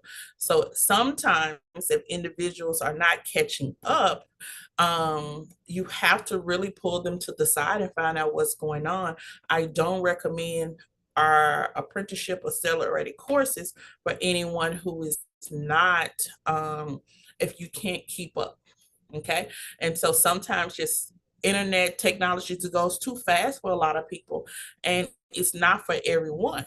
But for those individuals that want flexibility, and then you're also have a working household and things of that nature, it makes sense for you, but it's not good for everybody. So, and all money ain't good money. So I don't want a person to get all the way here and then not be able to really build anxiety on trying to pass the test because of all of the information. So it's not that easy, but I do tell them if you stick with it and you're committed to it, you get it. Okay. You want to give the students the time to log off and power down devices. This mostly happens when traditionally we have to take a break. So if the students come in at 9 a.m., by 12, they will do a lunch. They will come back around 2 o'clock or 2:30. Okay. And we'll have activities to 5. All right. We run about 3 classrooms between 9 a.m. and 7 p.m. Okay, there's only one class that comes in at 5 and leaves out between 9 and 10. And so we do operate flexible schedules. None of our classrooms, we may have 1 or 2 classes that may be at the same time, but they never intertwine unless we have a guest speaker and everybody needs to come over at the same time. So we try to operate it just like it's a regular school, but very time sensitive on everything. All right. You may also want to save time at each time of class to discuss how the lesson went. You definitely need feedback feedback, ask students if they have any questions or suggestions on how to make the digital experience in the classroom even more effective. Okay. I tell this story all the time. I have a student. She may be, well, she's a graduate licensed in the state of Tennessee. I've never met her before. I know, right? Weird. Never met her before. And me and her joke about it. We joke about it. And if I seen her, she lives somewhere in Knoxville. But if I see her walking down the street, I wouldn't know who she was. But this course, the apprenticeship, the virtual component that Tennessee approved, has been an absolute blessing for her, because when she needed the course the most, it was available. She didn't have anything around her area. Actually ended up networking with a couple of salons in her area and some down the road. And now they're on our apprenticeship list, and now this student is licensed, and I'm in the manicuring department. And she's really doing well. She was a military mom and things of that nature, so she wouldn't have gotten licensed if the course was not open and available. And then I never would have knew who she was or made the contact for me with those other salons in that Knoxville area for her to go and work as far as apprenticeship and finish her training. So it was a win-win, but a lot of times it removes you from that tradition of seeing students every day. So that's the only thing. Like, I love Abby, but I don't know if I would see her. We talk about that all the time. We will probably walk right past each other if we don't, reference our pictures. But that's where we are in technology, having students all across the state. And you're a part of their success story, but it's very untraditional. Any questions? Anyone have any questions?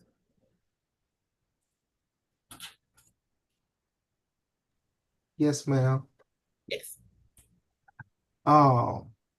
So with the apprenticeship programs where we have the hybrid education, do those students have to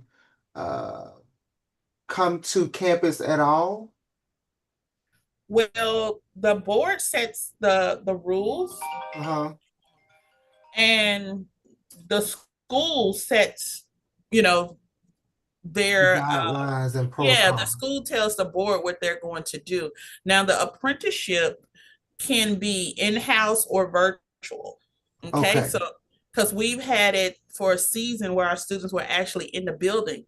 They still did 750 Cosmo in the building. They had all their theory in the building, but they still went out into salons for their hands-on training. Hybrid is us mixing the online with the virtual component like we are here and coming into the building. Presently, I have a structure for micro schools, and what that is about is none of my students, as of now, will be in the building for the next quarter until August. Okay. All right, now, yeah. All right, now, see. Hey, So, hey, can we mute, which of the please? chapters you think you feel like? I know the test gonna be. I'm pretty sure they got different tests. Hold on. It's muted. Get all of our participants muted. Okay, yeah, he's working. All right, so yeah, so right now we are micro school, and micro school just simply means small classes, not taking a lot of students in, and we don't have more than 15 students in a course. And they are what you see now, virtual apprenticeship. And so they will not come back into the building. We won't open up for in-house until August, after the summer break. And so that's where we are as far as our structuring. But it's totally up to the school, totally up to the program that you guys do. The board just says, hey, this is available and these are the rules you must go by, but you have to decide how you want it done, okay?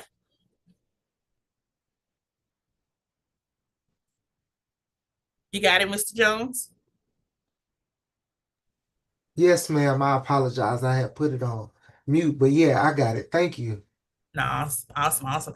And let me tell you that Tennessee is better with this apprenticeship than other states. And Tennessee apprenticeship is not the same as Georgia apprenticeship, and it's not the same as Alabama. So That's true, yeah, because yeah, Alabama it's they don't have to do any school at all. They just do double the hours in a salon. So yeah. yeah, kind of same with Georgia as well. So when you guys have people coming into your classroom that saying they're from other states, ask questions. Even if they mention a word apprenticeship, get a clear definition of where they're from and what apprenticeship means to them in that state, because it's Mhm. totally different from Tennessee. And I just don't want you guys tripped up in the classroom, just because we're different. Now we're closer to Texas. Texas and Tennessee, as far as laws, are really close. But when it comes to other states, we could be really far away. And even though Mississippi is right here with us, it's not tested through PSI. They're tested through national testing. So, what we have going on with PSI has nothing to do over there and vice versa. So just making sure we're clear about that. If you have any students coming from those areas or any questions coming from those areas. I did take you on a tour of Canva already. We were just ahead a little bit talking about building digital lesson plans. Someone wanted a copy of that. I will just kind of send that over as well. Determine which aspects of the lesson itself are important and have an influence on the learner perception, meaning teach what's important. Okay, teaching what's important. And I believe Macmillan came on and she talks about going left in the on your instructor test exam. Sometimes that's due to being nervous, but y'all, this is show up. It's time. It's the big league. We need to get those nervousness out the way, and we need to make sure we're teaching to what we have on that lesson plan, because students literally can get confused. All right. So our job is to bring clarity and understanding and think spaces for them to really ask questions. And we have to bring patience along with that. And so please, we don't want to confuse them with anything else. So making sure that we're bringing relevant information. Where do you guys go? Let's go into the chat. Where do you guys go for updated relevant information other than what your school provides? Where do you go to really bring in something fresh into the classroom? Where do you get that information from? What's a resource? Help everybody out. Let's just put a directory. If you go to hair shows, if there's a particular hair company that offers training, you do magazines? Do you have friends? Do you have I call them cutting sessions. I have friends that get together and just cut mannequins and teach each other. So where do you get your information from to stay update on your what you're giving out in the classroom? Facebook groups, Facebook groups, Emily, is huge. It's your number one resource and it's free. Social media, yeah, Google it. I was hoping somebody said they're Googling and chat. Your video watcher, okay. Yeah, and yeah, your high school students definitely keeping you. If you're teaching in the schools, the students are definitely keeping you on top. Okay. Colleagues, hair show magazines, great. Yeah, guys, these are great. Hair shows, social media, salon owners. Yes. There were some events in Memphis this weekend I wasn't able to go to. I think it was a hair expo. Really wanted to go. And there also was, I think, a brunch yesterday at a popular salon. I didn't get a chance to go. So yeah, I'm gonna get outside. I'm gonna get outside once I get some priorities together when it comes to some deadlines and reports. I'm gonna get outside. I'm gonna go somewhere and I'm gonna sit down and become a student, because you can always learn something. And usually when I do a big training like this, the next thing I do is go sit down and get poured back into after my nap. But I'm going somewhere. All right. So stay relevant on information. I got ChatGPT here, Google, Gemini, Copilot, Gamma, okay, Canva, Sora. I think Sora just came out. couple months ago, and it's already finna be discontinued. They're going to something else. Been bought out and closed out. Boomi, Tutor AI, all kind of stuff. Okay, all kind of stuff. So we should have some excellent, amazing lessons, just simply because we have access to resources.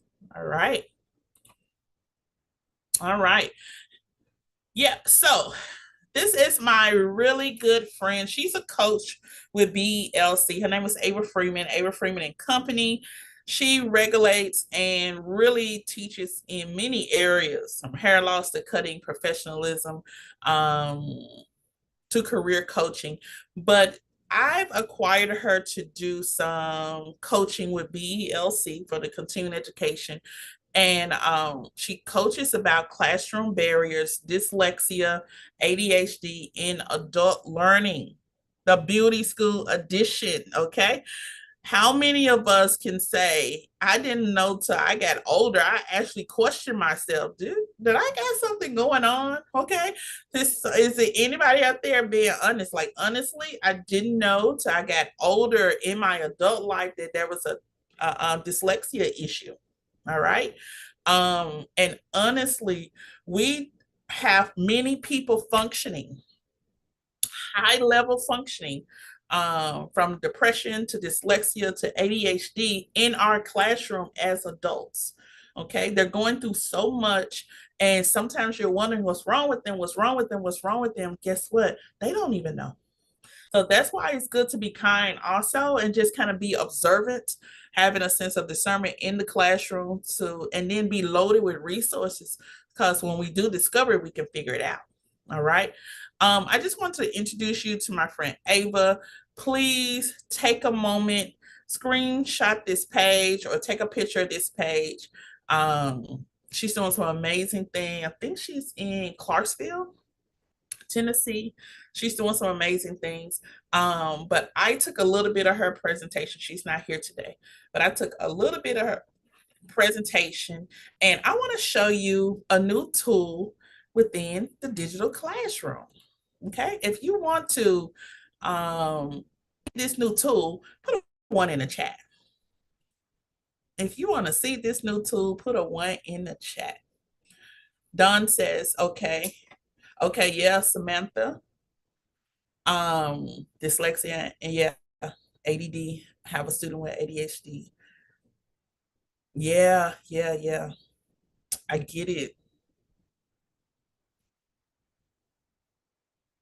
Oh, she has, Miss Jones. She has.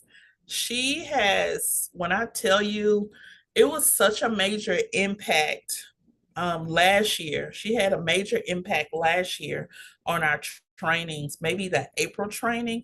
And we had really good conversation. It was enough for us to do a proposal to the board, just an information proposal to the board, saying, hey, you guys are, we have a mandate to do domestic violence, but you really need to have something related to these classroom barriers, because the educators are getting worn out. No one is teaching how to manage these types of learning barriers, and I don't want to call them disabilities or anything like that. No one's managing them, and they're trying to manage life already. You're 30, you're 40 years old trying to manage life. So much has happened to them. Now they're students and they're trying to maintain that. And the teachers, don't know how to do that. And then them themselves are just discovering it. So it's enough to take notice. And so I do want to share. We're going to do the tool. I'm going to show you the tool. But at the same time that I'm showing you the tool, I am going to, we're going to listen to a little review about those barriers in the classroom. Those barriers in the classroom. So let's see.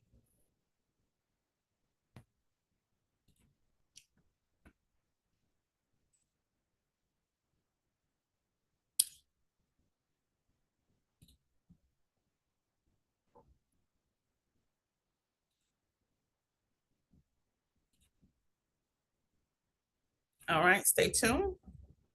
We're still live streaming. And you guys are going to say, Cos is going to get us to work in this technology before we leave. I absolutely am. All right, so guys, look.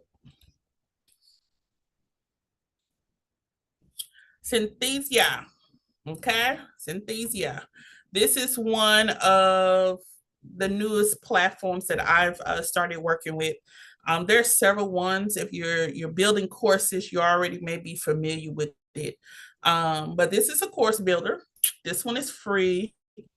And then it goes up. But what it is, you can put your presentations in here, and it will build your avatars to speak. You would give them scripts. You can control the tone.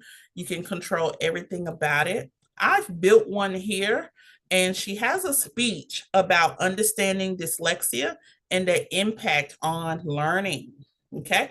And so this is another one.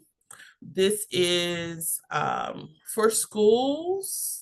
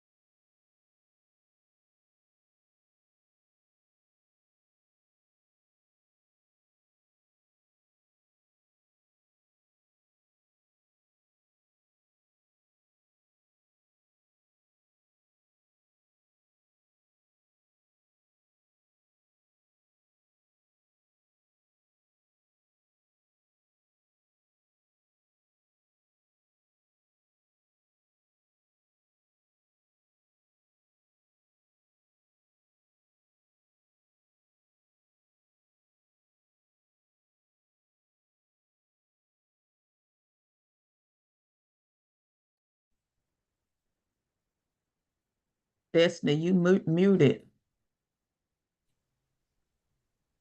Thank you, thank you, thank you. All right, guys. So this is Synthesia. All right. I don't know how much you guys heard me or did not hear, but I was talking about educators having additional streams of income. And so you already are a specialist, you're a guru in what you know. So a side job, just a tip, just a air quote, could be taking the things that you know in beauty and implementing them into small courses. And so this is one of those. It offers free. It's free, but of course you want to do more, it's paid. And so I wanted to show you this. Okay, this is, and it is going to help the educator. This is one I built. It probably took me less than 2 minutes to build this. It is overcoming learning barriers in beauty education. The only thing I had to do was put like a 3 or 4 3-slide presentation in here, and it powered it up. It actually selected the lady. I wanted somebody new. I wanted somebody new, but I'll take her the way it is. But you can change the avatars. You can even put yourself in as a personal avatar. And so that person becomes you who is teaching and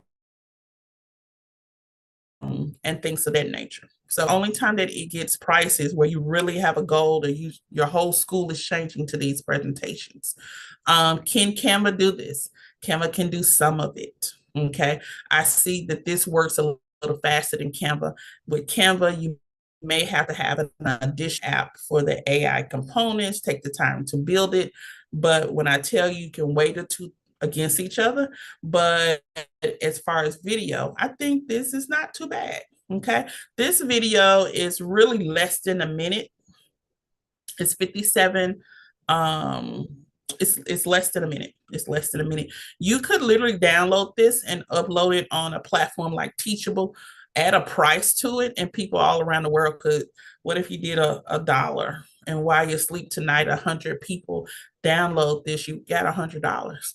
But let me be quiet and let me get back.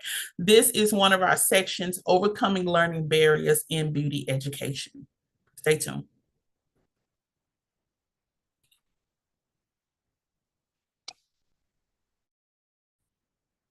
Did you know that dyslexia affects up to 20% of the population?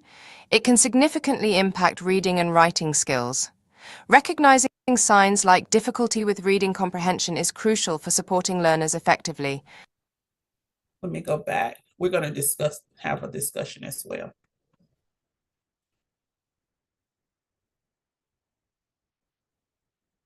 Did you know that dyslexia affects up to 20% of the population? It can significantly impact reading and writing skills. Recognizing signs like difficulty with reading comprehension is crucial for supporting learners effectively. What I wanted to pause here. ADHD isn't just about hyperactivity. All right, so one thing I wanted to say is related to that particular slide is a lot of times when you see your students have a lot of scratched out words, letters are in the wrong place, so they say, oh, I knew that, how did I do that? That's an early sign that something may be going on. And so how does that everything affects the test score. So when you see that, there's something to be addressed simply because if you know that, but when they get to the next module, the next person doesn't know that, okay? And so it actually could be answered. They can say, oh, you know what I meant, but you still mark me off. You never wanted to get there. We want to address it when you notice it and offer resources of where they can go get tested. Okay, because that is considered an accommodation to PSI if they have that paperwork, but they have to have that prior paperwork before scheduling. And so, so I'm telling you this. So even if we talked about continuing the IEP, also getting tested for dyslexia and those classroom barriers, also learning barriers, could help them, and it's more understandable as we move on and prepare testing for PSI. I'm sure there are different forms of accommodations that could be met. And so it's important that we share with those students to really urge them, get the accommodations, okay? So when we see something, let's go ahead and say something.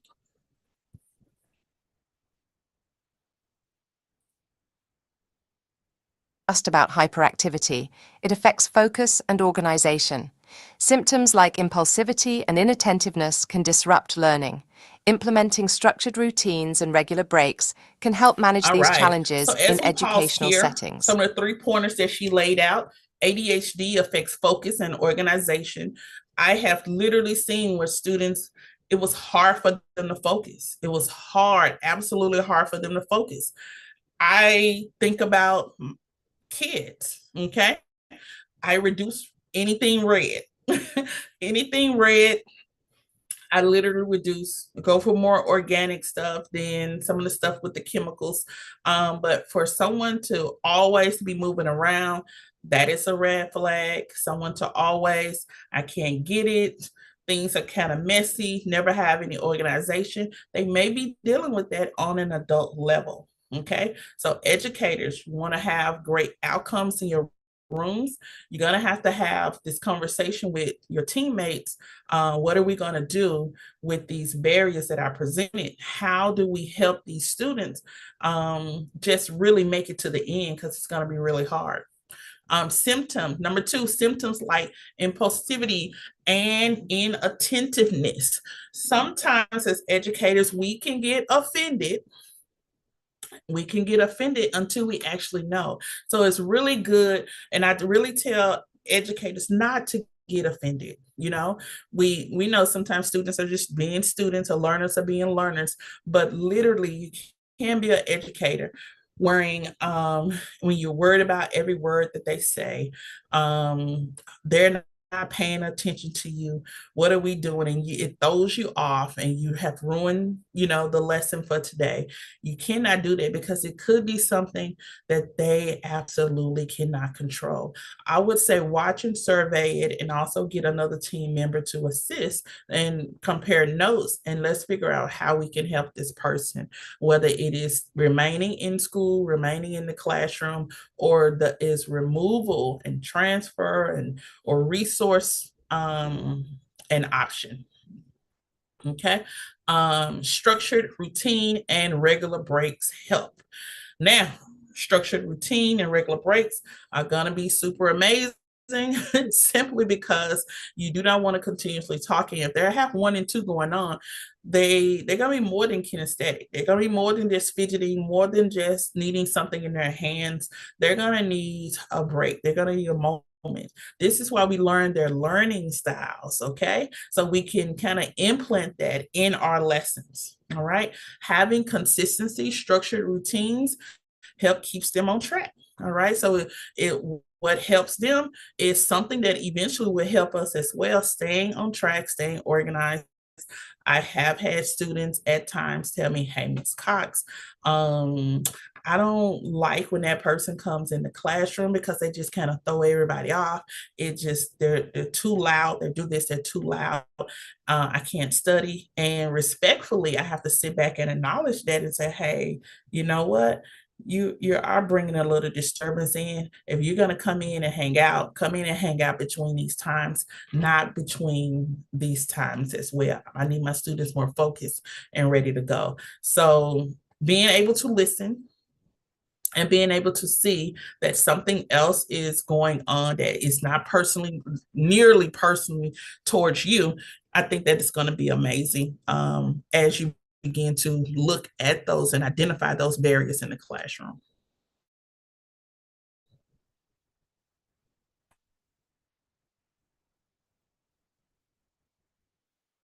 Emotional regulation issues, often stemming from anger or trauma, can disrupt classroom dynamics. Understanding these emotions is key.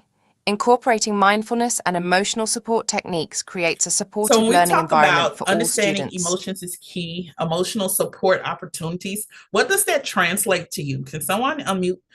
Understanding emotions is a key, and looking for or gaining emotional support opportunities. What is an emotional support opportunity? In your words, what is that?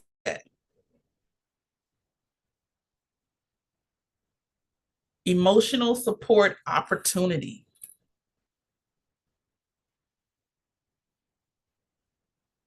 Emotional support opportunity. The video in the back kind of gave it a little bit of touch, hands.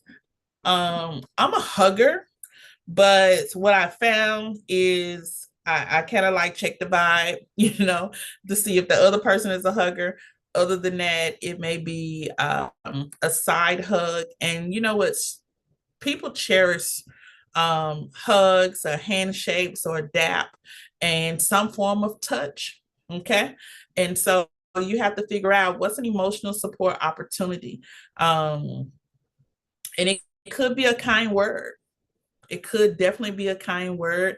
It could actually be an accolade. Okay. So you're doing a good job. You're doing a good job. My niece said, I'm doing amazing, ain't I? I said, what? What do you mean? You're going to tell me you're doing amazing? Okay. And I said, oh, okay. She wants a little praise. I said, you're doing amazing. And when I tell you her face lit up, it absolutely lit up. So even just a kind word, supportive words, a person is not they're not at the top of the class, but they're working on it. Okay. That deserves a little encouragement as well. And so we got to knock out 2 things at one time. You got to see a concept of Synthesia. It is a video generating learning platform. You can build it however you want to build it. You can go in here. When I look at avatars,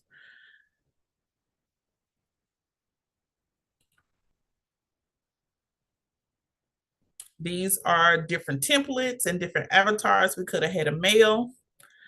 We could have had anybody. Okay, we could have had anybody. You could choose anyone to do the speaking or talking for you, or you could have implemented your own picture. Okay, your own picture. You ever heard of AI twins? You could have did that, put that in here as well, and it would have been you on the video doing the talking. But when I tell you that can keep going and keep going and keep going and keep going, it is also support material. Okay, it's also support material for every lesson. Do you have to have it? No. Is it something new? Yeah. Okay, it's something that you can introduce to the classroom, and the student can always have it as foundational.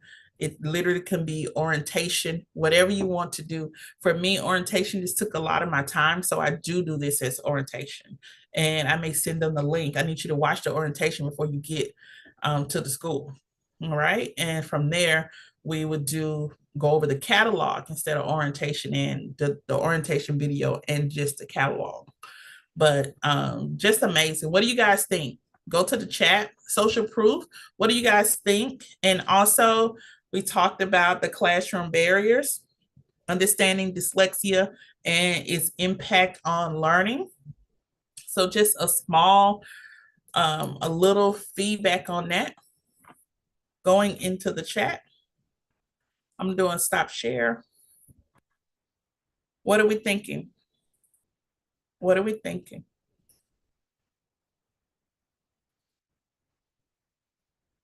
Social proof in the chat. I need to see some commentary. There we go. Good job, guys. I was just, okay.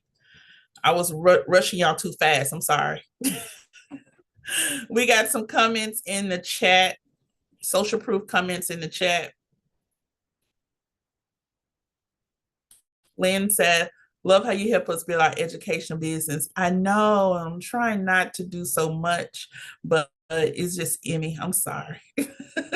But I just want to tell you what's coming. I just want y'all prepared. Yeah, lots of praise, lots of praise. And it's okay. It's okay. You know, guys, we got to make learning fun again. And when I tell you anyone can come in and get a license, and you got to make it fun again. Emily says understanding the different learners and struggles they may have. Yeah, very helpful anytime. Yeah, you got to understand the students. Yeah, and you know what? I know I give out chocolate. I'm literally the aunt that gives the kids all the stuff they don't supposed to have, literally because they can go back home. But I do, you know, anything red, I'm the police. Serious, I'm the police. Anything red. So no Takis, no Cheetos, hot fries, no red strawberry.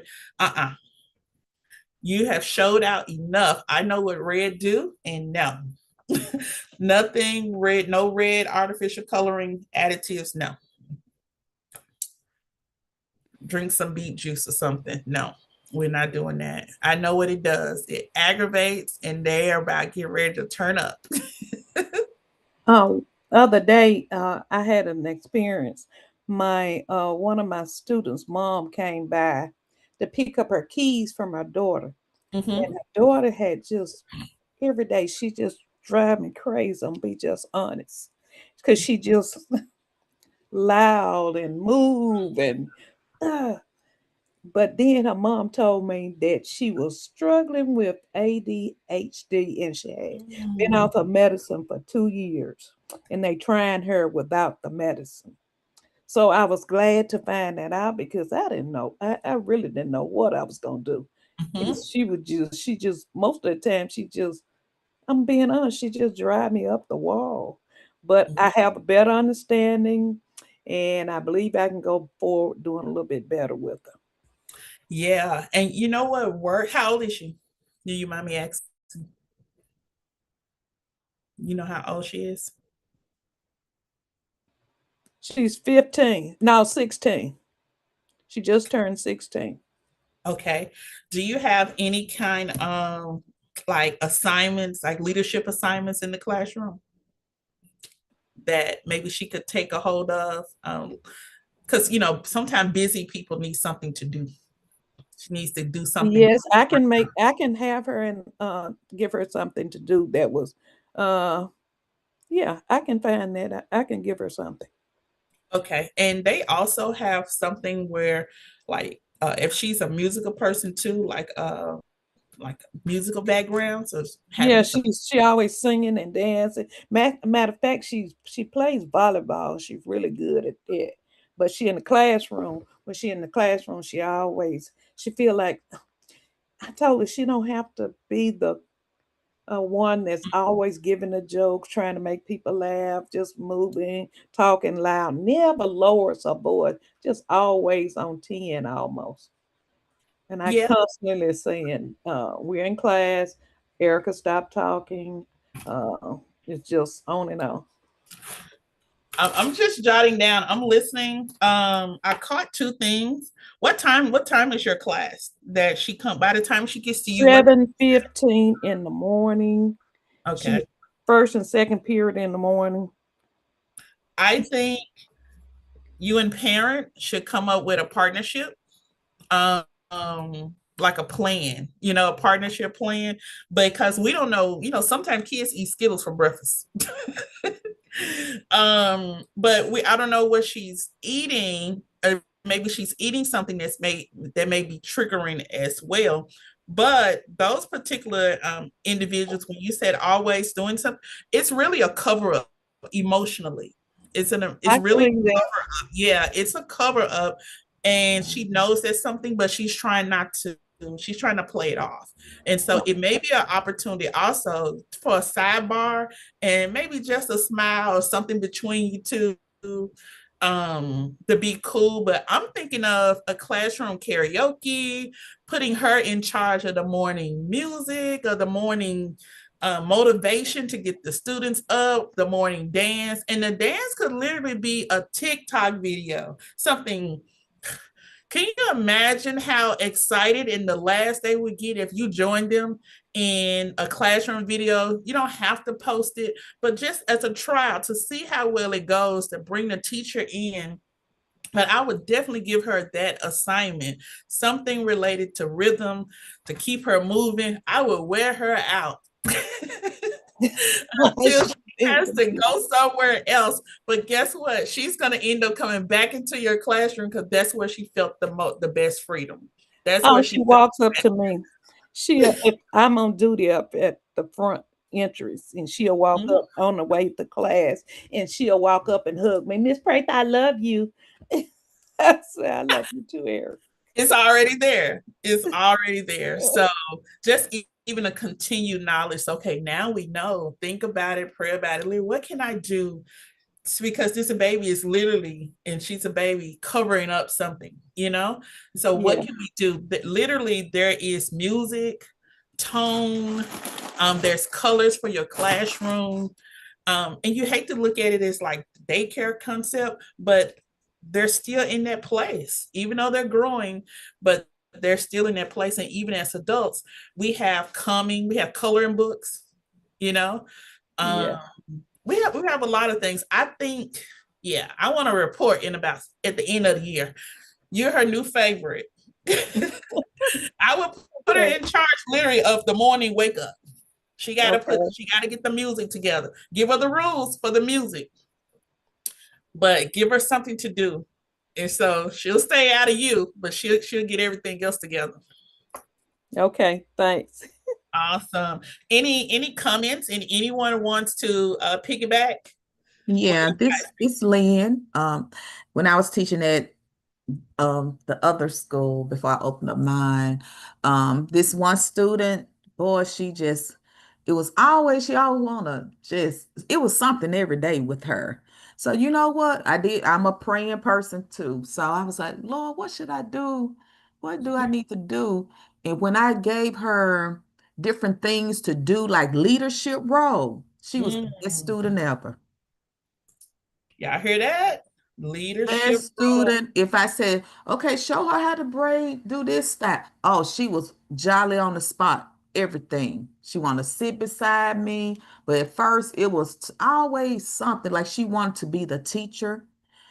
So, like I said, once I prayed about it and God gave me direction and said, just ask her to do certain things in leadership. And I mean, ever since then, she became like the best student. Mhm. And she's gonna remember that. She's gonna remember Absolutely. that. Yeah, she's gonna It's like remember. her whole mannerism changed. Well, I guess I need to repent because I was telling Lord, I can't take this. You got to move her somewhere. She cannot come back to me next year. So I need to repent and try to do better and then Oh, take the advice that you gave me. and you know what? It gets better. It gets better. I may be able to send you something too. So let's keep in touch. I just Okay. send you a link or something. Same thing. We're dealing with it, and we're dealing with it more than ever. Most of us probably never took medication to maintain our day at school. Yeah.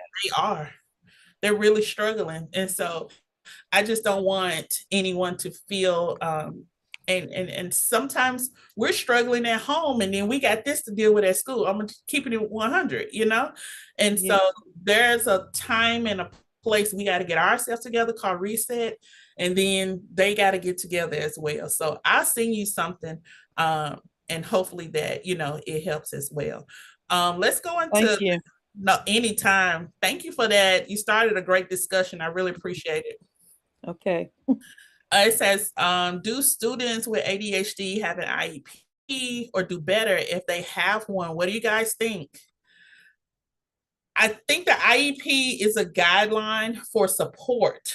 You have support. That's my opinion. That's why I'm saying keep it up. So even if they choose to go into careers, technical careers, trades, something electrical, something healthcare, something and let me tell you, HVAC electricians and plumbers have a 100% job readiness retention. They're able to make the money to pay back their student loans the first year of coming out of school. That's just a FYI. So when you're looking at new careers, cosmetology, well, not so much cosmetology, but barbering is still up there. Cosmetology, of course, beauty is, but they're giving the money to electricians, they're giving it to HVAC, and they're giving it to plumbers. All right. Anybody in tech, they're paying for everything. And they are passing their exams. So hey, with them passing their exams, getting licensed, they got the work. Has anyone had any experience with anyone with an IEP that did amazingly well with them, or someone that doesn't have one? Did it show a difference? Okay. For me, I'm gonna just comment, being a school owner and at that time being an aesthetics teacher, she did well with it.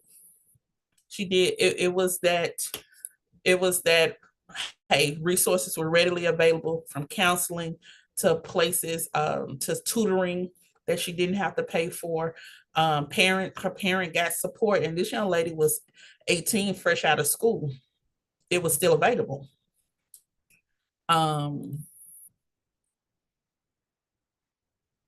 Samantha says she has mixed options on IEP, have some on it, and it helps.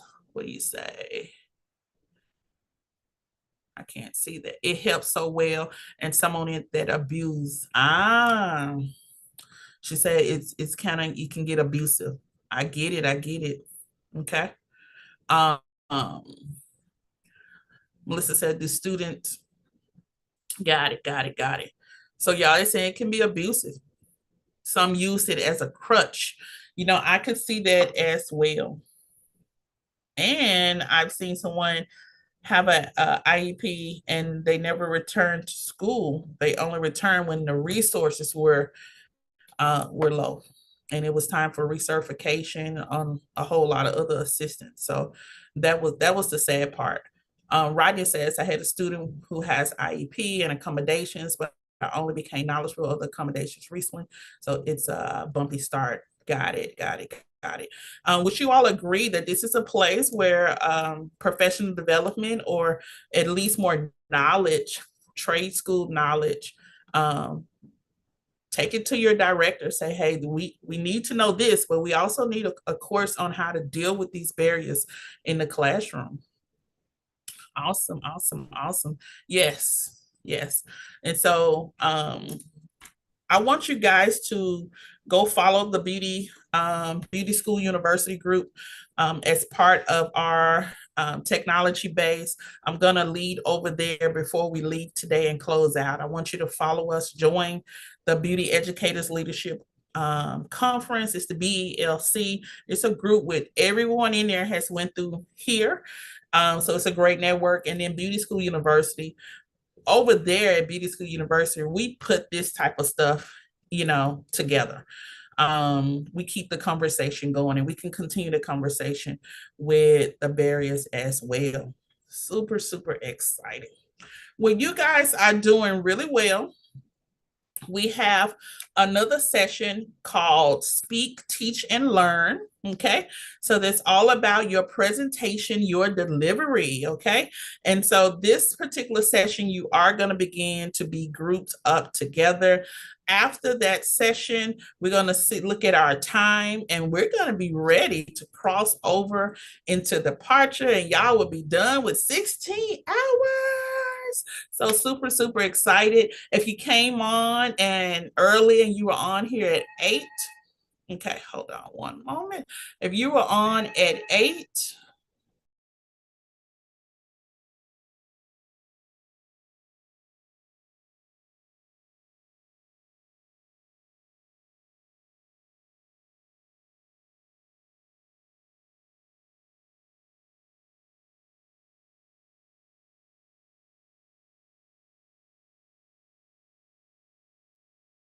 Can't hear you, Miss Cox.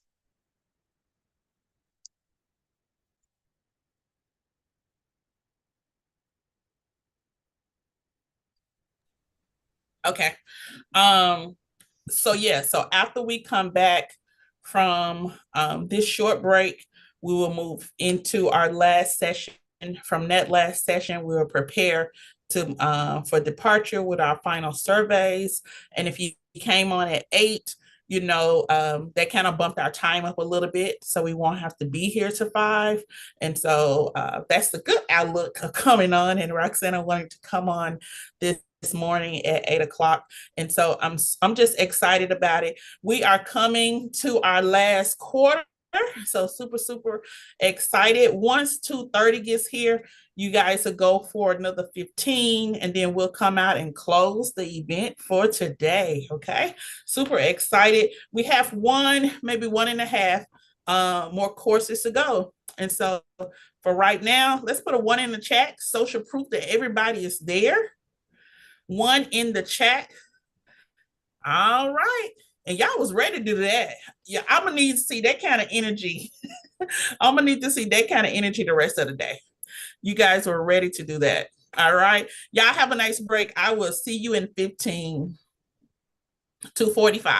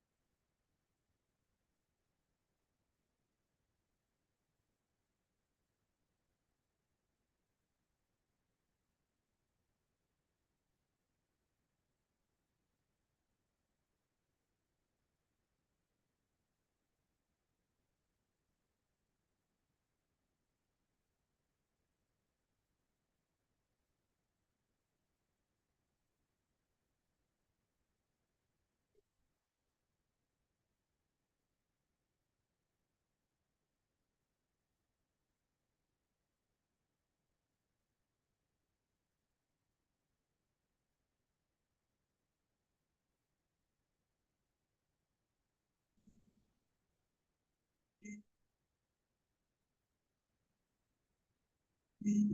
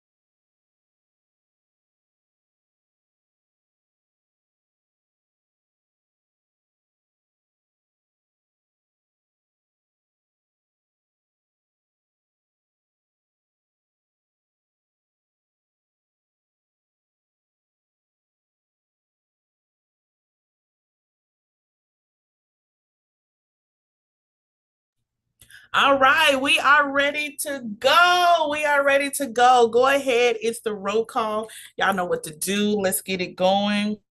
It is the roll call. Let's take a moment, putting our name in the chat. Also our license number, and let me know what it's from. Good job, everybody. Thank you for spending this time with me. We're gonna take about 2 minutes to get everybody checked back in. We're ready to roll.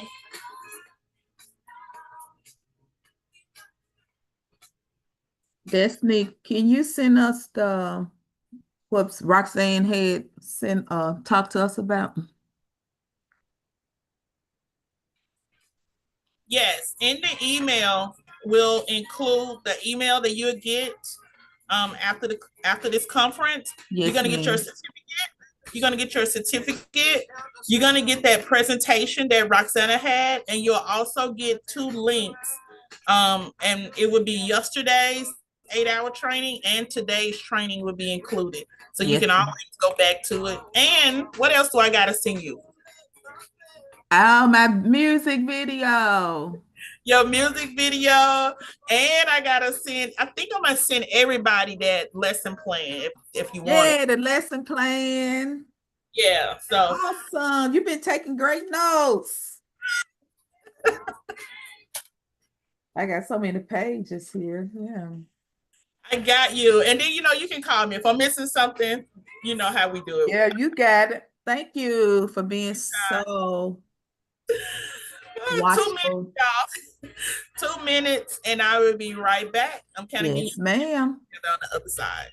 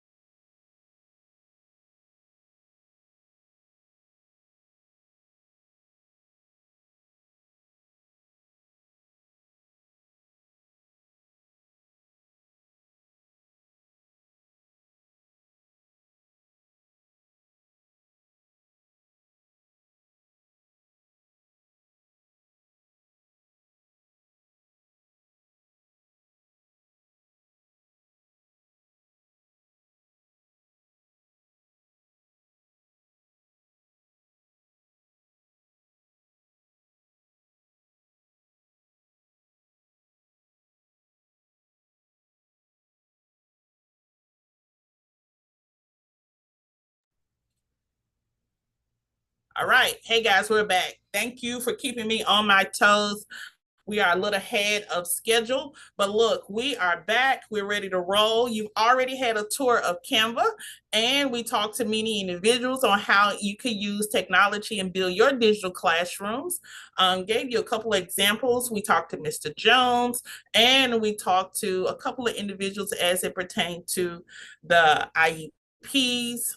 Thank you for the feedback in the group and great discussion topics. Ms. Proctor, I appreciate you. That was a great discussion. So let's begin to move on to our final session. Also, just taking notes, we are going to move a little bit into social media territory. I personally like to use Facebook to kind of keep up with my students.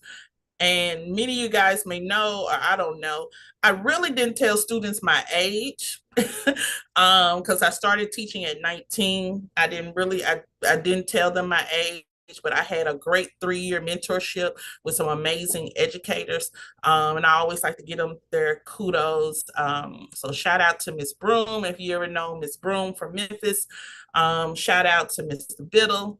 He was my instructor trainee. You know, I was a trainee under him, and he gave me the blues, but I love him to this day. Hard work do pay off. And shout out to Miss Simeon. She was Miss Lifer for a minute. She gave me an opportunity of becoming an educator. And she was also my state board prep educator when I was a teenager coming out of high school. So you have to give it up to those that have gone before you. And so y'all just help me put a 1 in the chat for my people.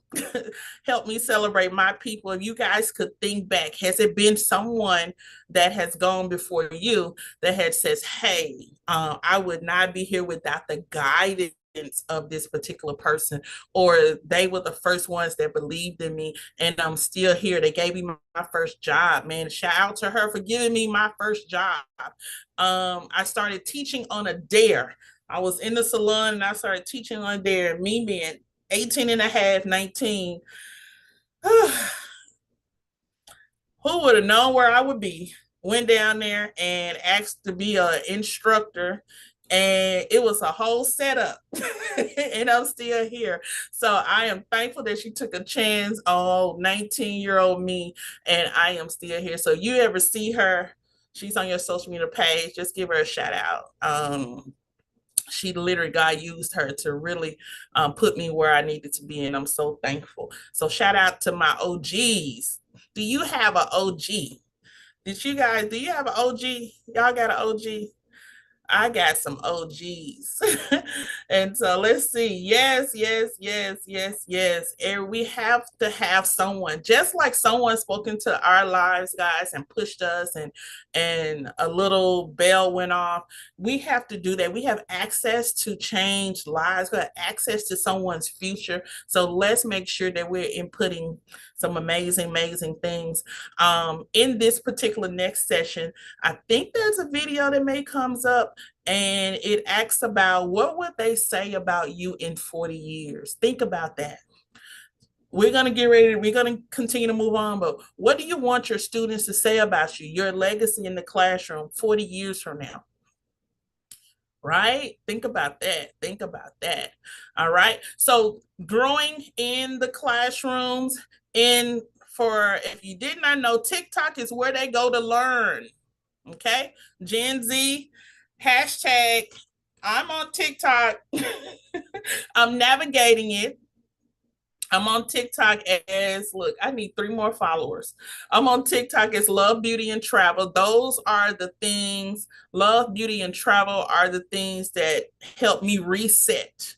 Okay, so sometimes our lives can be consumed with school, consumed with beauty, consumed with students and classrooms.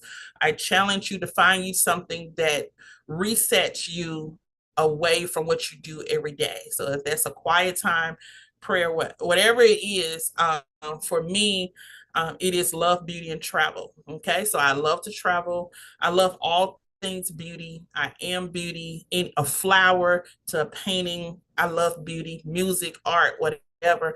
And then I didn't put fragrance on there, but I love to smell the smell of beauty. okay, flowers and things of that nature. So I am just going into an era where I'm just resetting all the time. And I usually reset with those three things. And if you see me on TikTok, it's Love, Beauty, and Travel. But hashtag the Over 40 Club, that's like my crew. I was a little confused with TikTok, but you learn, it's just a place of learning, okay? So TikTok is a place of learning. Our students go to TikTok to learn something. If you want to teach something, you will go to TikTok to teach it, okay? So hint, hint. Launch something. If you're launching something, opening something, you need the most people to know what you got going on. They traditionally go to Facebook, and the age is 25 to 34. So you look at who's in your classroom, it'll tell you a platform to give homework assignments, you know, considering. And also when you go to Instagram, Instagram is 18 to 24. Hashtag love is the highest, the most hashtag that is on, it's in the millions and the millions and the millions on Instagram. Okay. Love is used the most, hashtag love. And isn't that amazing? This is where people live. This is the new resume. All right. I remember coming up, we had portfolios literally that you had to flip. And then we went to digital stuff.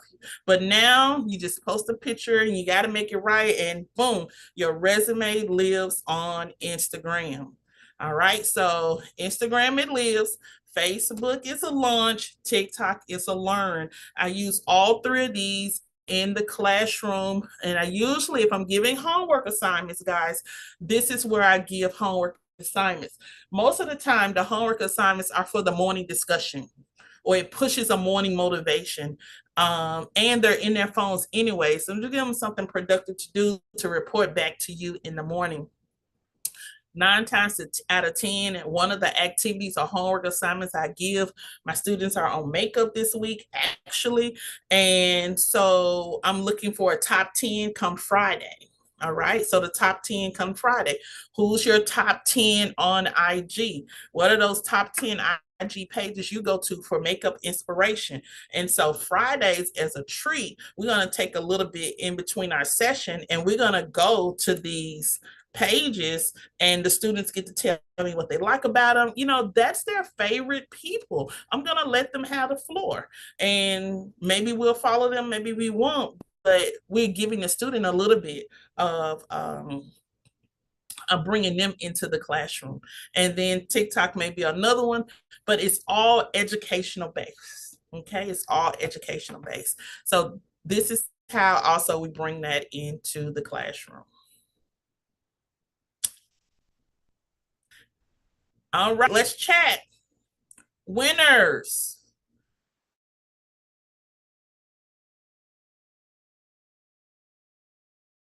I am convinced. Imagine it to come true. There is, I believe.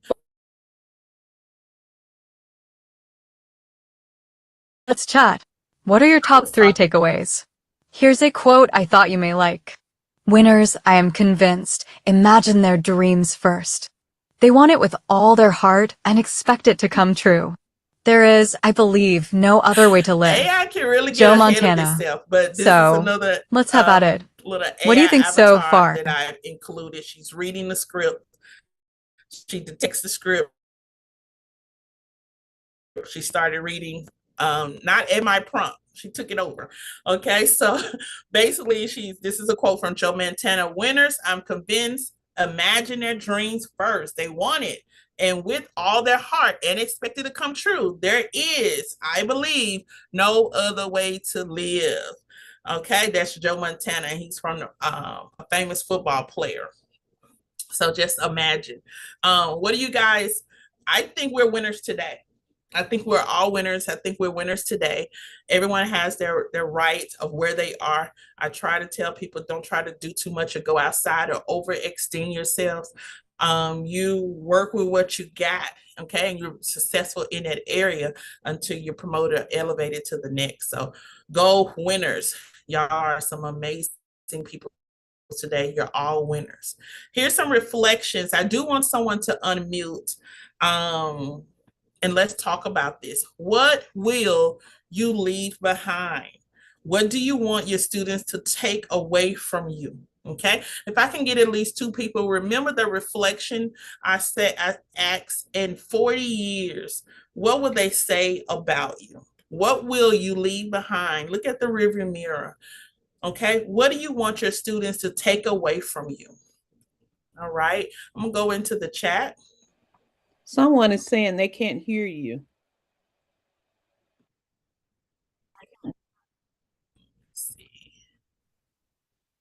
My audio is on. If you can't hear on that end, you may have to do some adjusting with your audio. I'm not sure. It's not on my end. If everybody else can hear me, it must be something on the other end. Let me see. Okay, Jessica says she can hear fine now. Awesome. Glad you're back in, Jessica. Melody said that you actually cared. Yeah. Okay. Motorola, okay, if you're on a phone, check the speaker, check the phone, okay? Check the phone. I know it can be kind of different on the phones.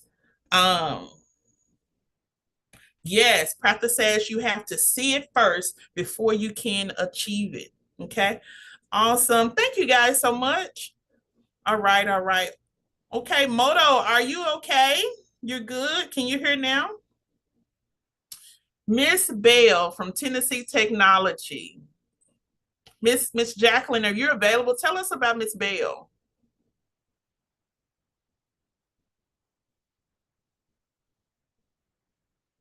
Yeah, I hear about Miss Hill a lot. Miss Hill, do you know you're a celebrity?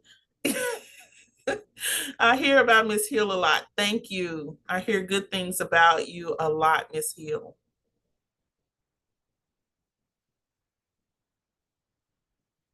Oh, Miss McMillan, yes, you receive your instructor hours from her. Amazing, amazing. Okay. Welcome back. Yes. What will you leave behind? And what do you want your students to take away? You know, think about the students are going to go back to that person that where they found safety at. Remember, look for those emotional support opportunities. You ain't got to be the best friend, but maybe they're not getting a hug at home. And can I tell you one thing? I do have some people that used to work at Battle Rock on here. I don't know if you guys remember, but we were having an issue with tardy students and students not coming whole school. And they started feeding the students breakfast, and students were on time. They came for breakfast. And I took that concept.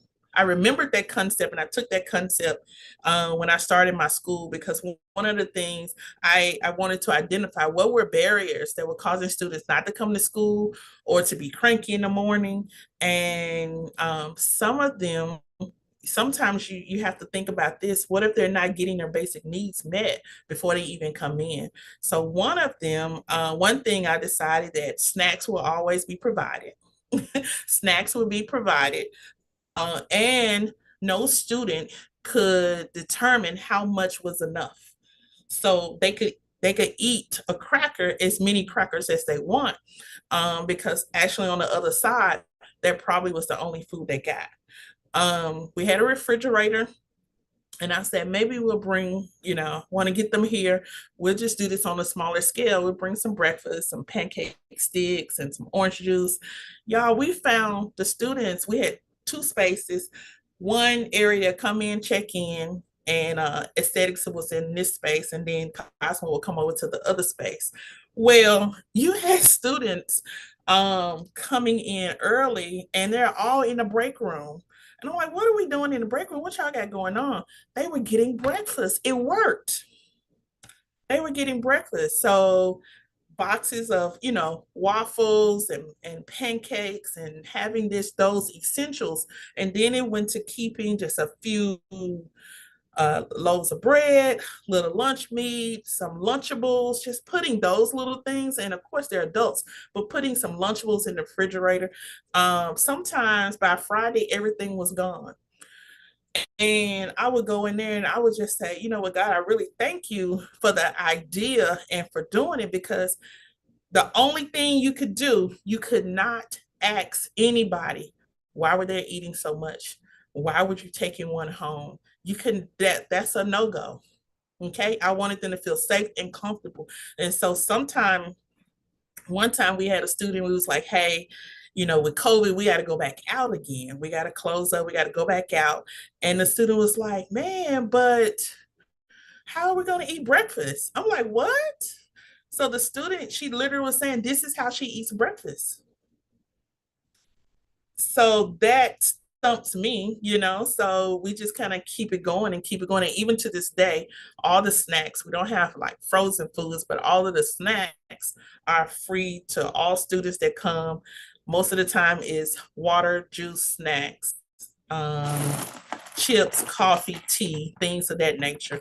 And so it's the little things. And I believe that's going to be a major reflection, because even when I think electricity was out for a couple of days, I had student asking, instructor asked, could they come up to the school? Yeah, you can come up to the school. And we literally had students hang out at the school because the school had lights, and it had heat. So you never know what people are going through. So I just want, we just want to make a better impression and be better people in the long run. But it literally works, providing snacks and things like that for the student. Yeah, finding that emotional opportunity. I'm not hugged up on them. I'm not taking ownership like a kid, and I don't want them to call me mama. That's my pet peeve. I'm not your mom, okay? But I want them to have independence, but I do want to acknowledge when there's a need, and if they can't go anywhere else, I'm with this student for 9 months to a year, they can at least come here, So that's the key. That was the key component. So if I was to answer that, what will you leave behind? I would want to say kindness. I would definitely want to say kindness. Or if someone was in need, a resource. Okay. I want them to do the same thing that they saw. All right. If I took a chance on you, I want you to give somebody that same chance. So that's the key component. I want to see whatever they saw, I want to see them do it, give somebody else that same grace. So that was a good one. It's something you really have to think about as an educator. Now let's look at speak, teach, and learn. Whoa, guys, this course was developed. When I say this course was developed, okay, to enrich the delivery of your lessons. So this is all for the teachers, okay, to help you with the delivery, okay. So, and talks about public speaking. Y'all, and I can be very transparent by myself, I was shy growing up, but then I got a challenge to go be a teacher. And I'm like, how are you going to be a teacher and you don't like talking? Well, when adults told me to be quiet and say in a child's place, that's what I did. Okay. That's what I did. I didn't want to get, that was like, you just stay in a child's place. That was me growing up. So I didn't really speak unless it required it. In school, I just did what I was supposed to do. But now becoming a teacher, I knew to fulfill my dream, I had to get over this thing of public speaking. And y'all, I'm going to tell you, I have butterflies to this day, but I do it because I'm never going to give up on myself. Okay. I'm hardest on myself. So this thing works. My pastor told me this thing works in the natural. Okay. But it also works in the spiritual. So which means if you teach out there, you can teach in here. And so you warm up a little bit, all is well, but let's help on our deliveries today. Let's create a safe space and we can talk about some of the things that are maybe challenging to you as you begin to deliver. And I also want to share some things as far as things that can help you out as well. If you can see me, these are index cards. Okay, I always keep motivational index cards, notes. I keep all these types of cards around at all times. It just kind of helps out. And so when I was learning how to do speeches or preparing for an event I had to speak in, I'll always keep comp cards, like cheat cards to give me notes and things like that. What we're going to do, we're going to choose 3 types of speeches that will transform our classroom. And so if you're a traditional where you just start talking, you don't give the student no leeway, you don't want to hear nothing until you finish, students, you may lose them. Okay, you may lose them. I like a very interactive classroom. When I am teaching with students, I do move around.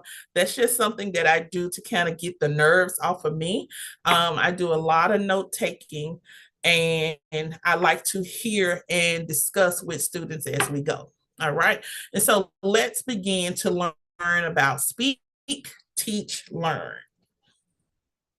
Let's look at the preparation. There is nothing worse, and we're 3:10, so we're at good timing. There is nothing worse, at least as far as attending a speech is concerned, than listening to someone speak who is unprepared. Y'all are not telling me with all of this we got under our belt that we're going to class, teaching, and we're unprepared. Absolutely no way going forward. Students can smell fluff. They can hear it. They can smell it. They know when you're going all the way around. I know you can tell. And so it is at a point where you guys appreciate preparation, okay? Preparation, purpose and objective. Whether it is to educate your listeners, convince them of a point of view, show them something that works, is always have an objective. I think I heard one of the educators on here, as far as instructor training, she specifically said, follow your objectives, okay? Let's learn to teach to those objectives. If you are a person that wanders left in conversation and in lecture, what's distracting you, and come back around? Find a way to come back around. Let's also look at the structure. Most effective speeches will have a well-defined beginning, a middle, and an end. I tell people all the time, you're going to teach in a story. Anybody asking why? I usually say teach in a story. I'm so glad y'all asked why. Okay, because people remember gossip. People remember that you telling them a story. They remember. So you get on the phone, you start talking to somebody, and you say, well, Speak did this and Teach did this, and girl, did you hear about Learn? They are going to remember everything you said about Speak, Teach, and Learn, and they're going to add something to it. Teach in a story. Okay, especially if you're trying to teach something difficult. You know how we did the songs, and then we turned around and said that you also could do a book. The Blade Bosses is a form of book that my students made. I think Mr. Holmes said he did the illustrated book for orientation. I mean, you gotta find some different ways to get it out there. Okay, it's just structure, and sometimes telling a story is very easy. When I'm teaching level system, I tell the story about the level system neighborhood, okay? And usually I tell the students, pay very close attention. And they're like, what? Yeah, very close attention. The level system neighborhood is in a city named Memphis. And they're like, ooh, right? What neighborhood it is? And I'm asking a question. So I'm asking them to be interactive with me. What they don't understand, the more that they repeat it, the more learning is taking place. All right. The more they repeat, the more learning that's taking place. So the level system neighborhood, then I would say, in this neighborhood, there's only one street. On one side of the street is one house. On the other side of the street is 2 houses. And I would ask them, how many houses are on the one side of the street? They'll say, oh, one side over here is 2, then it's 1 over on the other side. I said, great. Okay. In one house is Mr. Black. Next door to Mr. Black are the Browns. How many people live in the Brown house? And they'll say, well, you got dark brown, you got medium brown, a light brown? Four people live in the brown house. Yes. Y'all, I am telling a story. Now, it took years to cultivate, but when you tell a story and then you give the students a quiz, they're sitting here talking about, okay, it's the neighborhood. Then she said, then, okay, four people in that house. So what's the name of those four members? It's dark brown, medium brown, light brown, very, okay. Before you know it, learning is taking place untraditionally, okay? Those that may have struggled with a particular subject, when you've broken it down and gave it a structure to it, maybe a beginning, a middle, an end, slow the teaching down. You're not running all the way through it. Now you have more learning. Now they're discovering more questions, because at first they didn't know what questions, because maybe it was just a run through. Okay, so slowing it down, give it yourself time to breathe and give them time to digest, and then build questions as well. All right. And so we'll just continue with that story. And man, you can create stories as a review.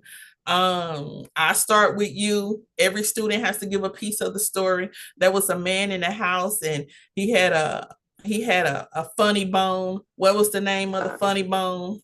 The humorist. He had a next door neighbor that had the longest bone in the leg. What was the longest bone in the leg? The femur. And we'll go to the next student and we'll say, when we get to you, you got to give us the whole story. So pay attention. And it just becomes a funny moment. Alternative teaching for those students that need that have alternative learning concepts. Okay. And so I'm just all about being different. We're breaking it down and just finding a way to literally teach the student.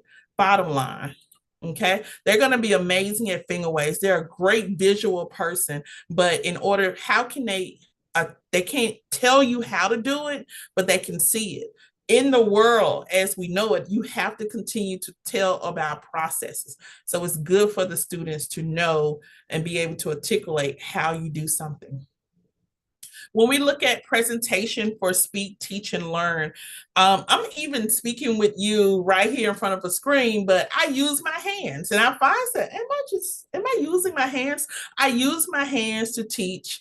And so sometimes today I've been sitting on my hands a little bit, so I'm doing things naturally. So I want overuse my hands, okay? And so I know that my hands, I can be real handy. And that can be confusing to some students too, especially if you have nails and all that stuff. But sometimes I find myself on virtual, I just sit on my hands, so I'm not using as much of my hands. And when I really get into something, you'll see me do the number with the hands. But I have to be very aware of presentation. Okay, very aware of presentation. Also aware of speech, my tone. Who wants to sit there and learn something from someone who is chopping them down, using curse words? Everything is negative, and the words are so harsh. I don't even want to talk to you anymore. But I see that happen. Okay. And I'm not attracted to those individuals. I don't choose to buy anything from them, because I'm like, it's a little too harsh and a little too aggressive. I like a little softer. You got to be a little softer for me. I can handle it, but that ain't what I want to spend my money on. Okay. And sometimes with teaching, and especially we got barriers in the classroom, you get a little bit more with smiles and with honey than you do just a sharp word. Okay. We know you're the boss. Everybody know you're the boss, okay? But the boss sometimes will hit a road, you hit a block. You had great message, but it won't go over because of the way it was presented, okay? You want to at least have a great understanding of what you're teaching, who is in your audience, so you're able to communicate and adapt to their learning style. Everything I do, every time I speak somewhere, I may do a survey. So we got any licensed cosmetologists in the house? Okay. Do we have any teachers in the house? Do I have any students in the house, or do I have school owners? I'm just doing a survey. In that survey, I know how to go up or how I go down. Y'all, if I got teachers in the house, I got to stay up, because y'all know that teachers will be hard on you, okay? You have to stay up. But if I know I got mostly students, I need to come down a little bit and then bring them up with me, simply because they're not at the level of teachers at this moment. Okay. And so, in the conversation between owners, it may not be the same that I will have with teachers or other staff. And so, just knowing your audience and who they are is going to be very important. The length, okay, I do have a timer watch over here that I'm using, but knowing how long to talk, okay, gauging, all right, as we heard earlier from one of the representatives that do the testing. Guys, you want to have tell your trainees, she said 30 minutes to an hour, 31 minutes to an hour, something of that nature. You got to have that together. You got to have your timing together. And so if you practice, you will have the timing together. If you practice, you will have the timing together. I talk about all the time learning from Steve Jobs. I never knew him personally, but I liked his presentation, how he presented new tools and attributes of Apple. Every time Apple had something new come out, he walked the room. He had a little humor. He was not flashy. He was in black or something dark all the time. And he brought you all the latest innovation that turned the world upside down. Okay. The iPhone, the Apple, some of the early users of AI and things of that nature. So he brought that to you, and individuals will be on their seats just waiting on him to say the next word. So I picked up that style from him. I also did a little improv. Okay, I had a friend who was a comedian, went with her, did a little improv, and the improv, just a little comedy, not a comedian, I'm not an actress, no way. But it was to get me out of this fear of talking, fear of being in front of people. And so it was just a little improv practice. They do have it down, where the areas, Midtown and things of that nature. But I knew that I had a job opportunity coming. I knew job opportunities to speak on stages were coming, and that I needed to get ready. And why would you work so hard for the door and then not walk through the door? Okay. Just have fear of, something, and you wouldn't walk through the door. So I knew I needed at that time to get some training on someone who do this all the time, and I could find a way that I could loosen up and be able to crush it. So that's what I did. And I introduced myself, wrote notes and cards, and I would introduce and speak off of those. Teaching is a gift. Let's just sit in there for a minute. Teaching is a gift. Okay. You ever thought, what's my purpose? Hey, you're living in it. You're walking in it. You may have other purposes, but right now you're living in it. You're walking in it. There are so many types of deliveries that you give your students. You give your students informative messages, demonstrative messages, persuasive messages, tributes, introductions, motivational, inspirational, and entertaining. All of those messages are what you deliver to your students, but let's be totally honest. How many of us recognize the delivery message and stay consistent in it? Okay. This particular message, inspirational speech, usually done in church settings, structured to create a high level of emotional elevation. Okay. You're so thankful, we bring it up, and also has a potential to create behavior change. Because of this high level of emotion, I am going to do better. And I do better. Okay, so most times inspirational speeches could be where you bring a guest speaker in, or mostly they're reserved for church settings. Persuasive speech. I need to convince you that this is going to be right from us. I got the phone here because educators, we be trying to convince the students the phone going to be, you don't need that phone. They've had the phone since 1 year old. They're 19, 18, 19 years they've had the phone. It is no amount of convincing that they don't need the phone. They absolutely think that they must have the phone. Who am I to argue with that? I'm just going to put parameters around using the phone. Persuasive speech. Topics are rarely black and white, which means there'll be multiple sides and viewpoints. You're going to have an opinion. I'm going to have an opinion. Okay. Oh, you're going to have one. I'm going to have one. Here's an example. Students should be allowed to have their cell phones in the class. I'm sure we all have an opinion. Okay. And we'll go back and forth. And the objective of that is to persuade. You see the young man here, he is giving her flowers when someone is proposing. You got to persuade that person, okay, to come over to your side. A persuasive speech.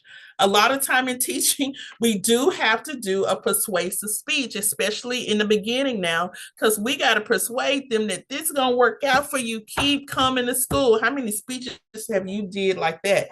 Keep coming to school. Keep showing up. It's going to work out for you. Do your work. Okay, learn this. Do this. Do it this way. It's going to be better for you. Okay, we always in our persuasive speech. Motivational speech, an address which is intended to motivate, encourage, convince, or inspire the audience to take action for change or improvement. This is a motivational speech. Yep, we do that all the time. When you're doing your motivational quote, we got our motivational speech. It's an address which is intended to motivate, encourage, convince, or inspire the audience to take action for change or improvement. Sometimes you guys do this with your staff members, you do this with your teams, but more importantly, we do this daily with our students. Here's our huddle, okay? You guys are going to get ready to go into a huddle, okay? This is your activity called Raise Your Glass. Okay, you're going to do a toast / motivation, and it says a toast is another speech. A toast is a speech that is usually made to honor another person or people. Okay, look at the person next to you in the box. You guys should be honoring each other today. Okay, normally followed by taking a drink, a coming ending for a toast. And you would normally say, so let us raise our glasses to. If today I said, so let us raise our glasses to Stephanie. Okay, let us raise our glasses to. Toasts are often given at weddings, birthdays, retirement parties, award dinners, holidays, and other types of celebrations. All right. Y'all, I want you to go back to your schools. I want you to go back to your playgrounds, where you are, where you work, your community, and I want you to raise a toast. I want you to raise a toast. Today, you guys are going to go into breakout groups. I think I'm going to do 3 groups just so because time is moving. You're only going to have about 10 minutes in that group. I need one person out of the group to be the one who will do the introducing. Who's going to do the toast? So when you get over to your groups, first thing you do, choose a leader, choose a person who's going to do the toast. Next, you would choose 2 people that you're going to honor with the toast. I'm going to raise my glass to blank and blank. You have only a few minutes to learn some really cool stuff, whatever they want to share with you about their life, how long they've been teaching, or something celebratory that they got going on. This is only a 10-minute assignment. So when you guys get into your groups, number one, you need to find a leader, someone who can do the toast. And number two, you need to find two people to honor in the group. All right. One who's going to do the toast, two people to honor. And then you just need to let them tell you some things about them, and you're going to build a short toast. Okay. You don't have to have anything laid out. You don't have to chat GPT it unless you want to, but you don't have to. But it's going to be a short, um, very close toast. All right. Let me take some questions.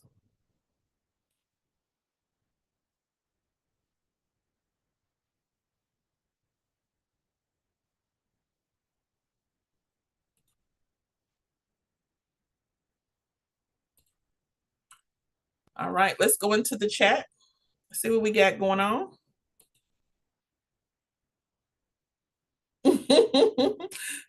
Jay, yeah. Yeah. Okay. All right.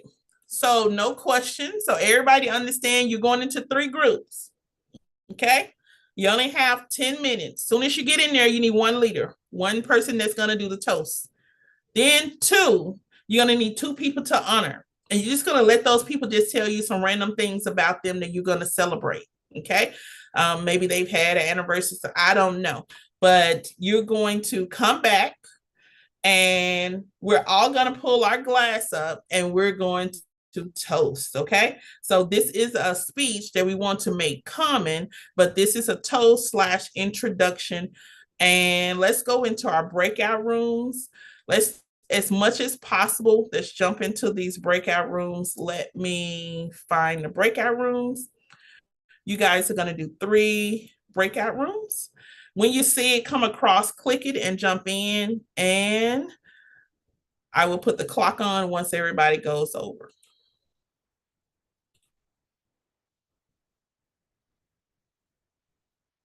You guys can go jump into those rooms now. This is also social proof.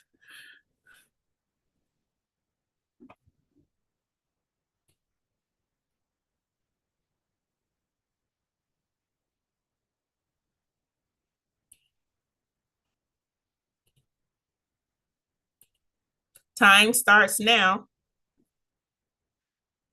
Time starts now.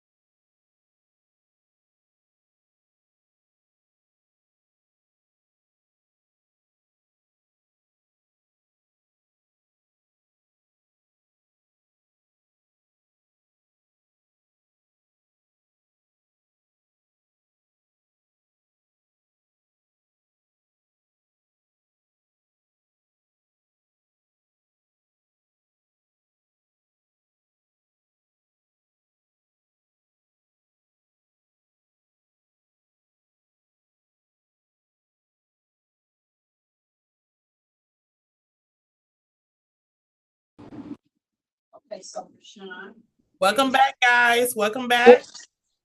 Welcome back. Welcome back. We're ready. Okay, so for the individuals who are doing the speaking, put your names in the chat for me, please.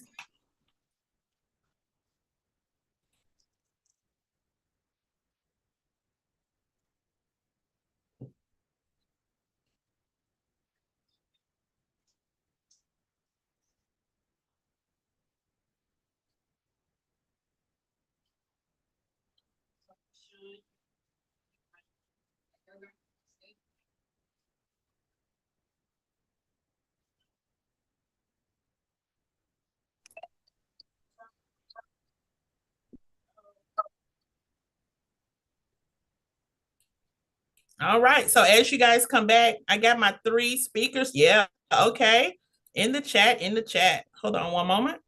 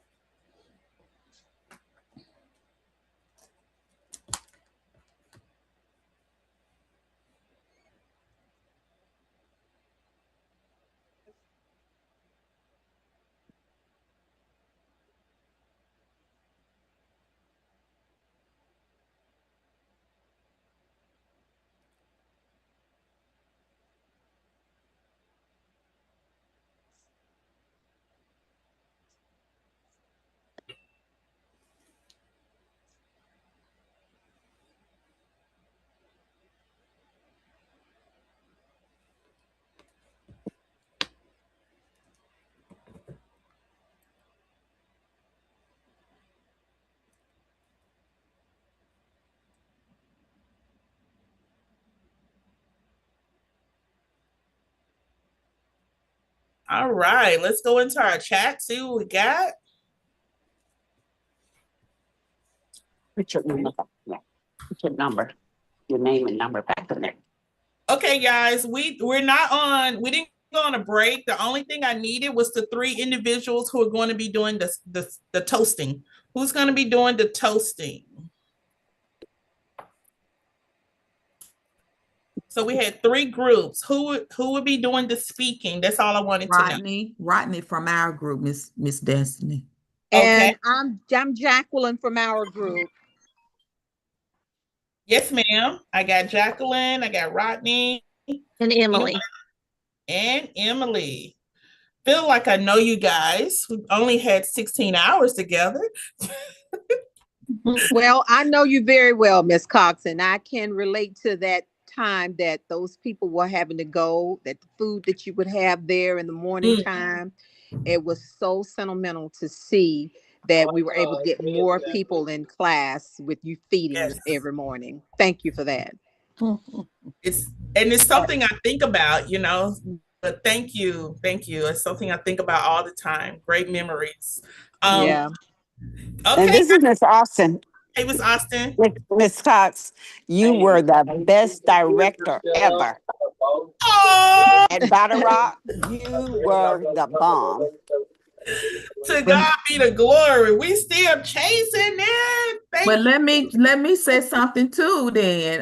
Yes, Destiny, you were such a great leader at Battle Rock. I know you had a lot on you there, but we persevered and you did a great job. And that was the first school I taught at, Battle Rock, with underneath you.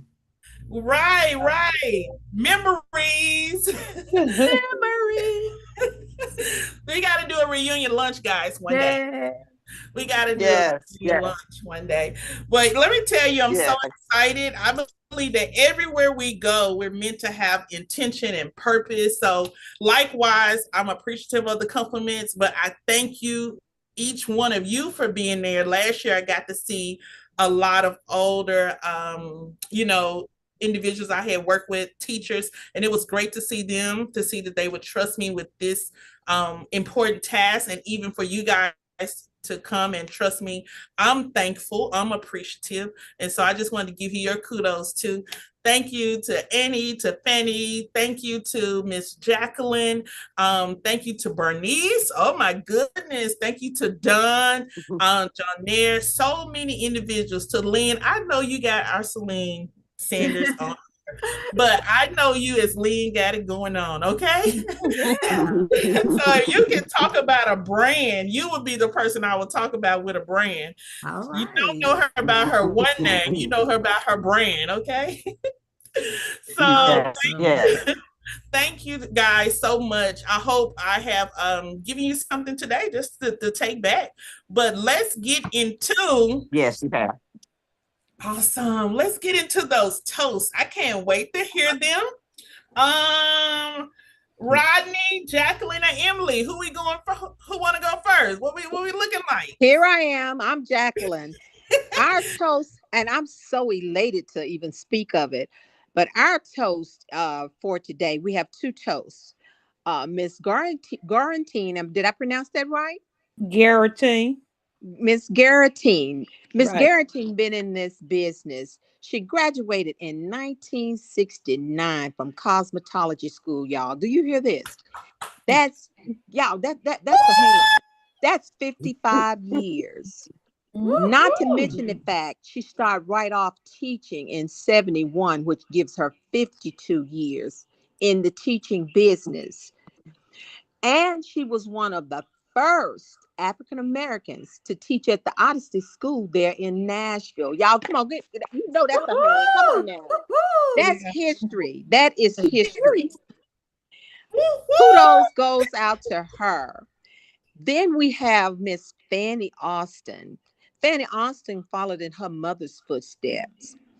Her mother was first. As a matter of fact, do y'all remember Fanny and Annie, the twins? Oh yeah. Well, they've been in the business, salon owners. That's why I wanted to throw that out That's there. Not just right. only They're teachers, we got professionals. salon owners. Well, Been they in the used to business cut for my hair. 40 plus years. Yes. And haven't missed a beat. Every time the doors open, every chair was full. Yes. Been teaching for 35 years. Woo, Now, gone, look, baby. and not having to advertise, and you've been in business for 40 years, that says something, y'all. Oh What you yeah. think? So kudos goes to those two. Thank you. Oh my Thank goodness. you for a wonderful toast. Awesome. Now, Thank you come so on, much. Miss Jacqueline. We raise our glasses. Raise Y'all. those glasses, y'all. Woo. What a toast. Woo-hoo. Good job. Now, if you're going to bring somebody up, you bring them up like that, okay? I know that's right. We know who our next MC is. We know who to book for our next MC. Yes, yes. Yes. Okay, who's next? Kudos to you guys. Awesome. Who's next? Just jump right in. Okay, I'll go next. Yes. All right, so we're gonna toast to all four of the ladies that were in the group with us. We have Miss Lynn. Miss Lynn is a school owner. She has 40 years of experience. She's cared for her mom. She also offers a non-medical wig hair replacement certification. She posted her email address in the chat. So if you're interested in that non-medical wig replacement certification, you can follow up with Miss Lynn. Miss Hardaway is also a school owner. She has a natural hair school. She provides 32 years of experience. We also have Miss Hill. She's been in the beauty business since 1980. She's the director of a beauty school, and she's also licensed in 3 states. We have Miss Regina Fox, who's been teaching for 20 years as a barber. She's also a trichologist, and she plans to retire in 4 years. Toast to those ladies. Yay! Where's that toast, y'all? Woo! Yes. Yeah. Awesome. Great. Awesome. Good job, everybody. Come on, Emily. Okay, guys, I have a toast for Dewana. She is actually celebrating 3 years cancer free. Yes. Yes. Yes. Yes. Now, Yeah. I would also like to give a toast to Stephanie. She just made it through and has completed her salon store inventory. All right. That's big, Great. Steph. Congratulations. We're raising our glasses. Thank you. Thank you. Awesome. Guys, look, it doesn't take much to celebrate your team members.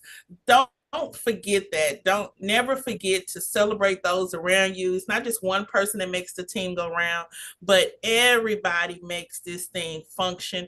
And even let's do that in our classroom. Build an environment, an atmosphere of celebration, and the students will soon pick it up. They'll soon pick it up everywhere you go. I got something for you. I got something for you. And so hold one moment while I come over. Give me some takeaways in the chat while I prepare the next screen. We're getting ready to get out of here, guys. Give me some takeaways. Give me some takeaways. Go into the chat. We're closing it out. I see you guys in what 2028, but you can come see me before that if you want to. But I see you in 2028. But look, guys, let me pick up something on the other side. Go into the chat. Give me some social proof. Give me one of your things you're taking away today. You're taking back with you.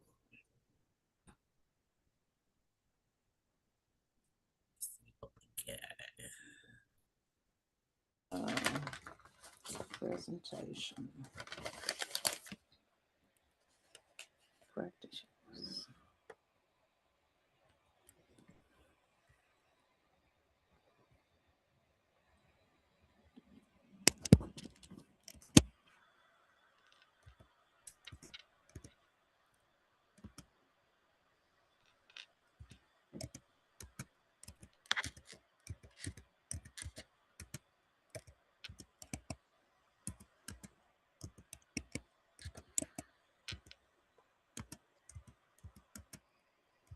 We're going into the chat.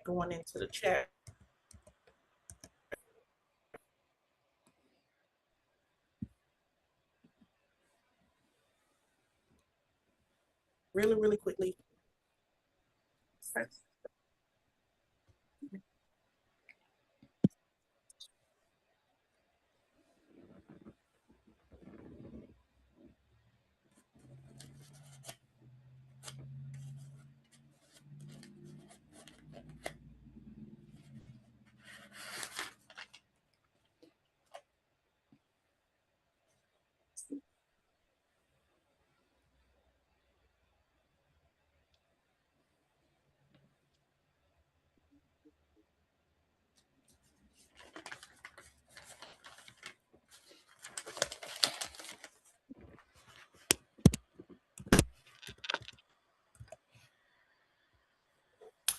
All right, educators, I just want to do a little social proof. This is our Facebook group. This is built just for you. Beauty Educators Leadership Conference. We want to be a gathering of networks. This is built just for you. Go in, build community. You guys can meet. Ask getting ready to go out too. Yours going out? You can meet, you can greet each other as individuals. You can celebrate a lot that we have going on, y'all. This is one of my AI coaches. She's from Bahia, Mississippi. And she signed a $3 million deal. She took that song, Miss Sanders. She took that song and got a $3 million contract off of it. Her poetry made it into a song, created a whole AI album, and sold it.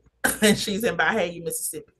So yeah, and she's touchable, she's approachable. So that's Beauty Educators Leadership Conference. I also want you to check out, let's see, DCI. I have something just for instructors. So if you have someone that's needing some help, this is our alumni group. So we keep in contact with our alumni group. Then we have our student group. Virtual training. Our virtual training group is current active students only. And so we did a barbecue for them. But I'm looking for the instructor group. Dr. Bernice, do you remember? Yeah, I'm looking for the instructor group. But it is here we go.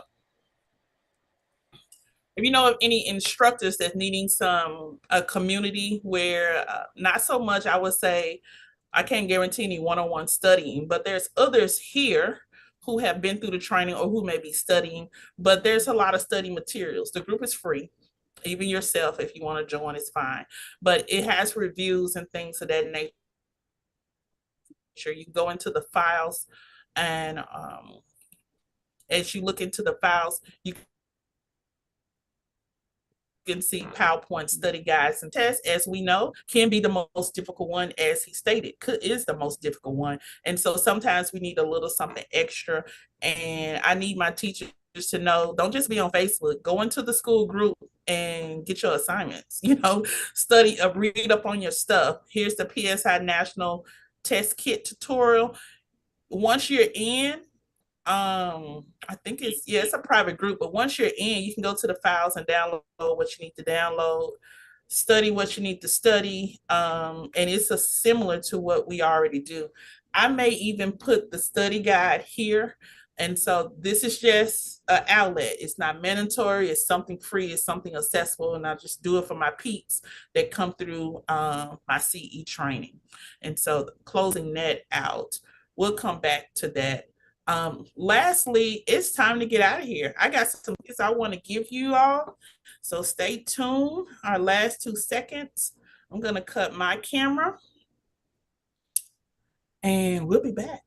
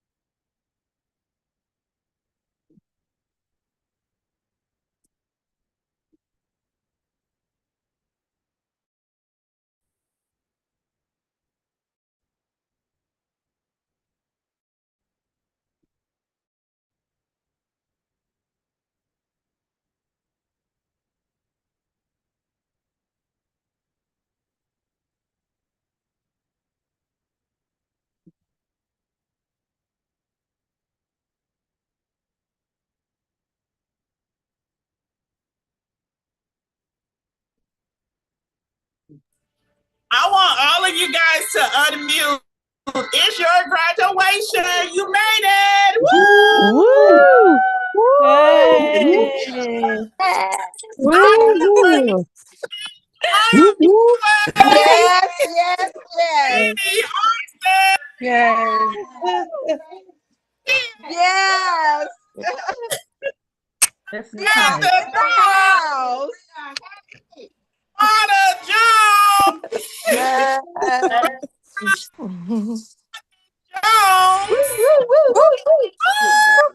Hi. I'd be like talking with one hand, and every now and then I'll do this. I'll do this one finger like whatever's on the side of the keyboard. Legit. All right. We too legit to quit. That's the same as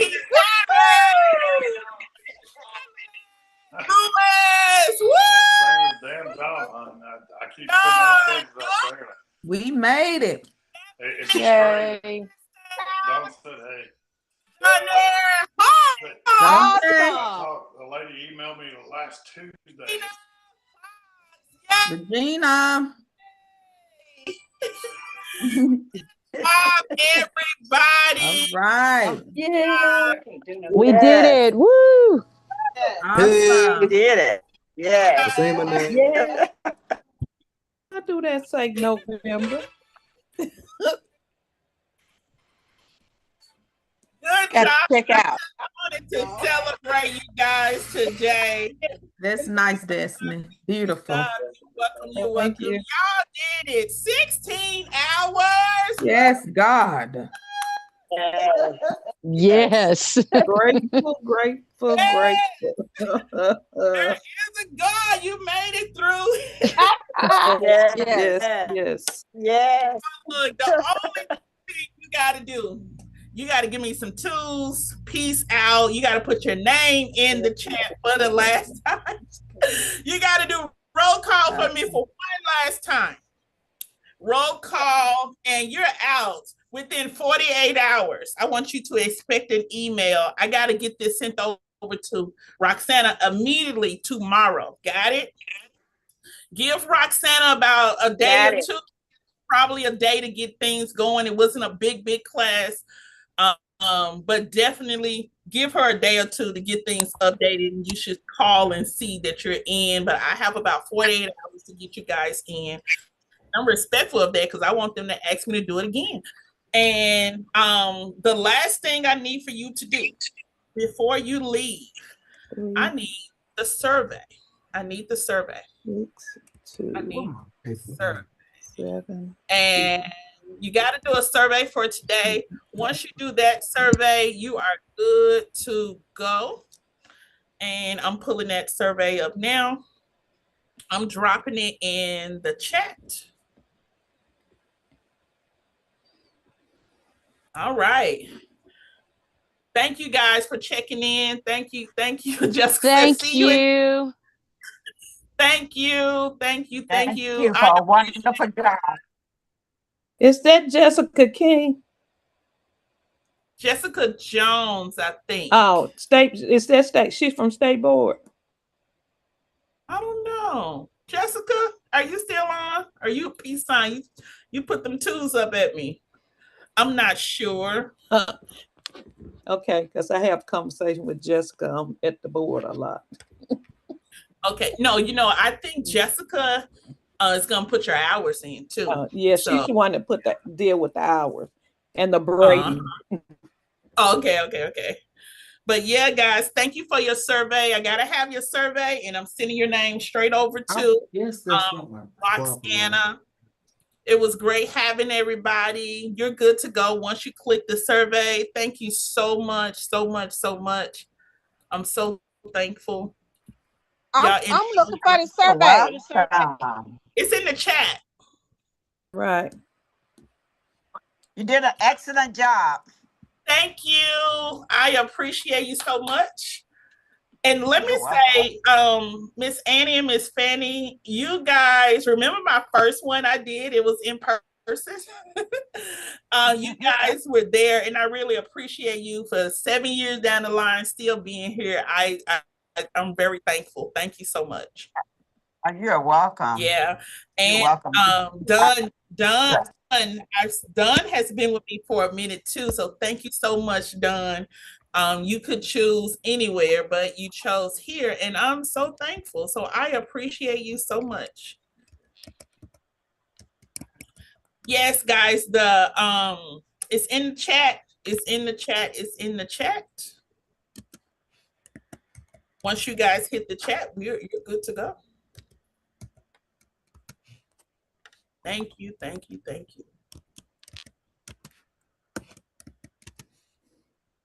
All right. Awesome. And the surveys are coming in. Thank you guys so much. You're welcome. All right.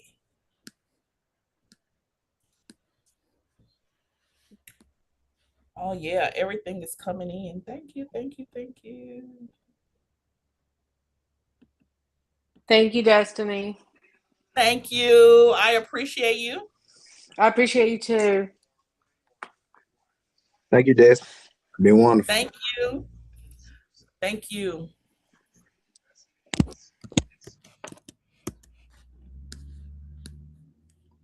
Thank you again, Destiny. Thank you for all the great updates. And I'll be seeing you. I'll be seeing you too. I'm a phone call away if you need anything, okay? Thank you. I appreciate it. You all have a nice day. You too. Have a Thank you. Okay, the training class is BELC, right? yes, yes. Got it coming in. Thank you guys so much.